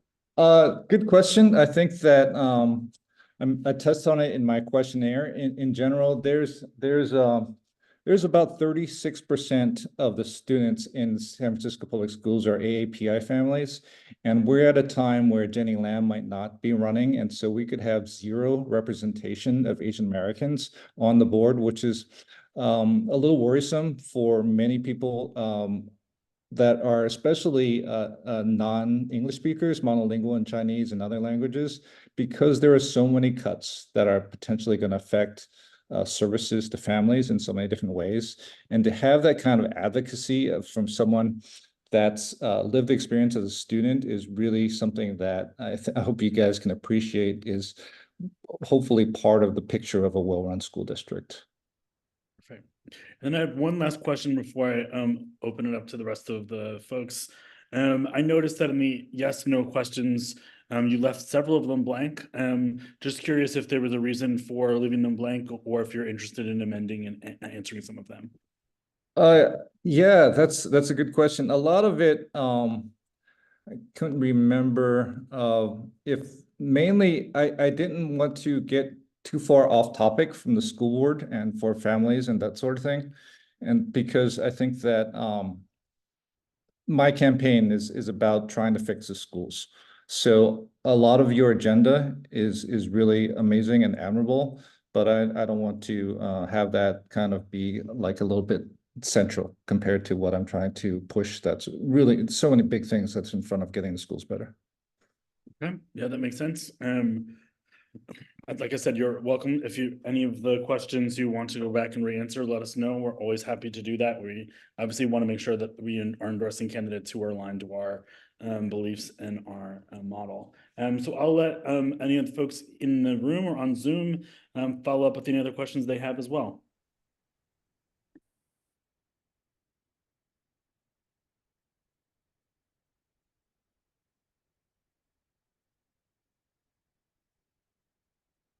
I hope I didn't do too good a job answering the questions. No. Sorry, we do this all day. I can imagine. I'm started reading, so that's there's 7 questions, so I can go and use them. Go for it. I think something that is fair, Dave, to ask him about is he didn't answer the question about Democratic Central Committee candidates. Forgive me, I'm getting over a cold, but why is it that, well, do you think it's a good thing to have the Democratic Central Committee controlled by people that were elected because 3 billionaires spent $50 per vote to elect them and to kick off longtime members of the Democratic Central Committee? I think that does pertain to because they're going to be endorsing school board candidates. Do we want people endorsing school board candidates who have a constituency of 3 billionaires? Yeah, that's a good question. Actually, I was on the slate that the billionaires backed, and I was one of the few that didn't get elected. I think that some people are on the board of the DCCC. So that is concerning. The role of money is very, very large, and that is less than democratic, and that can affect those endorsements for sure. And I'm actually kind of on the outside for some of these DCCC people, because there are DCCC members and some friends working together to have a slate of Board of Ed commissioners. And so they can have a ton of money that will also have the endorsement of the DCCC slate, and that could swing some votes. And That's highly concerning for how, democracy works. Of course, money, as the way it is set up in San Francisco, does favor getting some of the word out for these people. But we can work together. We can just push a platform. We can, work retail. There's different ways to get votes to happen, right? You guys with your endorsement process moves a lot of votes for sure. And maybe next time around in 4 years, the DCCC slate will be, not winning votes because of how the voters understood that that's what happened and that's not what people want. So we have what we have. It's unfortunate. Hopefully that can get you a sense of my perspective. Appreciate your answering the question. We saw that the SFUSD has had continual problems with Empower and their payroll system. And you've mentioned that you support teachers and, the problems that they've experienced. But could you tell me a little bit more about how you feel, given this next turnaround, how this would work and how you could make sure that this is effectively implemented and set up so that teachers can get paid correctly and on time? Oh my gosh. That was such an avoidable tragedy. And you guys know Jeff is a teacher currently, Jeff Wong. And hearing what happened was just driving me crazy. And I definitely did more than just, help out with the sleepover of the teachers in terms of trying to, raise a stink about how bad things were done. The district, had crap people choosing things, running things. And then they just kept pouring money things into it, and they didn't get rid of the people that are doing things bad. And the Board of Ed commissioners were kind of green lighting everything. So I definitely am someone that's going to look through everything and is going to question stuff that happens. This board in general, they mean well. They could do better in terms of making sure that things are doing right as it happens. If you look at closing schools, there's this like amorphous sense that it's going to be okay. You don't have a sense of how big the cuts are going to be, who's going to be affected, what equity means. I would be a commissioner that's going to be really making sure as it happens that this stuff doesn't fly, in terms of like millions of dollars being wasted, people's healthcare being like effed up because they had an error with some code on the payroll. That stuff, it just makes people quit on top of like makes people not have healthcare. This is so absolutely wrong. I get so upset just thinking about it. All right. Well, thank you so much for your time. Unfortunately, we are at the end of our interviews period. So a reminder, the endorsement recommendation vote will take place at our PAC meeting on the 9th, and the final endorsement vote will take place at our general meeting on the 16th. There's no expectation that you or any of your staff need to attend either of these. If you are interested, you can see our Facebook page for additional details. And vote results will be posted on our website, milclub.org/endorsements 48 hours after each of these meetings. But thanks again, Lawrence. Appreciate your joining us and participating in our process. Okay, thank you, Dennis, Christopher, Paul, Reed, and Tab. Appreciate all your time. Good work. I'll talk to you. Thank you so much. All right, Sharon, just give us a minute or two to get set up, and then we'll go ahead and start with you, all right? Thank you.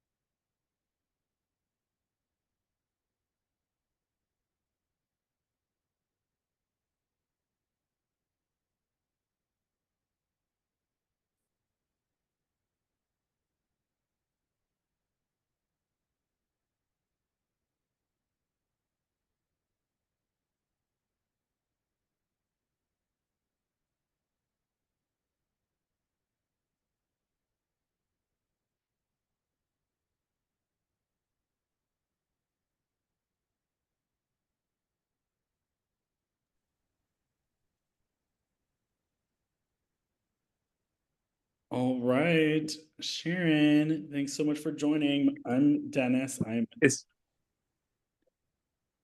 Shamus, you there? Someone, yep. It is up. I think it's Paul. Paul, I think you're off mute. Are you trying to say something?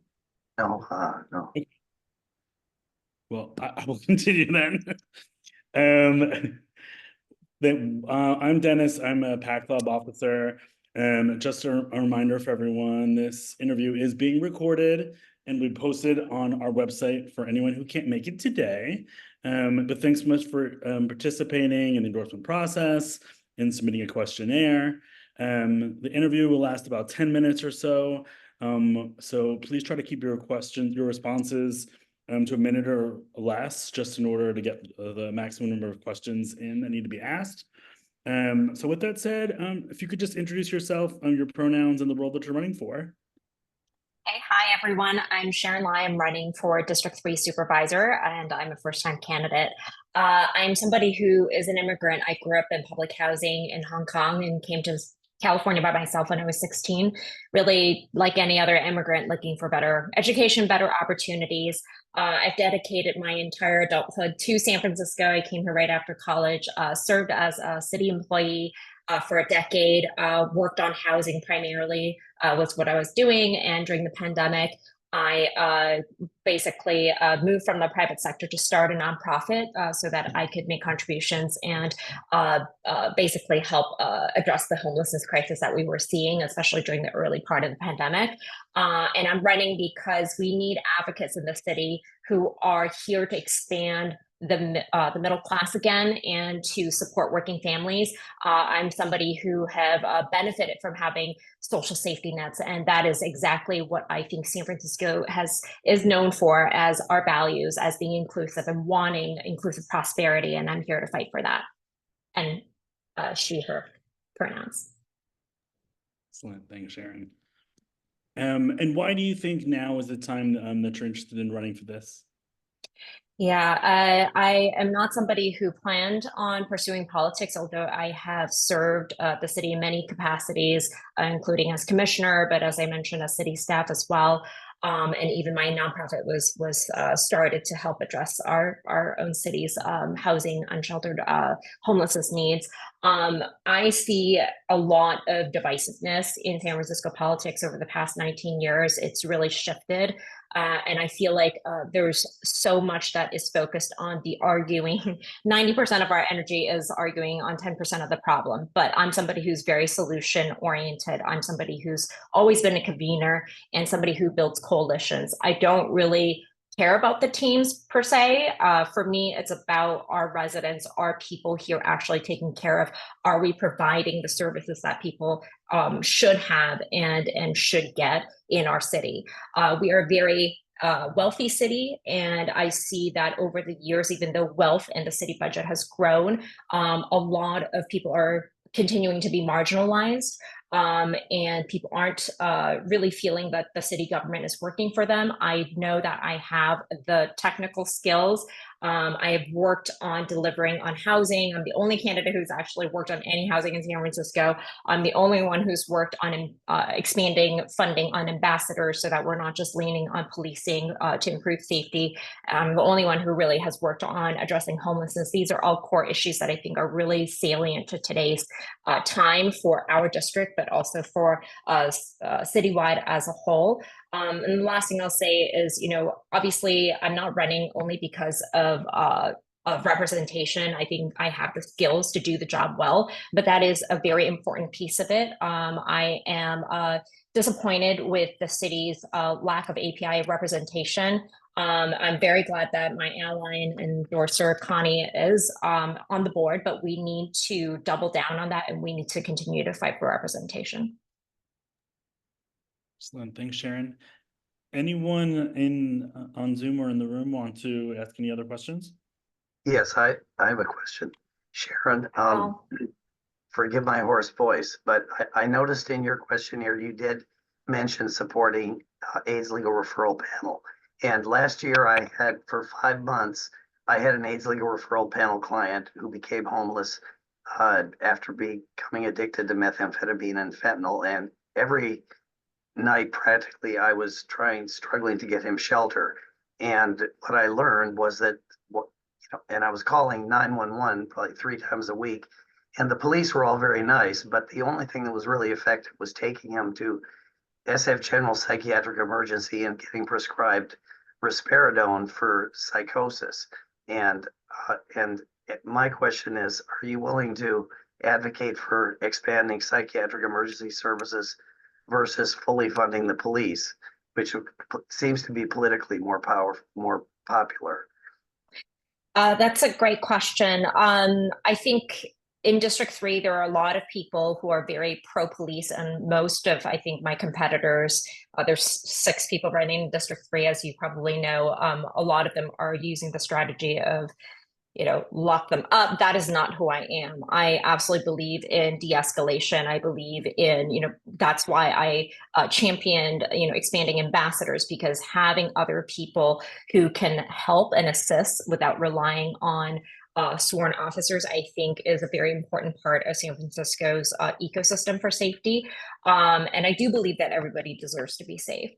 Your question about will I fund or support expansion of services and mental health services? Absolutely. Psychiatric services? Absolutely. I have a family member who's severely schizophrenic and self-harms and has no agency. I do think that there's a big essentially bottleneck hurdle right now from having sufficient beds, but we also have a placement issue where people who need help are having to wait a very long time to actually even be placed in those beds. And without it's not just about the beds, but it's also about continuing to expand our workforce development so that we have enough trained mental health professionals who can support this work. I think that's really important, and we need to understand that a lot of people who suffer, they need the right course of support. It is not just about putting them away somewhere. That doesn't actually help anyone. Thanks, Sharon. I think Tab was next, and then Christopher. Hi, 2-part question. One is you left in your questionnaire blank about requiring consent for unhoused people before removing their encampments. So if you could please let us know your position on that. The second is why you have not endorsed Dean Preston for D5 re-election, because he's been such a champion for affordable housing and tenants. Okay, so first question was something about consent for removal of unhoused people property. Was that right? I wasn't totally sure of what that question meant. I believe currently the protocol is that you're supposed to consult and bring in other people into the help, but basically the hot teams protocol is that you're supposed to be talking to them and offering them alternatives before removing their belongings. So I thought that was already in place. That's my understanding. Second question about Dean. He and I just haven't had a conversation about that. I am not opposed to it. He has not asked. I didn't know that he cared about it. I don't know him as well as most of my other endorsements. I am very proud of the fact that I have the majority of the Board of Supervisors endorsing me, 8 of them. And that is a testament to, again, my seriousness about building bridges and building coalitions. And I am excited to continue to expand that list. I hope everyone will endorse me because I do feel that I am the most qualified person in the race. Thank you. Thank you, Sharon. Christopher, the last question. Go for it. Hey there, Sharon. So I wanted to ask you a question about Dignity Moves, which you used to be the executive director for. So as far as Dignity Moves, they did the kind of tiny homes encampment on Goff, right? Yes, we built that. So I was the I'm founding sorry. executive director. Yep. Could you say that again? Yes, I said yes. I was the founding executive director of Dignity Moves, and we built the 33 Goff project. So we were essentially the nonprofit developers, and I built that based on philanthropy. We didn't take any of the city public dollars to develop that project, so we gave it to the city for free. Oh, so that was a nonprofit. Yes, it was a nonprofit. So I had left my day job quit that, started the nonprofit because I knew that there were better, more efficient, cost-effective ways to house people, and leaving people on the sidewalks to languish was just not okay. At that moment in time, I felt that was really critical because we were shutting down navigation centers. SIP hotels have not started yet, if you remember that part of the pandemic. And so I really felt like, based on my understanding and ability to navigate government policies with, permitting, but also with construction and financing knowledge, I could do it faster. We were able to stand up these units and, start from start of construction to moving people in 2 months, got permits in 2 weeks. Yep, go ahead. Okay, thank you. So yeah, I want to say I got you a little confused because there was another small home, I don't know, company or whatever, that was a for-profit startup, which scared the shit out of me, actually. That kind of profiteering off of basically like homeless misery, right? And kind of instituting homeless. But that's like I still want to ask you this question about, like tiny homes are not the answer to homelessness, right? Totally. Right. So do you, the city has a plan which is being ignored, right? Which they says they could end homelessness in San Francisco for $900 million distributed over the course of 3 years on top of our current homelessness budget. But they could end homelessness, and it involves all these different algorithms, but basically they had that figured out, so many units of shelter that need to be connected to units of housing. And that's the crucial part, right? Connecting shelter to units of permanent housing. How do you feel about that?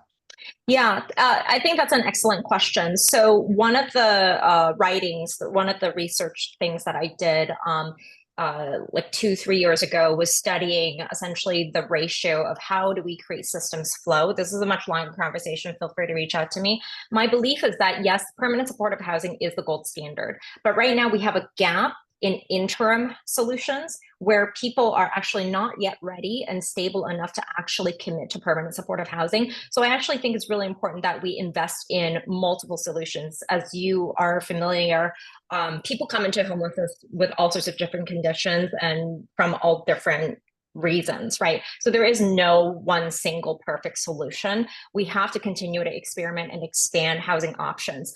Again, I started Dignity Moves and built the tiny homes because that was the quick and I think a really successful solution for a certain type of individuals.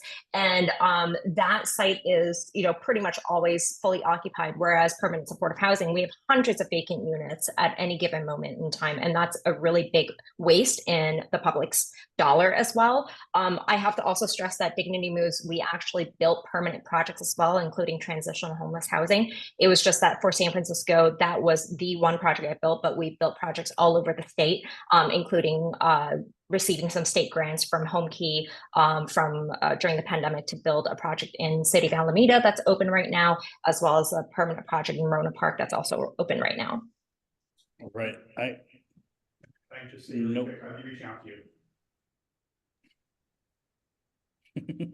On that note, I will just do my spiel. Go on mute. And I'll do my spiel. We've reached the end of our time, unfortunately. And just a reminder, I think you heard before, overall, our endorsement process will take place in our next PAC meeting.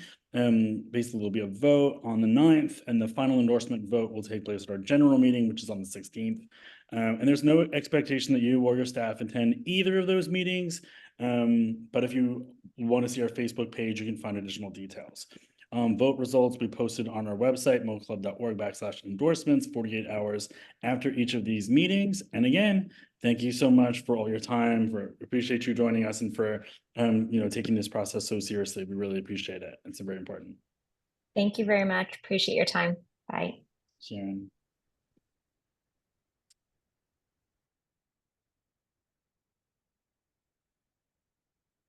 You.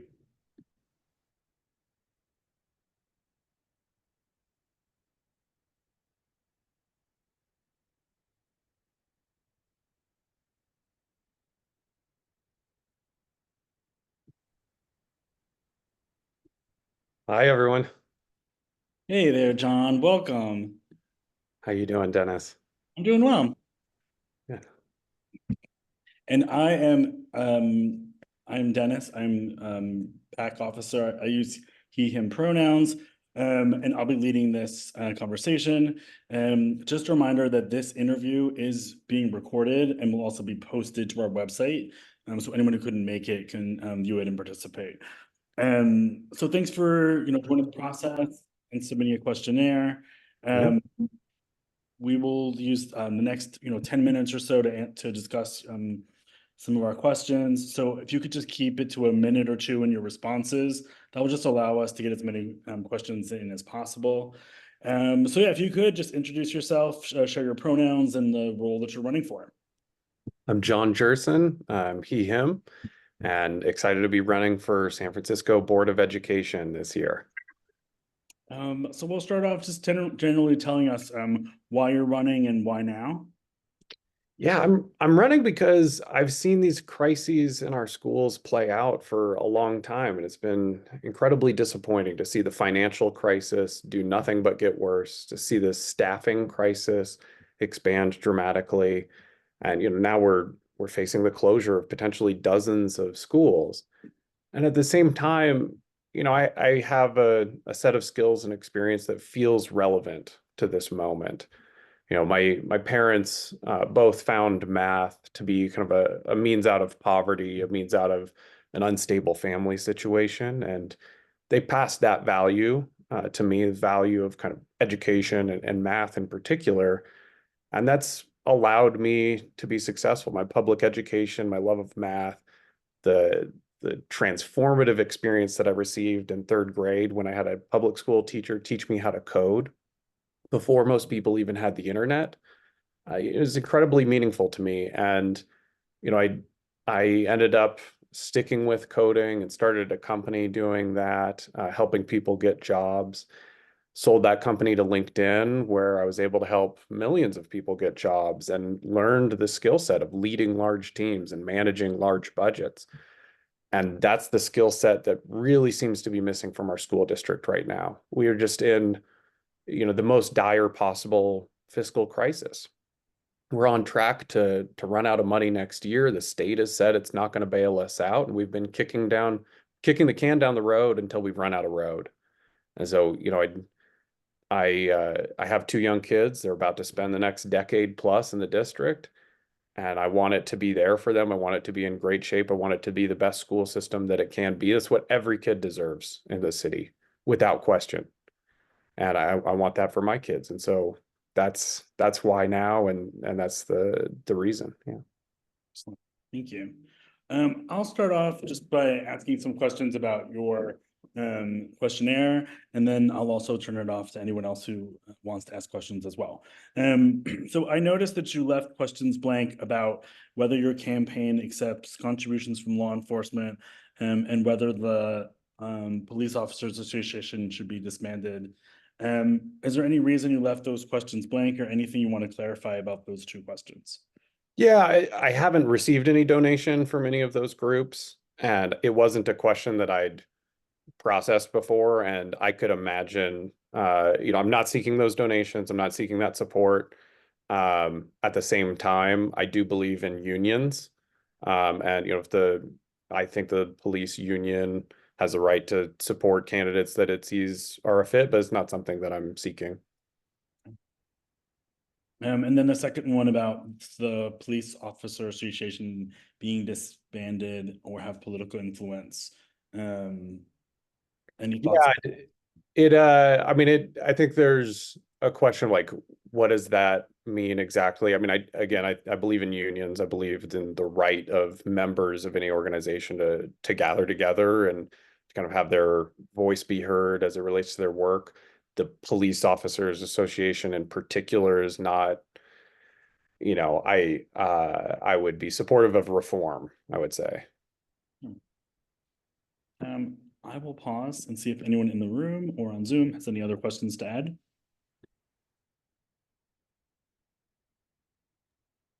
I don't think I can hear you, Reed. It looked like you were trying to talk.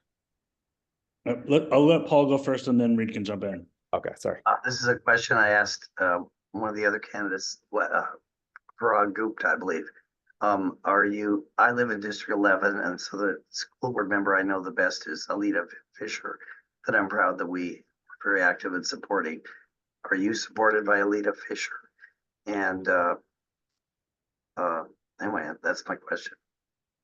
Yeah, I have been very interested in Alita Fisher's role on the board. I think Alita Fisher is such a wonderful advocate for special education in particular, but also just across a variety of topics. I've been really impressed by her advocacy and her detailed knowledge in a lot of ways. So lots of respect for that. I haven't had those conversations in particular about her support of me, but really excited to receive that. And that's something that over the course of the campaign, I certainly hope will unfold.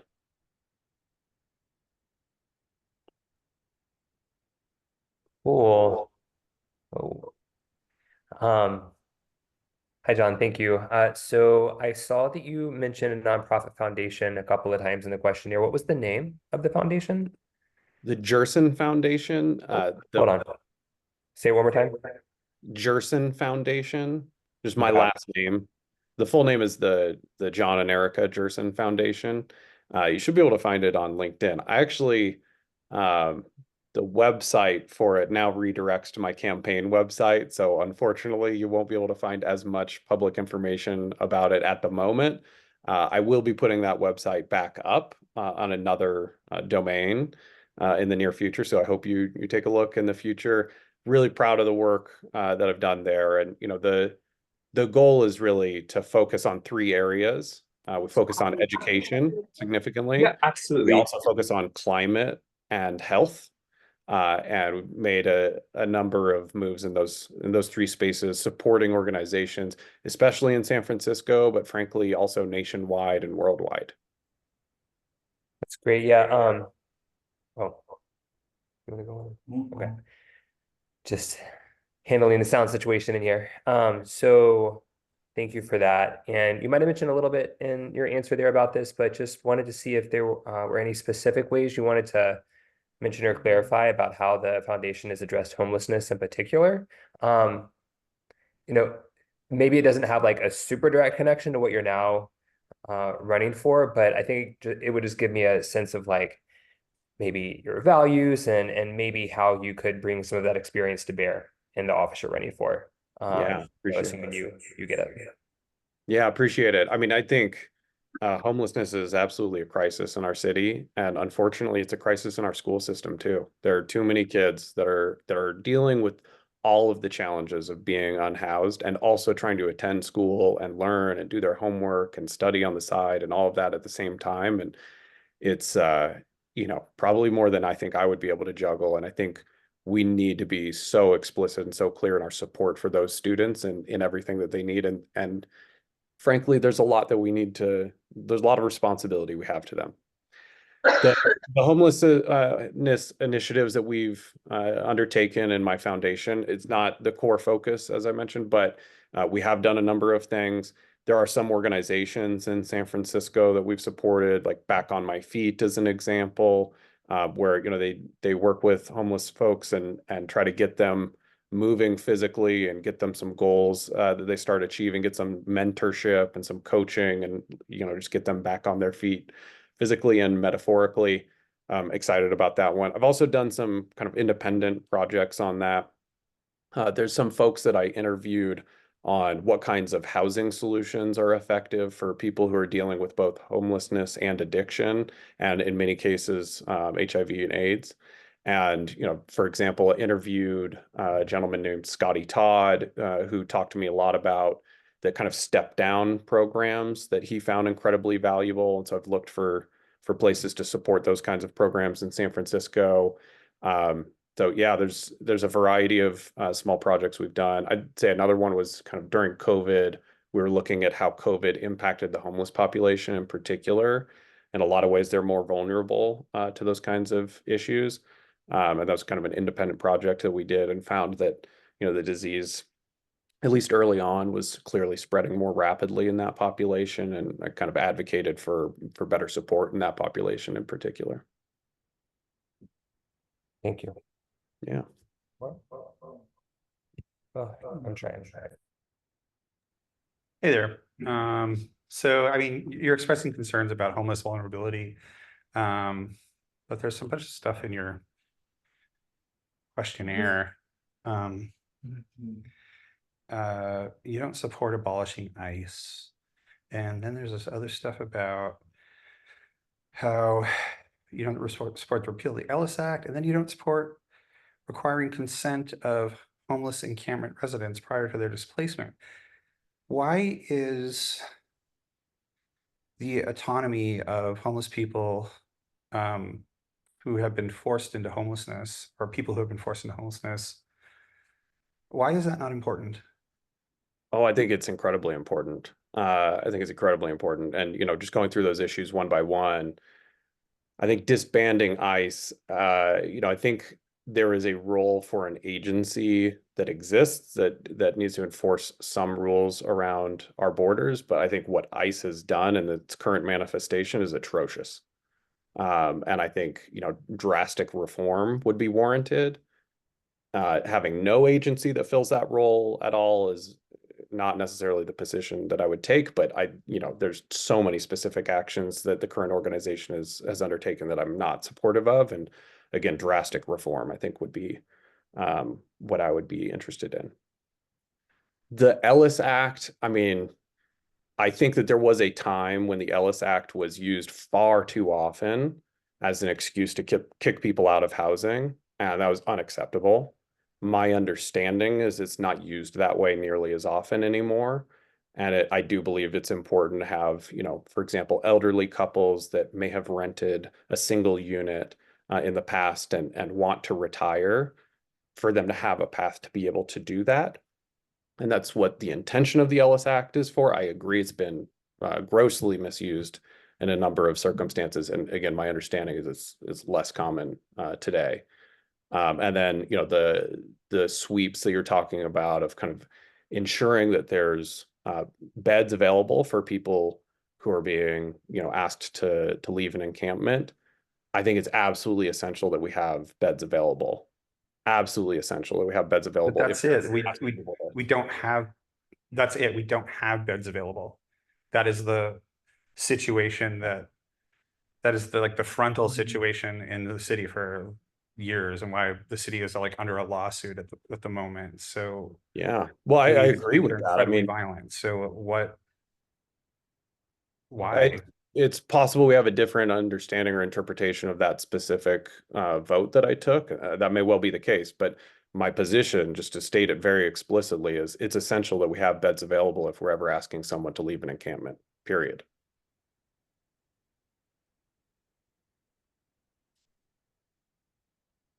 All right. We have reached the end of our interview time. And so just a reminder, John, our endorsement, the recommendation vote will take place at our PAC meeting on the 9th. And then the final endorsement vote will take place at our general meeting on the 16th. There is no expectation that you or your staff attend either of these meetings. If you're interested, you can see our Facebook page for additional details. The vote results will be posted on our website, moclub.org. /endorsements 48 hours after each of these meetings. So yeah, thanks again. Appreciate you participating and taking the time to fill this out and take this seriously. It's important. Yeah, I just want to say thank you so much for inviting me here. Like, it's really meaningful to have the opportunity to engage with you. And the questions that I received today are just very thoughtful, and I really appreciate being able to have a chance to clarify, you know, what an empty answer means, or maybe what a unclear answer means. And just thank you for inviting me and allowing me that opportunity, and eagerly await your results. And I just would be truly, truly honored to have the endorsement from this club, and, you know, look forward to hearing back. Thank you so much. Absolutely. Thank you. All right. Take care. Appreciate that. Thank you.